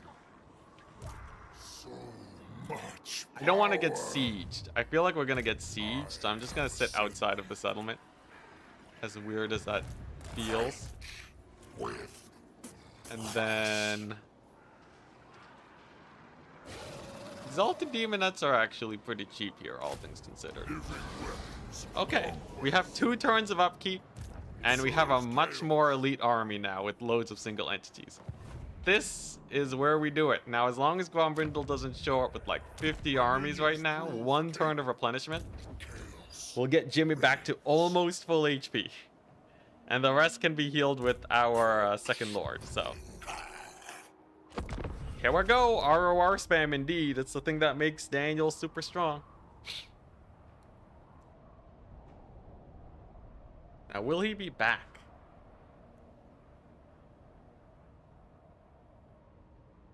If it takes him 3 turns to come back, that's totally fine. Yeah, raiding economy, best economy. It's not even raiding economy anymore. We're just straight up pillaging armies. We need to fight armies to keep our economy up. At least there's a lot of them in this area, it seems. Alright, here we go. We lived. We survived. Dang, that was easier than I thought it'd be. Alrighty. I'd like a Hellebron defeat trait. Can you just, and she runs. Oh, but we can go here. Does that give you the defeat trait, though? I'm a little bit worried it won't give the defeat trait. If I fight this battle, do you guys know if we get it? I think we do, right? The Mad Lad's actually doing the ROR army? Yeah, it does? Okay, perfect. Okay, then we can fight this battle to get healing. It does give. Sick. Is it good? Does Hellebron have anything solid? Thank you, chat. Happy for the vast amounts of confirmation. It is good, though, to see, because then we know for sure that we're set. We have all RORs except for 1 dog. This 1 dog has managed to survive all of the battles so far. Oh, easy. They reinforce from here. Yeah, we'll just, we'll give them the welcome party. So yeah, we're going for the ground mobility corps. Then we have the single entity blob. We have cavalry from every single chaos faction. Minus, Korn? No. Minus Zinch. There you go. So pretty good. Come at me, Hellebrand. The sphere stack. Is this the diversity they were talking about? Alright, so this thing has Maelstrom of Change spread between units. So I can just throw that on to them. Okay. Then we get our AoE going. Hellebrand slapping me a little bit. We gotta heal though, so it don't matter. And then we have the cavalry. Call in the cavalry. Oh my gosh. We're getting too many army abilities. Is anything dying here? Oh, Nelly. Oh, Nelly. Hellebrand, you no longer have any spears. Oh my god. They don't have enough HP to survive that. Oh, wow. That was good. That was a good one. That was a very good one. Oh my gosh. They are now many giblets. That brings me back to the old Warhammer days. The good old days. The true Warhammer days. The spell casting was powerful. The old magic. Wow. That felt, yeah. I have not felt that way actually since like Warhammer 2. That's crazy. Alright, well now we beat up Hellebrand. I guess it's a good thing we kept our anti-large weapons. So she's gonna be dead despite actually being quite strong. What's her melee stats? 96 melee attack, dang. But she'll be dead. Then it's just a settlement. And life is chill. Anyone need healing? Seems like yeah, we need a little bit of healing on our dudes. It's fine. Just group them up. Oh, okay, army loss is hype. They just took one look and they're like, you know what? We don't have to fight this. Life doesn't have to be about war. Why not peace? Alright, so one more heal for the road. It doesn't revive entities, but I have a couple single entities that could be a tiny bit patched up. There we go. Sick. Decisive. Yeah, Daniel can get surprisingly strong. The problem is, it's not the most cost-effective army ever. I will not lie, this army could be a little bit cheaper. It's just a tiny bit expensive, so. And like, it's really hard to split up the army too.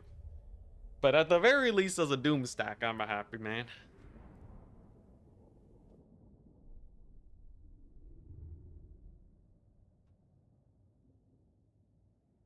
Her trait is +5 attack, +20 armor piercing damage. I'll take the melee attack, that's useful.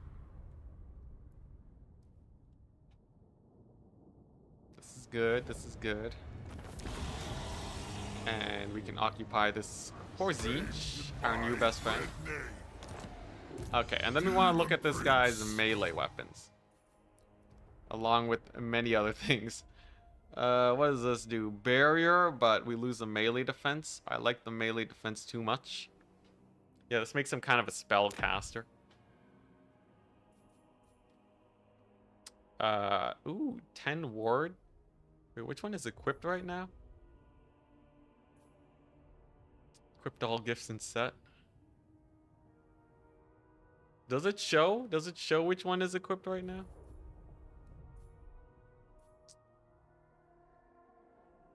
Oh, okay, there we go. Spiked collar. Yes, we should upgrade. We should upgrade. Power recharge. Yeah, that, okay, yeah, 100%. Some barrier HP is really good. I think we go for that one. Yeah, barrier HP and passive ward save. We lose a bit more ward save, but we get a bunch of Winds of Magic regenerating abilities. We kind of want to start teching into a spellcaster build. Spell Mastery. Okay, now that's hype. This is Pestilent Decay. Honestly, we don't really need the Mortis engine. Spell Mastery, 15%. Yes, please. We're becoming blue. Heavy Bracers. So this is my Pit of Shades. I do like the Pit of Shades cast, so I will keep that. The other arm, that can be changed up. Anything here that's actually good though? Plague of Rust. Gates of Chaos, you can summon a unit of blues. I think I'd rather just keep this. Any cool legs? Oh, got any cool legs in here? Okay, yeah, nothing crazy. And then we'll keep the serpentine tail. Serpentine tail? Yeah. Yeah, alright. Sick. We have no monies. Oh, goodness. It is a little bit hard to spend our cash.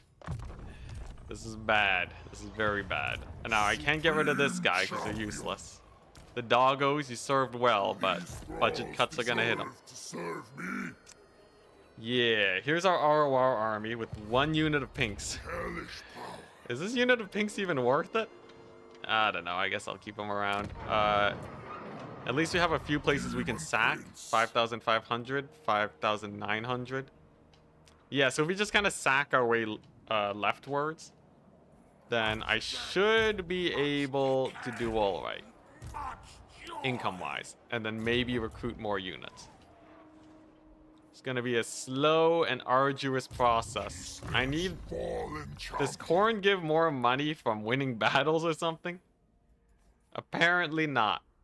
That's unfortunate. Okay, we'll have to settle for this then. Don't forget to equip the anti-short weapon. I don't even have one. I'd have to get rid of my Pit of Shades to do that, and it's too good.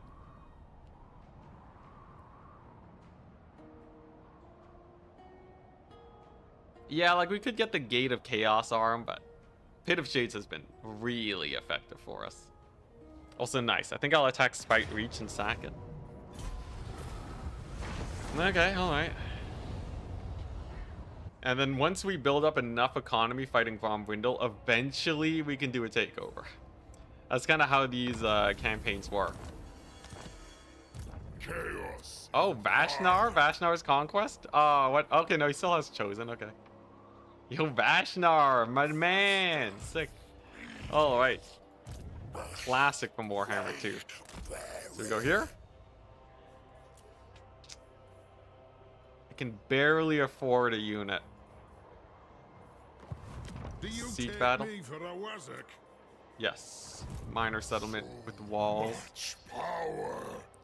I could get the Blood Brute. More single entity strength means that we can just single entity blob. That's a little boring though. I could get the Knights of Immolation who do have an AoE. And the Scribes, the Blazing Squealers, have extra power recharge, which is really fun. Oh man, I think I'll go for the Knights though. Because their bomb drop can be really cool. Alright. Another siege. Yeah, Vashnar, the destroyer of campaigns. Feel like Rot Knights are getting overlooked a bit. They're just too expensive for what they are, which is just another cavalry unit. They do have passive regen. So the reason I've actually been avoiding most Nurgle units is because we have really good active regen. The Caster Lord that I have following our guy is very good for healing. We actually can heal Cap very easily with them. Fair enough? Yeah. If we didn't have healing, then the Rot Knights would be really good for that regen. Alright, so here's the play. I'm thinking we want to take their capture points. I think the thing is a little bit bugged, but it's fine. Yeah, so we'll just push up this ramp. Take them out. Easy like. Let's see here. There's our infantry corps. Our measly infantry corps.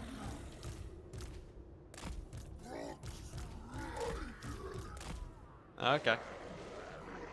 Instruments of deception with endless success. Yeah, this is an army. Alright. Let's do it.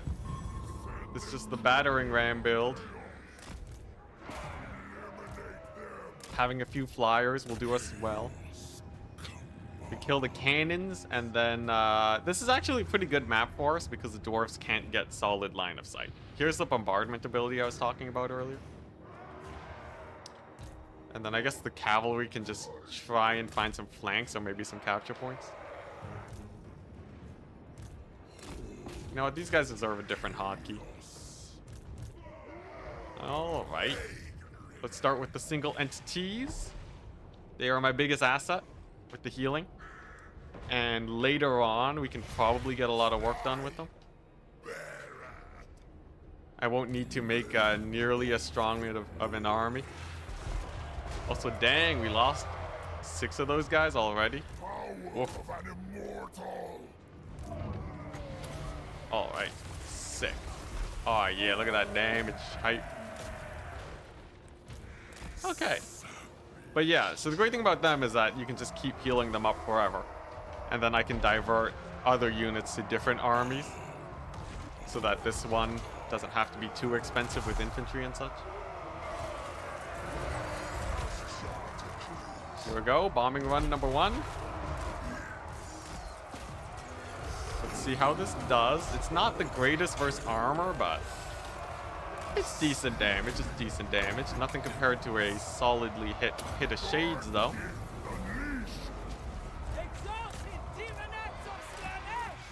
And then I gotta get on top of them archers. Can this guy beeline onto the archers? I think it's a little bit too risky. I'd rather use my main flying lord. Okay. A little bit of a gap here for me to exploit, perhaps.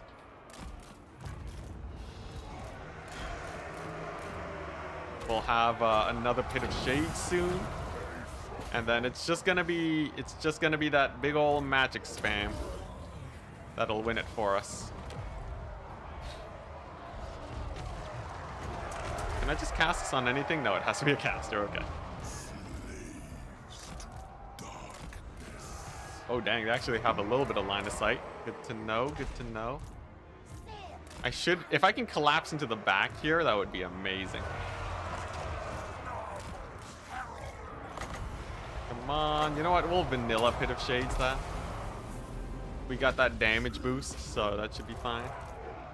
And then we can use this guy for a little bit of heal action.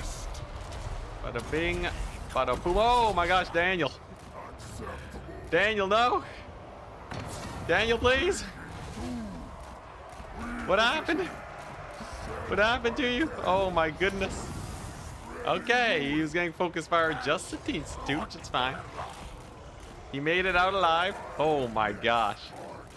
Okay, we gotta be worried about the range damage.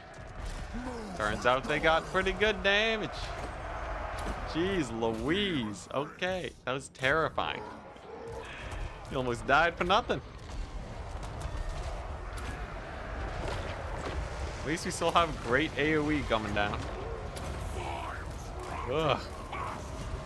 Oh man. Alright. Alright. Crisis averted. He's fine, people. He's fine. When's the next heal? 40 seconds? Okay. Sick.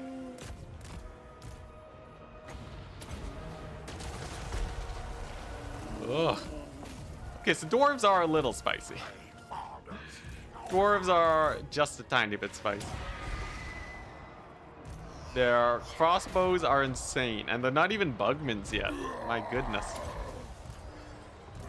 Okay, 17 more seconds. Let's get them in there.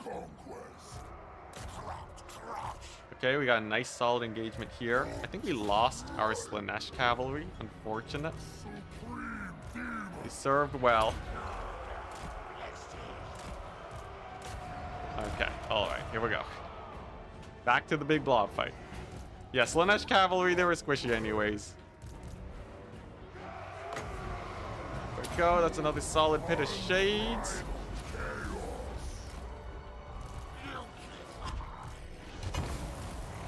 There we go.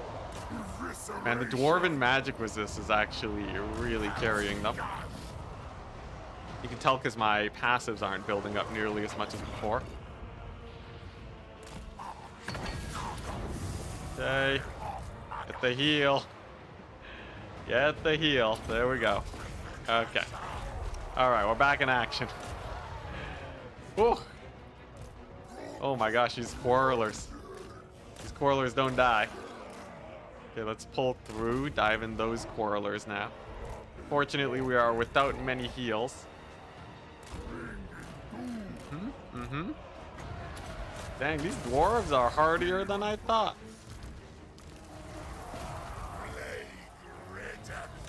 They're hardier than I thought, but we'll still be winning this here battle.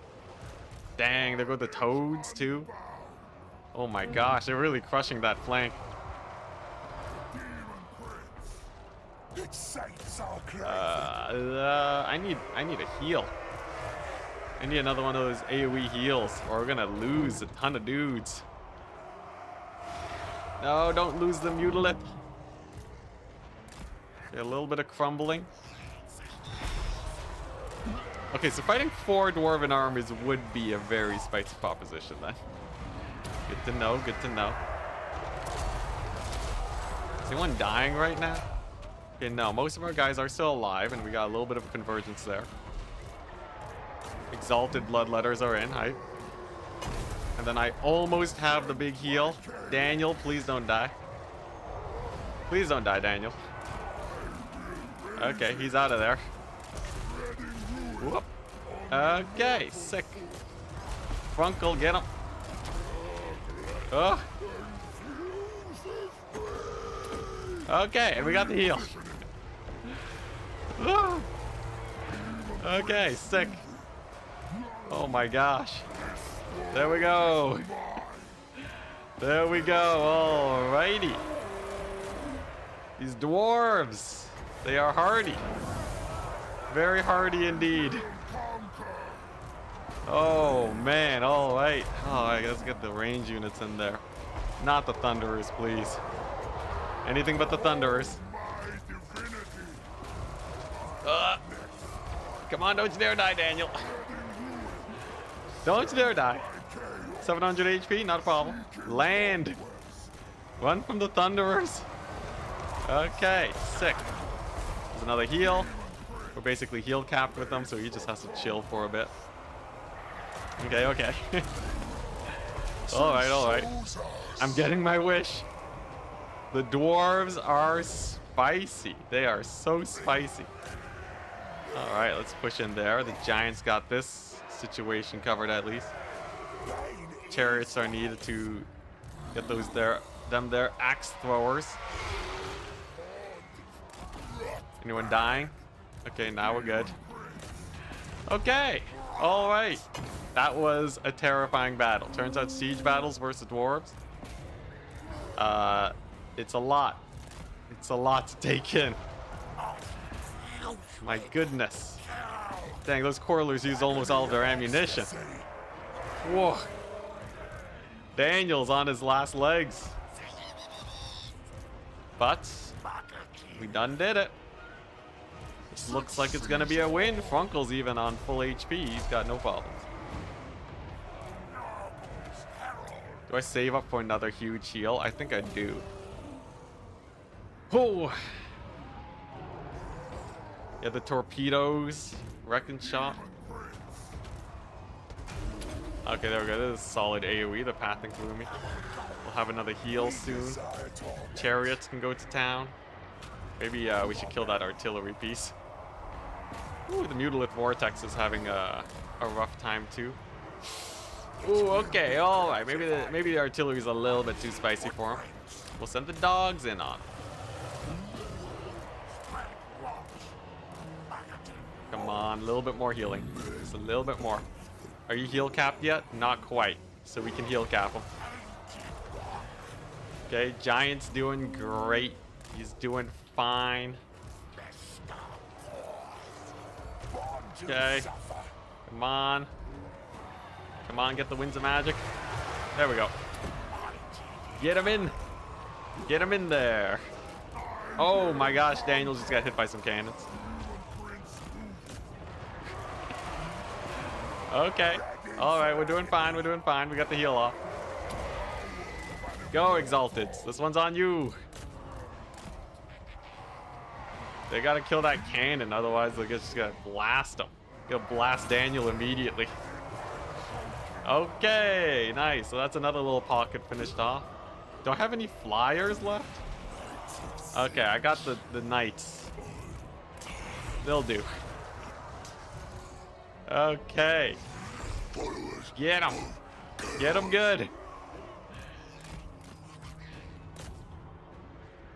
Yeah, the troll hammers, I think they got a lot of damage in. Yeah, they got a lot of damage in, 10,000. Okay, there we go. Cannons can get chased down now. And then we just gotta push for the final point.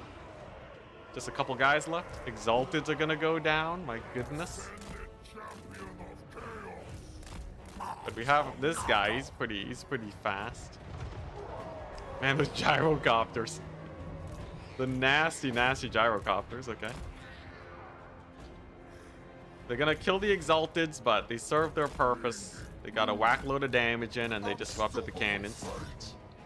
The Giant is also really good here. Simply on account of being incredibly tanky. Okay, so that's down, so he can start chasing off the gyros. The last of the ranged are going down. And we're gonna win this battle, but with some incredible losses. Daniel, don't you dare die to like a couple Coralers. Oh, can I heal them?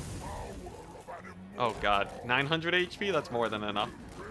You can chase these guys down, that's not a problem. Big charge, big charge. Okay, yeah, so Daniel's in there. Army losses. Huge. Success. Not a problem. Not even a problem. Oh. Oh my god, I want to throw up. That was terrifying. That was actually a right proper challenge. What is this feeling I have in my heart? Adrenaline? Joy? Pyrrhic victory? This is great. I'm loving these changes. Even though this is kind of just a normal... This is not the strongest stack yet. They could get stronger. Fear? Yeah, fear. Okay, so we lost 2 of our RORs, but we can just keep recruiting more. Yeah, my palms are sweaty. Dang. Okay. Alright. I'm not that nervous, though. My palms are just naturally sweaty. Don't judge. Definitely we need a field battle versus them. We need a field battle so we can blob them up harder and crush their range units. In these tight choke point battles, their range is... They're getting way too much damage. Knees weak, arms heavy, yeah. Alright, please give me a lot of money. 5,500 just for fighting the battle. 5,900 for sacking the settlement. That is the replenishment we are looking for. The Golden Griffin. The Marquis of Masochism. Noxbringer. Korn's Bloody Fist. I'd like to see it. Now we just walk our way back home. In great pain. Almost level 20. Sick. Once this guy's finally unkillable, we're good. Oh, Nelly. I still can't believe he's not level 20. Why is it taking him so long?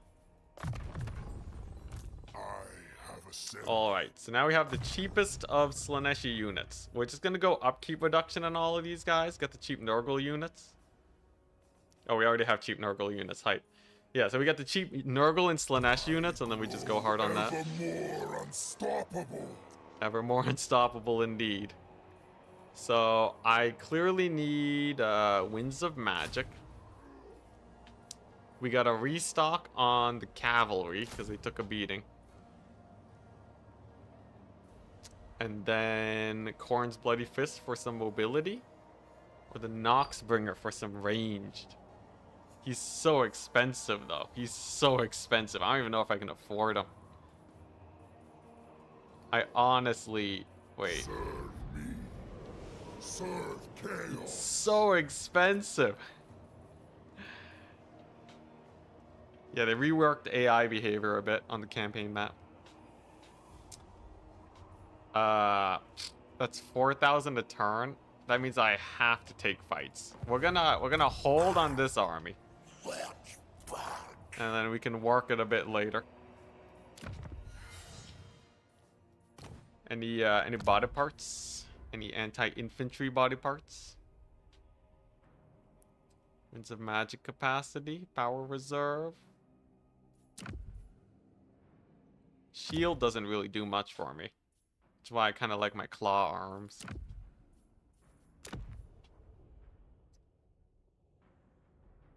And nothing good over there. Okay, now this is where it's at. Did we already look at these? I think we did. Okay. Sick. Alright. Alright, here we go. We survived the turn. We kept the Exalteds alive, too.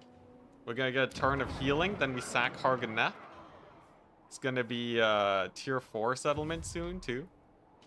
And then we just keep taking fights against Grombrindal until we eventually have enough money to field a load of armies. And then we're good. Oh, this is spicy. This is real spicy. Oh, man.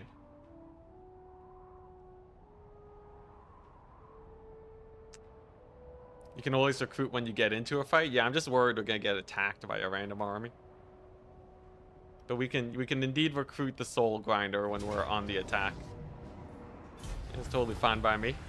Our settlements make up basically none of our income. Campaign line of sight is pretty good for a tiny price to pay. Chaos. Okay, so let's get this guy to level 20. Demon print. Decisive victory hype. Kills the exalted. Alright. Let's fight the battle. How long until you get 8 peaks? God, please. Alright, I should start thinking about getting like a quick snack. Stream's actually being... It's quite fun today. There's a lot of people, so maybe I'll stream extra. But I will need to grab some food from somewhere. Let me just check. Let me check real quick.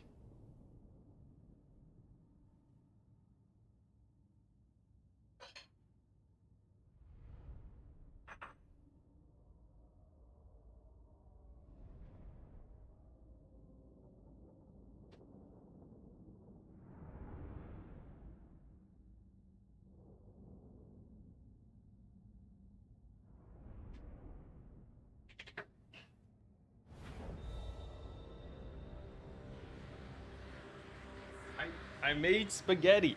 I have spaghetti in the fridge. Sick. I will conquer. Yeah, I forgot about it, but yeah, I have a little bit of spaghetti. Enticity spaghetti. It's gonna be great. I'll just heat that up between loading times, and then we'll be good. Here we go. Okay, alright, screw that. Screw that. I'm not walking into that. We're gonna attack the other wall. It'll be great. Alright, here we go. Should be a pretty easy battle with our Pit of Shades, I believe. Come on, give it to me. Give it to me, AI. Don't you dare dodge. If they dodge, I can use an ability to cancel it. Seems like they're not gonna dodge though, because they're busy repositioning. That's gonna give me a ton of points here. And then we just battering ram our way through here and we're set. Hey, get some Sword of Corn action. Not quite yet, not quite yet. Still though, pretty good start. I like it, I like it. This world is mine. Utilize them. And I guess we'll just save up for another Pit of Shades, should be fine. This guy's got the heals incoming. Okay, that's another one. Here's the heals and the Winds of Magic. And then maybe we get like a Sword of Corn here. That works pretty well too. Okay, these archers, these quarrelers do a lot of damage. I don't know what it is, but they are an absolute menace. Let's see here. Can Uncle Frunkle? Yeah, there we go. A little bit of AoE damage. Uncle Funkle's actually a pretty good spellcaster. How's the AI buff? Pretty good so far. I don't know what it is, but we're having actually a pretty good challenge today. Actually facing Grombrindal. Might just be because we're playing Daniel, but yeah, it seems like they're recruiting armies. It seems like the biggest difference I'm noticing actually is the fact that the AI takes their they take territory a bit faster. So that means that in a late game you can expect them to just have way more units and fewer minor factions to have to quarrel against. It's generally good. Generally a good thing to see. That's a solid bombardment. Yeah, get in there.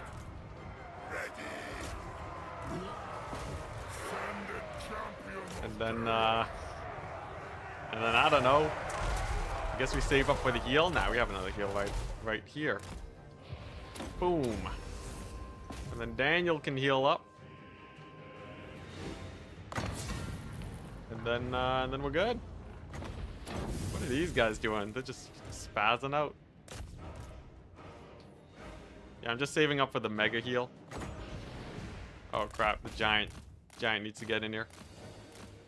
Yeah, we gotta get the mega heal because we don't know what other battles there are to face. No, we missed this guy. It's fine. There we go. Okay. Topped off and ready to go. Or apparently not. Get him. Okay, now we're ready to go.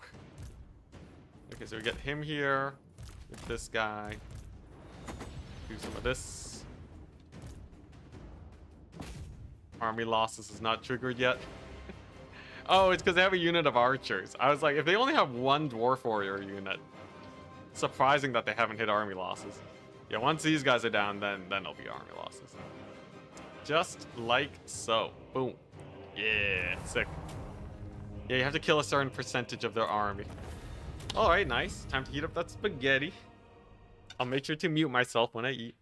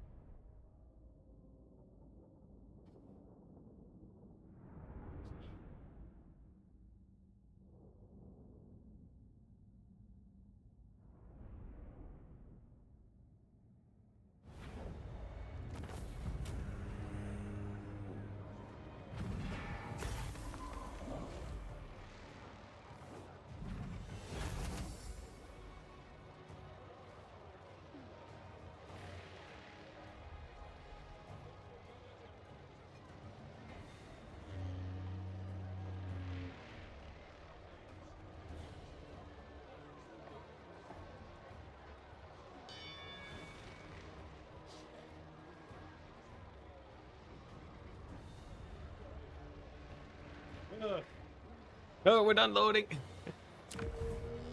It takes forever to get the spaghetti. All right, here we go. Another huge sacking. Height. This is going great. Yeah, the healing is really hard carrying. This guy is super pivotal to this campaign. Super duper pivotal. If it wasn't for him, things would be very different. This world will I think the corn units are actually what we want to make cheaper now. Alright, and then we occupy for Zeech. I don't have to worry about him dying no more. And then I don't have to recruit more RORs just yet. We have enough here where I'm not too worried about a big fight. You can always retreat. And then yeah, I can bring in the big guns when we need to. 4 turns of income, huge. Huge, I say. Immortal glory!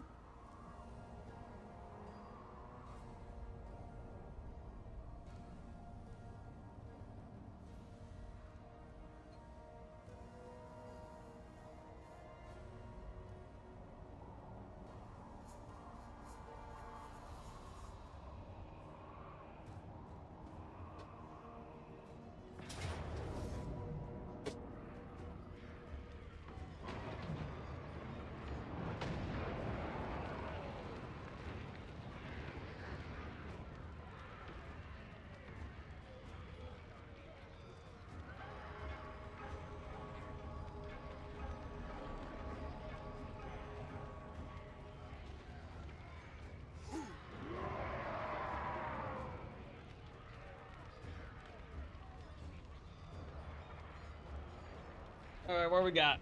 Oh, okay. Just an attack. That's it. How's the patch? Pretty good so far. It's not bad. This challenge campaign is going great. I still don't know exactly how the changes really affect the factions though, because like so far it kind of seems like they're spamming more vanilla armies, but we're technically kind of in the early game still. Also, Vashnar's Conquest, classic.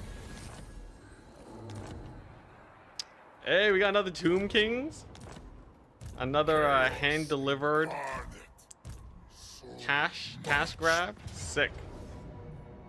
All right, so we just gotta win this and not lose any units. Field battles is where it's at though. Will be great.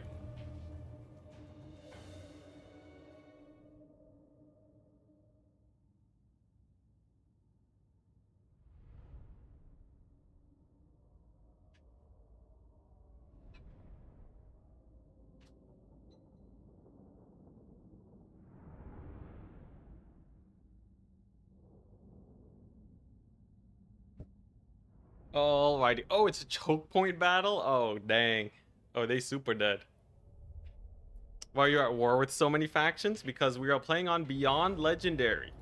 It is a custom difficulty mode that I've set for myself, that we use a mod for. If I do that, then Nightbot should do that. Yeah. There you go. Yeah. Those are our restrictions.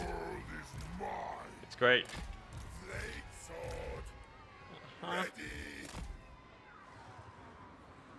Let's see here. It will be Gotta get the gratifying. mobility. We'll put that over there. So this should be way simpler because there's not a lot of range here, right? We should just be able to blob up and crush them. End this glorious madness. Should be good. Should be good. All right. And then I don't think the Tomb Kings are coming towards me because they're on the defensive. So, oh crap! Ah, jeez. Broke all my formations there. Rip.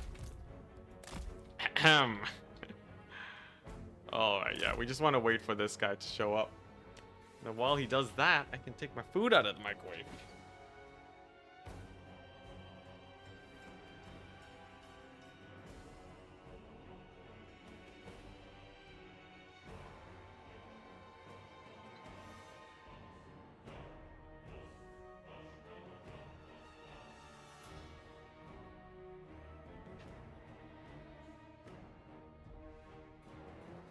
Oh, sweet sustenance. Glorious sustenance. Oh, here we go. Where's he at? There he is. Okay, sick. So, in theory, if I just A-move, we should be fine. Is it harder now than when the AI was bugged and wanted to attack you? More the further it was away from you? Wait, what? Oh, so it marched to attack you? I don't know. I don't really remember from that time. Yeah, that's all I can really say. It's kind of hard to judge the difficulty back then because I was like ages and ages ago.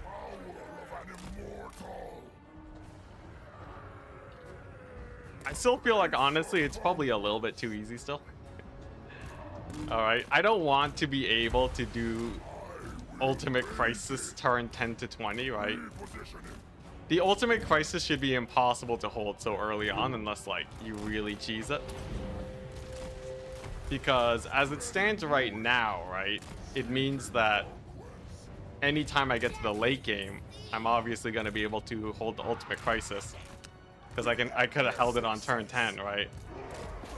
So there's definitely still a little bit of that.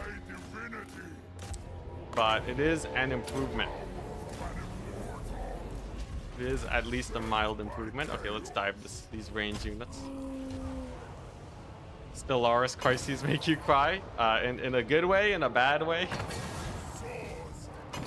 Now I'm interested to know. Woo, I love that. Get the giant in there. Yeah, now that we're in the thick of it, should be good. Get all the AoEs down. Yeah, Tomb Kings are not scary compared to the dwarves. Where the dwarves are absolutely terrifying. Tomb Kings are just kind of fodder for me. Ooh, although that charge was pretty spicy.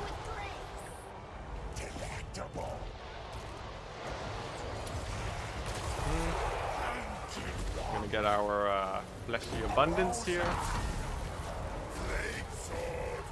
Come on, big sword of corn, maybe. This is pretty good too, especially against Tomb Kings. Does a lot of damage.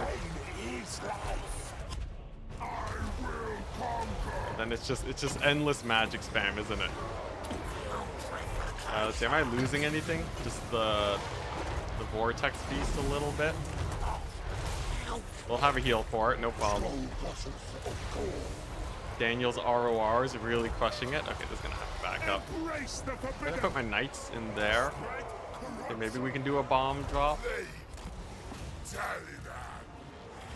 30 seconds to get the heal on this guy. Rip. A little janky, but we're more or less done this fight anyways. Okay, 13 seconds until a heal. That's workable. We can work with that. There we go, bomb drop. Yeah, actually a pretty good bomb drop. Hi. There's the heal. The knights are in. Okay. Alright. Now why is the fight still going? These guys are harder to kill than you'd expect, but in the end we still don't take too many losses. We really only lose a couple infantry units. Army losses soon, hopefully. Since we've already gotten basically all the healing we need. Maybe one more heal. Yeah, hype. One more heal for the road. Sick. Okay, I'll take it. That's pretty doable. The ROR army. We have pretty good representation, right? All except for Slaanesh, we only have one unit of. We have a lot of Tzeentch, 2 Slaanesh, 4 Khorne, 2 Nurgle. Yeah. Pretty good representation. Maybe it's a little bit too Tzeentch heavy, but Tzeentch is strong, so. Can you do?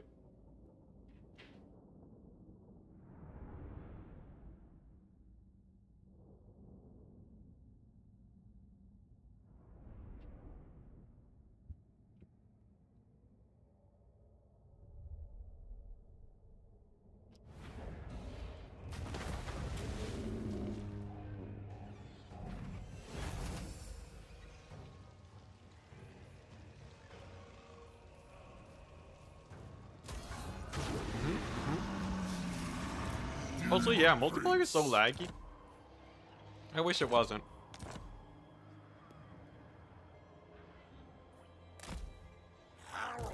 Alright. So, that buys us another turn. It serves chaos. I should get upkeep reduction on Tzeentch units. Make them a little bit cheaper. Then hopefully,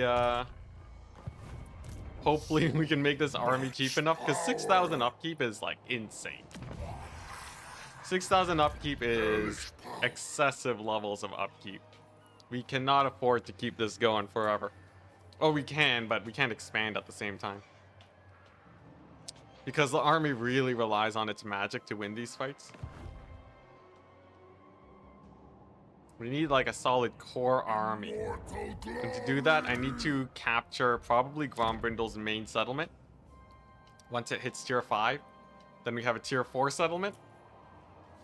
And then we just spam recruit, like, I don't know, Seekers of Slaanesh or something and win field battles. That's probably the way to do it. Doesn't sound like a terrible idea.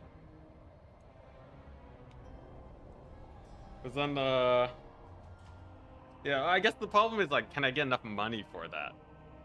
We will need a lot of cash to make that work.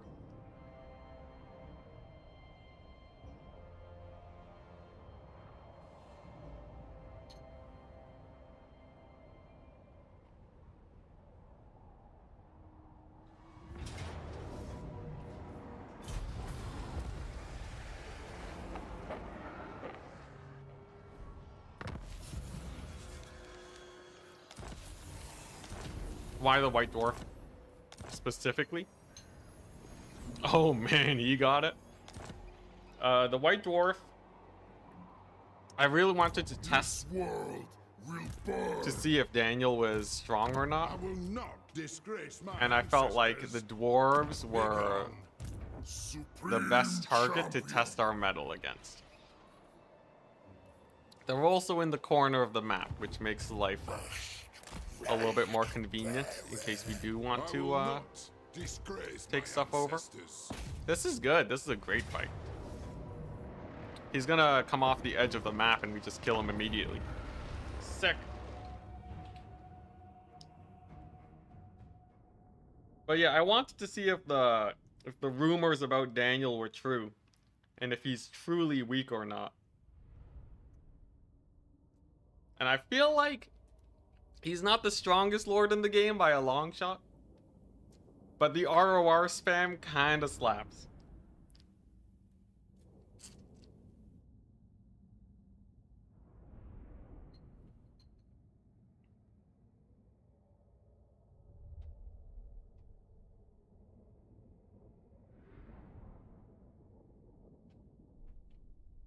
Mm-hmm.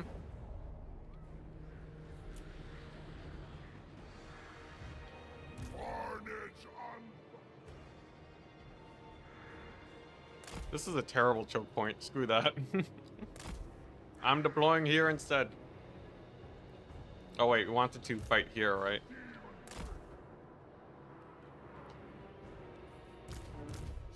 Alright, this should be pretty chill, right? Just get our big single entities in there. Nothing too complicated, really.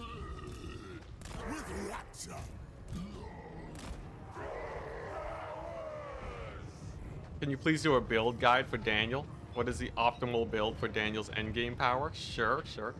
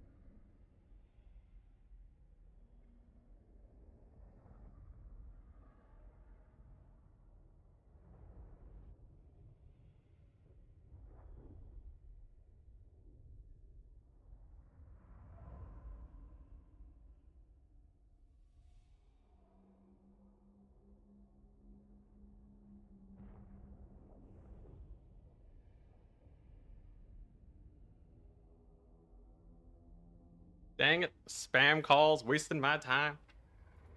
Alrighty, where were we? Yes. Yes, we were spawn camping the dwarves. Alright, here we go. Yeah, on Daniel, you either want the Mortis engine abilities, or you want, like, the really super powered spell casting. So, like, right now, I just have a build that's Pit of Shades with a bunch of magic regen. And then you basically just focus on that. I think, yeah, I think that's more or less it. I don't think, like, you have a lot of flexibility in general. As long as you have some kind of crazy AoE spell, you're good. Like, you can see how much just one AoE spell did there, right? Just instantly gave me all of my army abilities.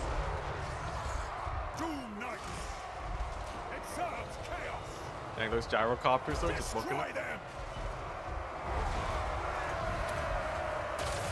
Uncle Frunkle, get him. AoE him down. Is anyone dying? Okay, no, we're doing fine. Oh my gosh, this guy's so far away. But yeah, probably like don't worry about his stat boosts too much. I feel like he works best as kind of like a caster with like, you know, just like a couple stat boosts. Yeah. But like other than that, I don't know. You can copy my build. You can always scroll through the screen. I will say though, Pit of Shades, even post nerf, is kind of insane. Behold my divinity. You have a giant in here, right? Yeah, there we go. Man, these Dwarven armies though are still pretty strong despite walking into some of the worst AoEs I've ever seen. Putrid. They have no right doing this well in such adverse situations.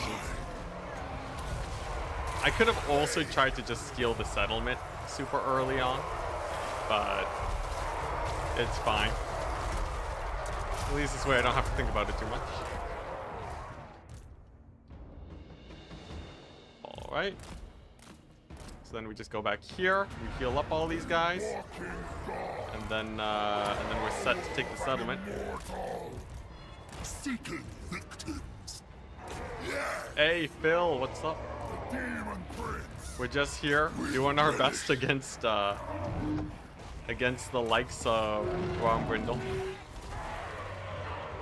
His dwarves are mighty, but our healing is mightier. There we go, that's a solid heal. Okay, and then the Slayer guy's dead. We just wait a little bit. Get more healing down, nice. Oh crap, my knights! Whoa, these guys took a beating. They still have all their entities though, so it's chill. Whoopsie daisies. Alright, it's fine. We can just bring in the single entity squad with Daniel to clean up. I don't have to heal them. Alright. P Hill. I've always called him Phil McDonald.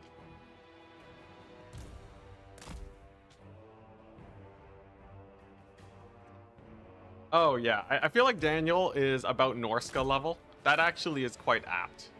So they can make really scary armies, but they're so expensive that you can't really field a lot of them, which means that you end up losing out on territory quite a bit. Unlike other armies which have pretty strong armies and really good economy. Like honestly, if they just change the economy system, that alone would help out the Demon Prince quite a bit. Just give him a few buffed economy buildings, and then you're set. Because I legitimately think that is the biggest thing for building up your empire. Just can you actually field multiple armies in a reasonable amount of time or not? Okay, nice. Hey, and army losses. Hi. Army losses triggered super fast because we killed that arriving army. Easy peasy.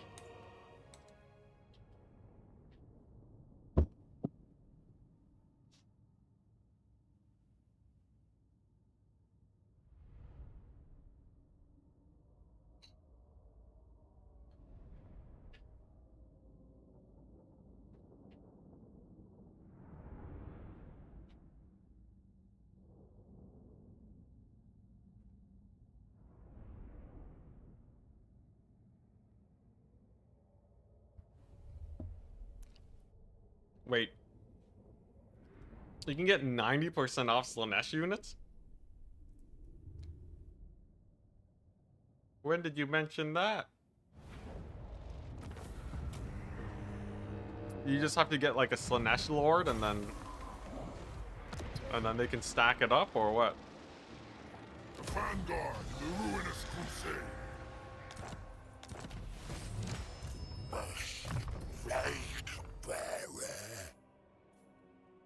Like, let's see. This guy can get -8 upkeep for Nurgle units, so that's -8%. Demon Then we prince. have another -15, so what? That's 23.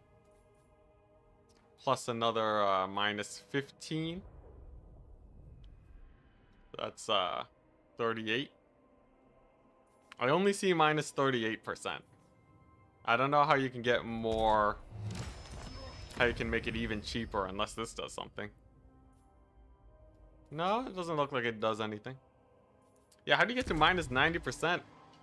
Is it like ancillaries or something? Chaos incarnate.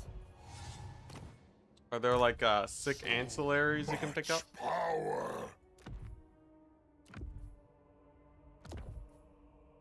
Also nice, second forbidden rod, huge.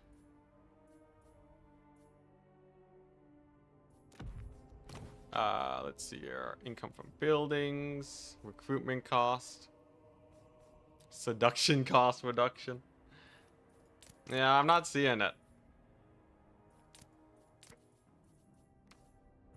Scythed arms, ashen wings.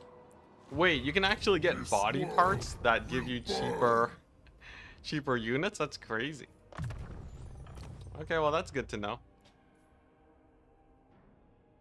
Ooh, okay, here we go. We got some big choices to make. So, Occam's Mind Razor hasn't actually been doing us much. Obviously, the stat boosts are cool, but I think we can do much better by just having extra regeneration and such. This is Final Transmutation. And extra regeneration out of combat. That's kind of nice.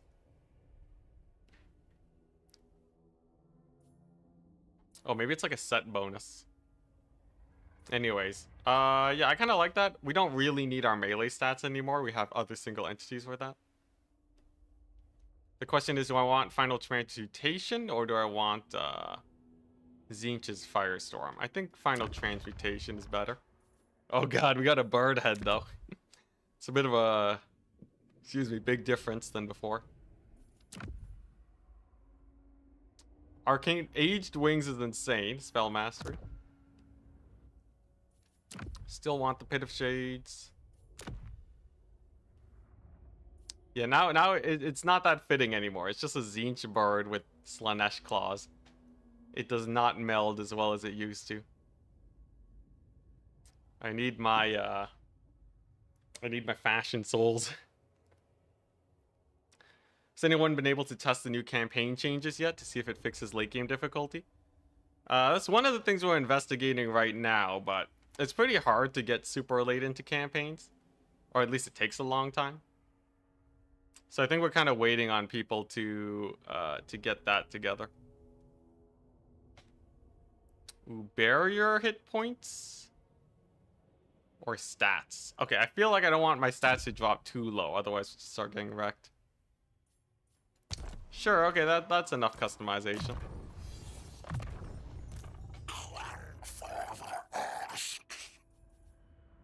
I guess this guy can start getting cheaper units. Oh, Blessed by Blight. Okay, so that's another 9%.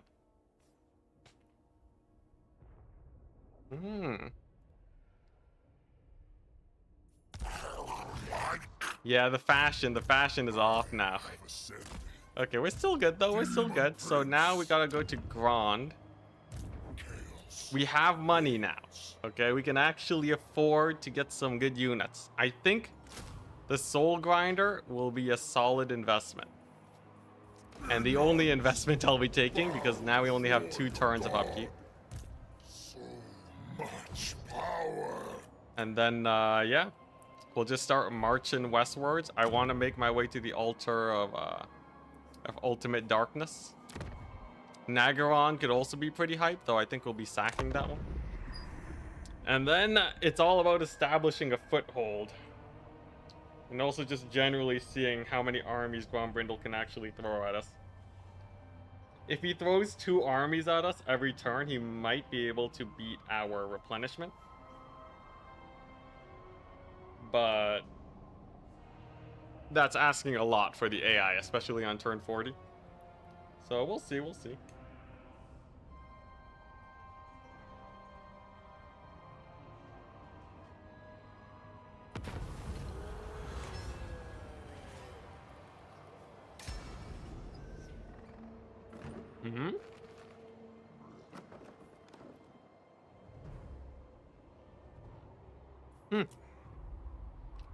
Cool.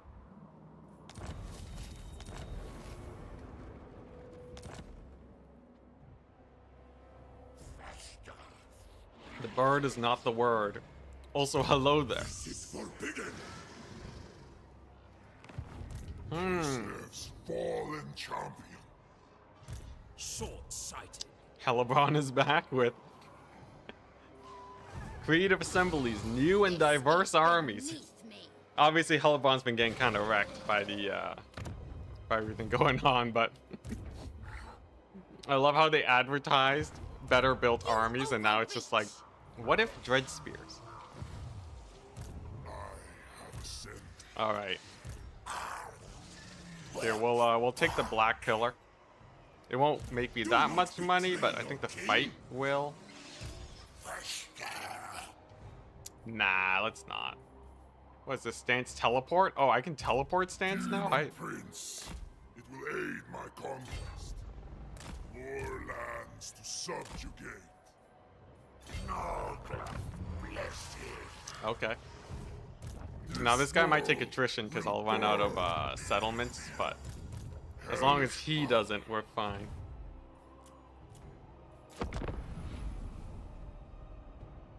It's probably the only thing they can recruit, yeah. They didn't touch the Dark Elves? What do you mean? I thought they touched all the factions. Did they literally only change 2 factions? There's no way. I think they mentioned them, right? But is that... Are they the only factions that they modified? There's no way.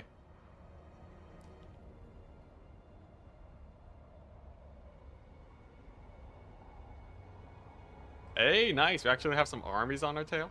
This is fun. I like that. So if we just hold our ground somewhere... Oh my goodness, that's great. Minus upkeep on armies. New regional power. Is that new? Alright, so... Then we go... Begun. Go here. Continue the siege. So if I sack this, we should have enough. We should have enough for a solid, yeah, a couple turns. Sick. A glorious sacking. Occupy that bad boy. Nice. Okay. Another dark gift. Jimmy's looking good. He's looking good. So this is our moment of opportunity. Upkeep is minus 20% for a bit. They changed everything? Okay, thank goodness. Also, yeah, the Sentinels are here. So what I'm thinking is we take this moment of opportunity to make a nice, super strong army. And then we wreck some face. We take as much territory as we can. Living weapons of conquest. And hopefully, Grombrindal runs out of places to recruit from. Okay, nice mentor fight. So much power. Nice. You know, I think I will get Locus of Fecundity on this guy. And then we can focus on our damage spells. Alright. And we have 2 Grombrindal armies. Miners and Thunderers. Okay. Alright, man. In a field battle, these guys don't stand a chance. This one's a little bit better built. Grudge Rakers. Thunderers. It's quite a bit of range, though. But definitely a little bit spookier. Let's see how it goes. This might be our largest battle yet.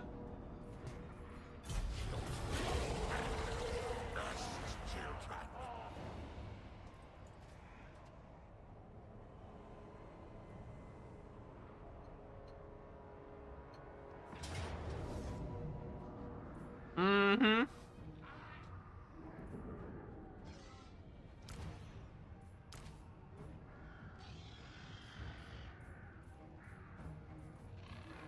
Hmm. Mm-hmm.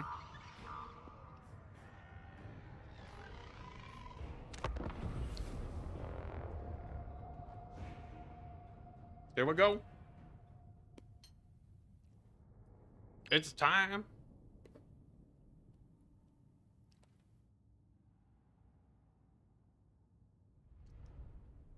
Okay. How do we want to play this out? My army's a little bit beat up. Just a teensy tooch. But we have healing. I could let Grombrindal assemble his army. I don't think the AI knows how to control a 40 unit sized army very well. So what I'm thinking is like, what if we just let them mass up and then we get bigger and better AoEs? I don't think that's a dandy old plan. Yeah, we'll do that. Okay. So here's the big heal. And they're the attackers, so they're gonna have to advance towards me and possibly make yet more misplays. Yes, the useless garrison. We'll just park them over here to hopefully distract the dwarves for a bit. All right.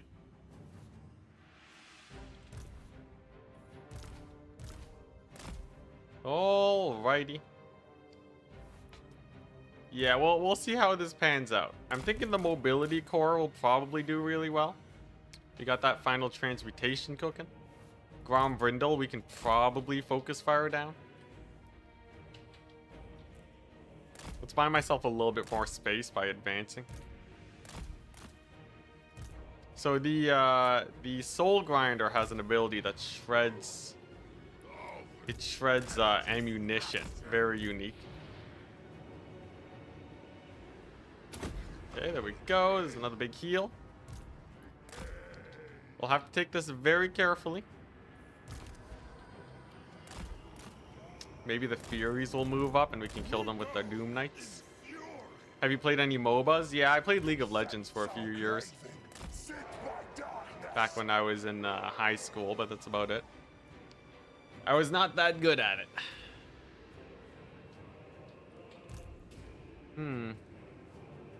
Get some Thunderers repositioning. Now, the AI should try to advance towards me, right? Because they're the attacker. So we should have a good amount of space and time here. Okay, yeah, there we go. Here's the advance. All right. Here we go. 1,000,000 dwarves versus 1,000,000 regiments of renown. Who wins it? We're gonna have to pick some very good fights over here, for sure. At the very least, these gyrocopters should be able to go down. We have a good number of flyers to deal with them, thank goodness. And then I should be able to jump the artillery. Oh my gosh, those are bolt throwers. The 1,000,000 bolt throwers. Okay, now we gotta remember, our Daniel does not have a lot of HP. He doesn't have a lot of missile resist. He doesn't want to get shot up at all. He's just kind of here to help run disruption. At least the gyrocopters are having a little bit of a hard time. Let's see here. Sure, you can shoot at these guys. Maybe these guys can slip around and hit up the artillery. And overall on this fight, things are going decent. Not going amazing, but we're at least trading up here. The goal, though, is we definitely just want to get on top of that artillery. The artillery is key to victory here. And we don't want them sniping out my guys or anything. Okay, looking good, looking good. Our little flank here is doing okay. Skullcrushers. You have a feeling that Total War players are good at MOBAs? Maybe if I tried to play a MOBA super hardcore today, I'd do better. But definitely back in the day as just some kid. Not a chance. Not a chance. Okay. Let's ignore this infantry now. We'll ignore the infantry and then hit up the artillery with our mobility. Fortunately, our minor garrison has fallen. Not the end of the world. Might be able to bait the dwarves away from their range. Fight them in a forest. Could be huge. So far, looking like our maneuvering's going okay. I should be able to kill all the artillery. And then in this forest is where the blob will happen. Or maybe just past the forest, so that the least number of range units can get on top of me. Let's see here. How's this guy doing? He's a little bit injured. Okay. We do have a lot of winds of magic. That's good. That's good. Here we go. Get that artillery.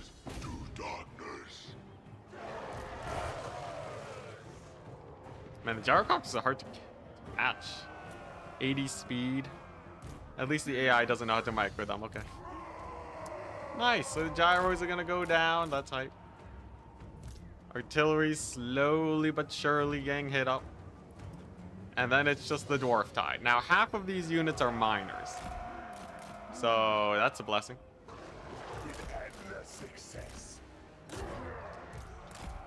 The thing is, though, is that there's a lot of them. Maybe I keep kiting. I would love to have the forest cover me against range, but I think it's just much more important to kite them out. What's this do? Power recharge. Okay. Yeah, so we'll keep doing that. A nice speed bonus to kill the gyrocopters. That's good. Okay, just keep maneuvering. I need to finish killing all of their artillery before we take this big grand old fight. And I'm gonna need my lord nearby, for sure.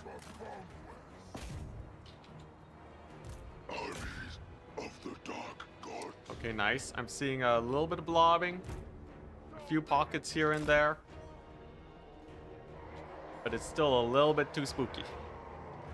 Hopefully we can keep wheeling around and eventually meet up here. Kill those guys since they're very low on HP, and then we're good. See, where's my caster lord? Okay, he's chilling.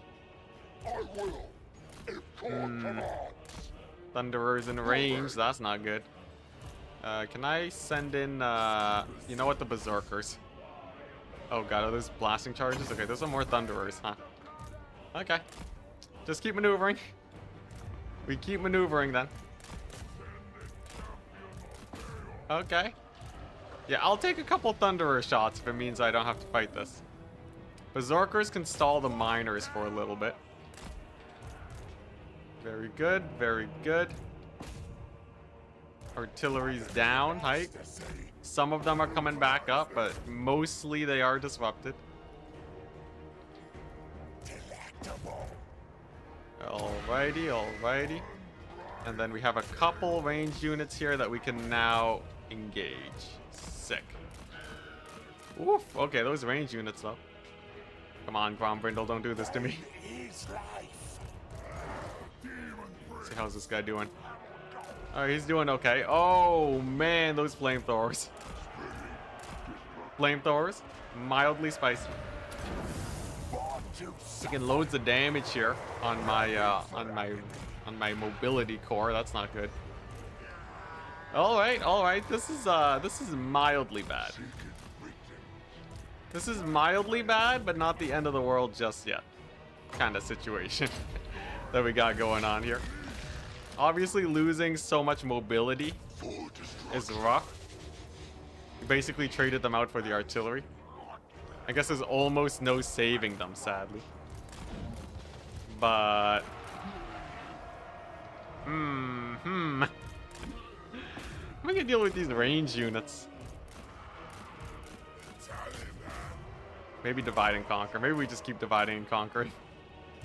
Oh no. Oh, this ain't good. This ain't good at all. Come on. Yeah, there's a lot there. There's a lot there. Okay, I think we might be able to bypass a lot of the melee front. If we play this out just right, I might be able to bypass the melee front and dive on top of that ranged core. It's gonna be difficult. But if we play our cards just right, I should be able to shut them all down. Now, most of our melee front is gonna die in the process. But it shall be a worthy sacrifice. Here we go. If we can just kill this, Bring Grombrindal down to just melee units. Then I think that is where we have our best odds.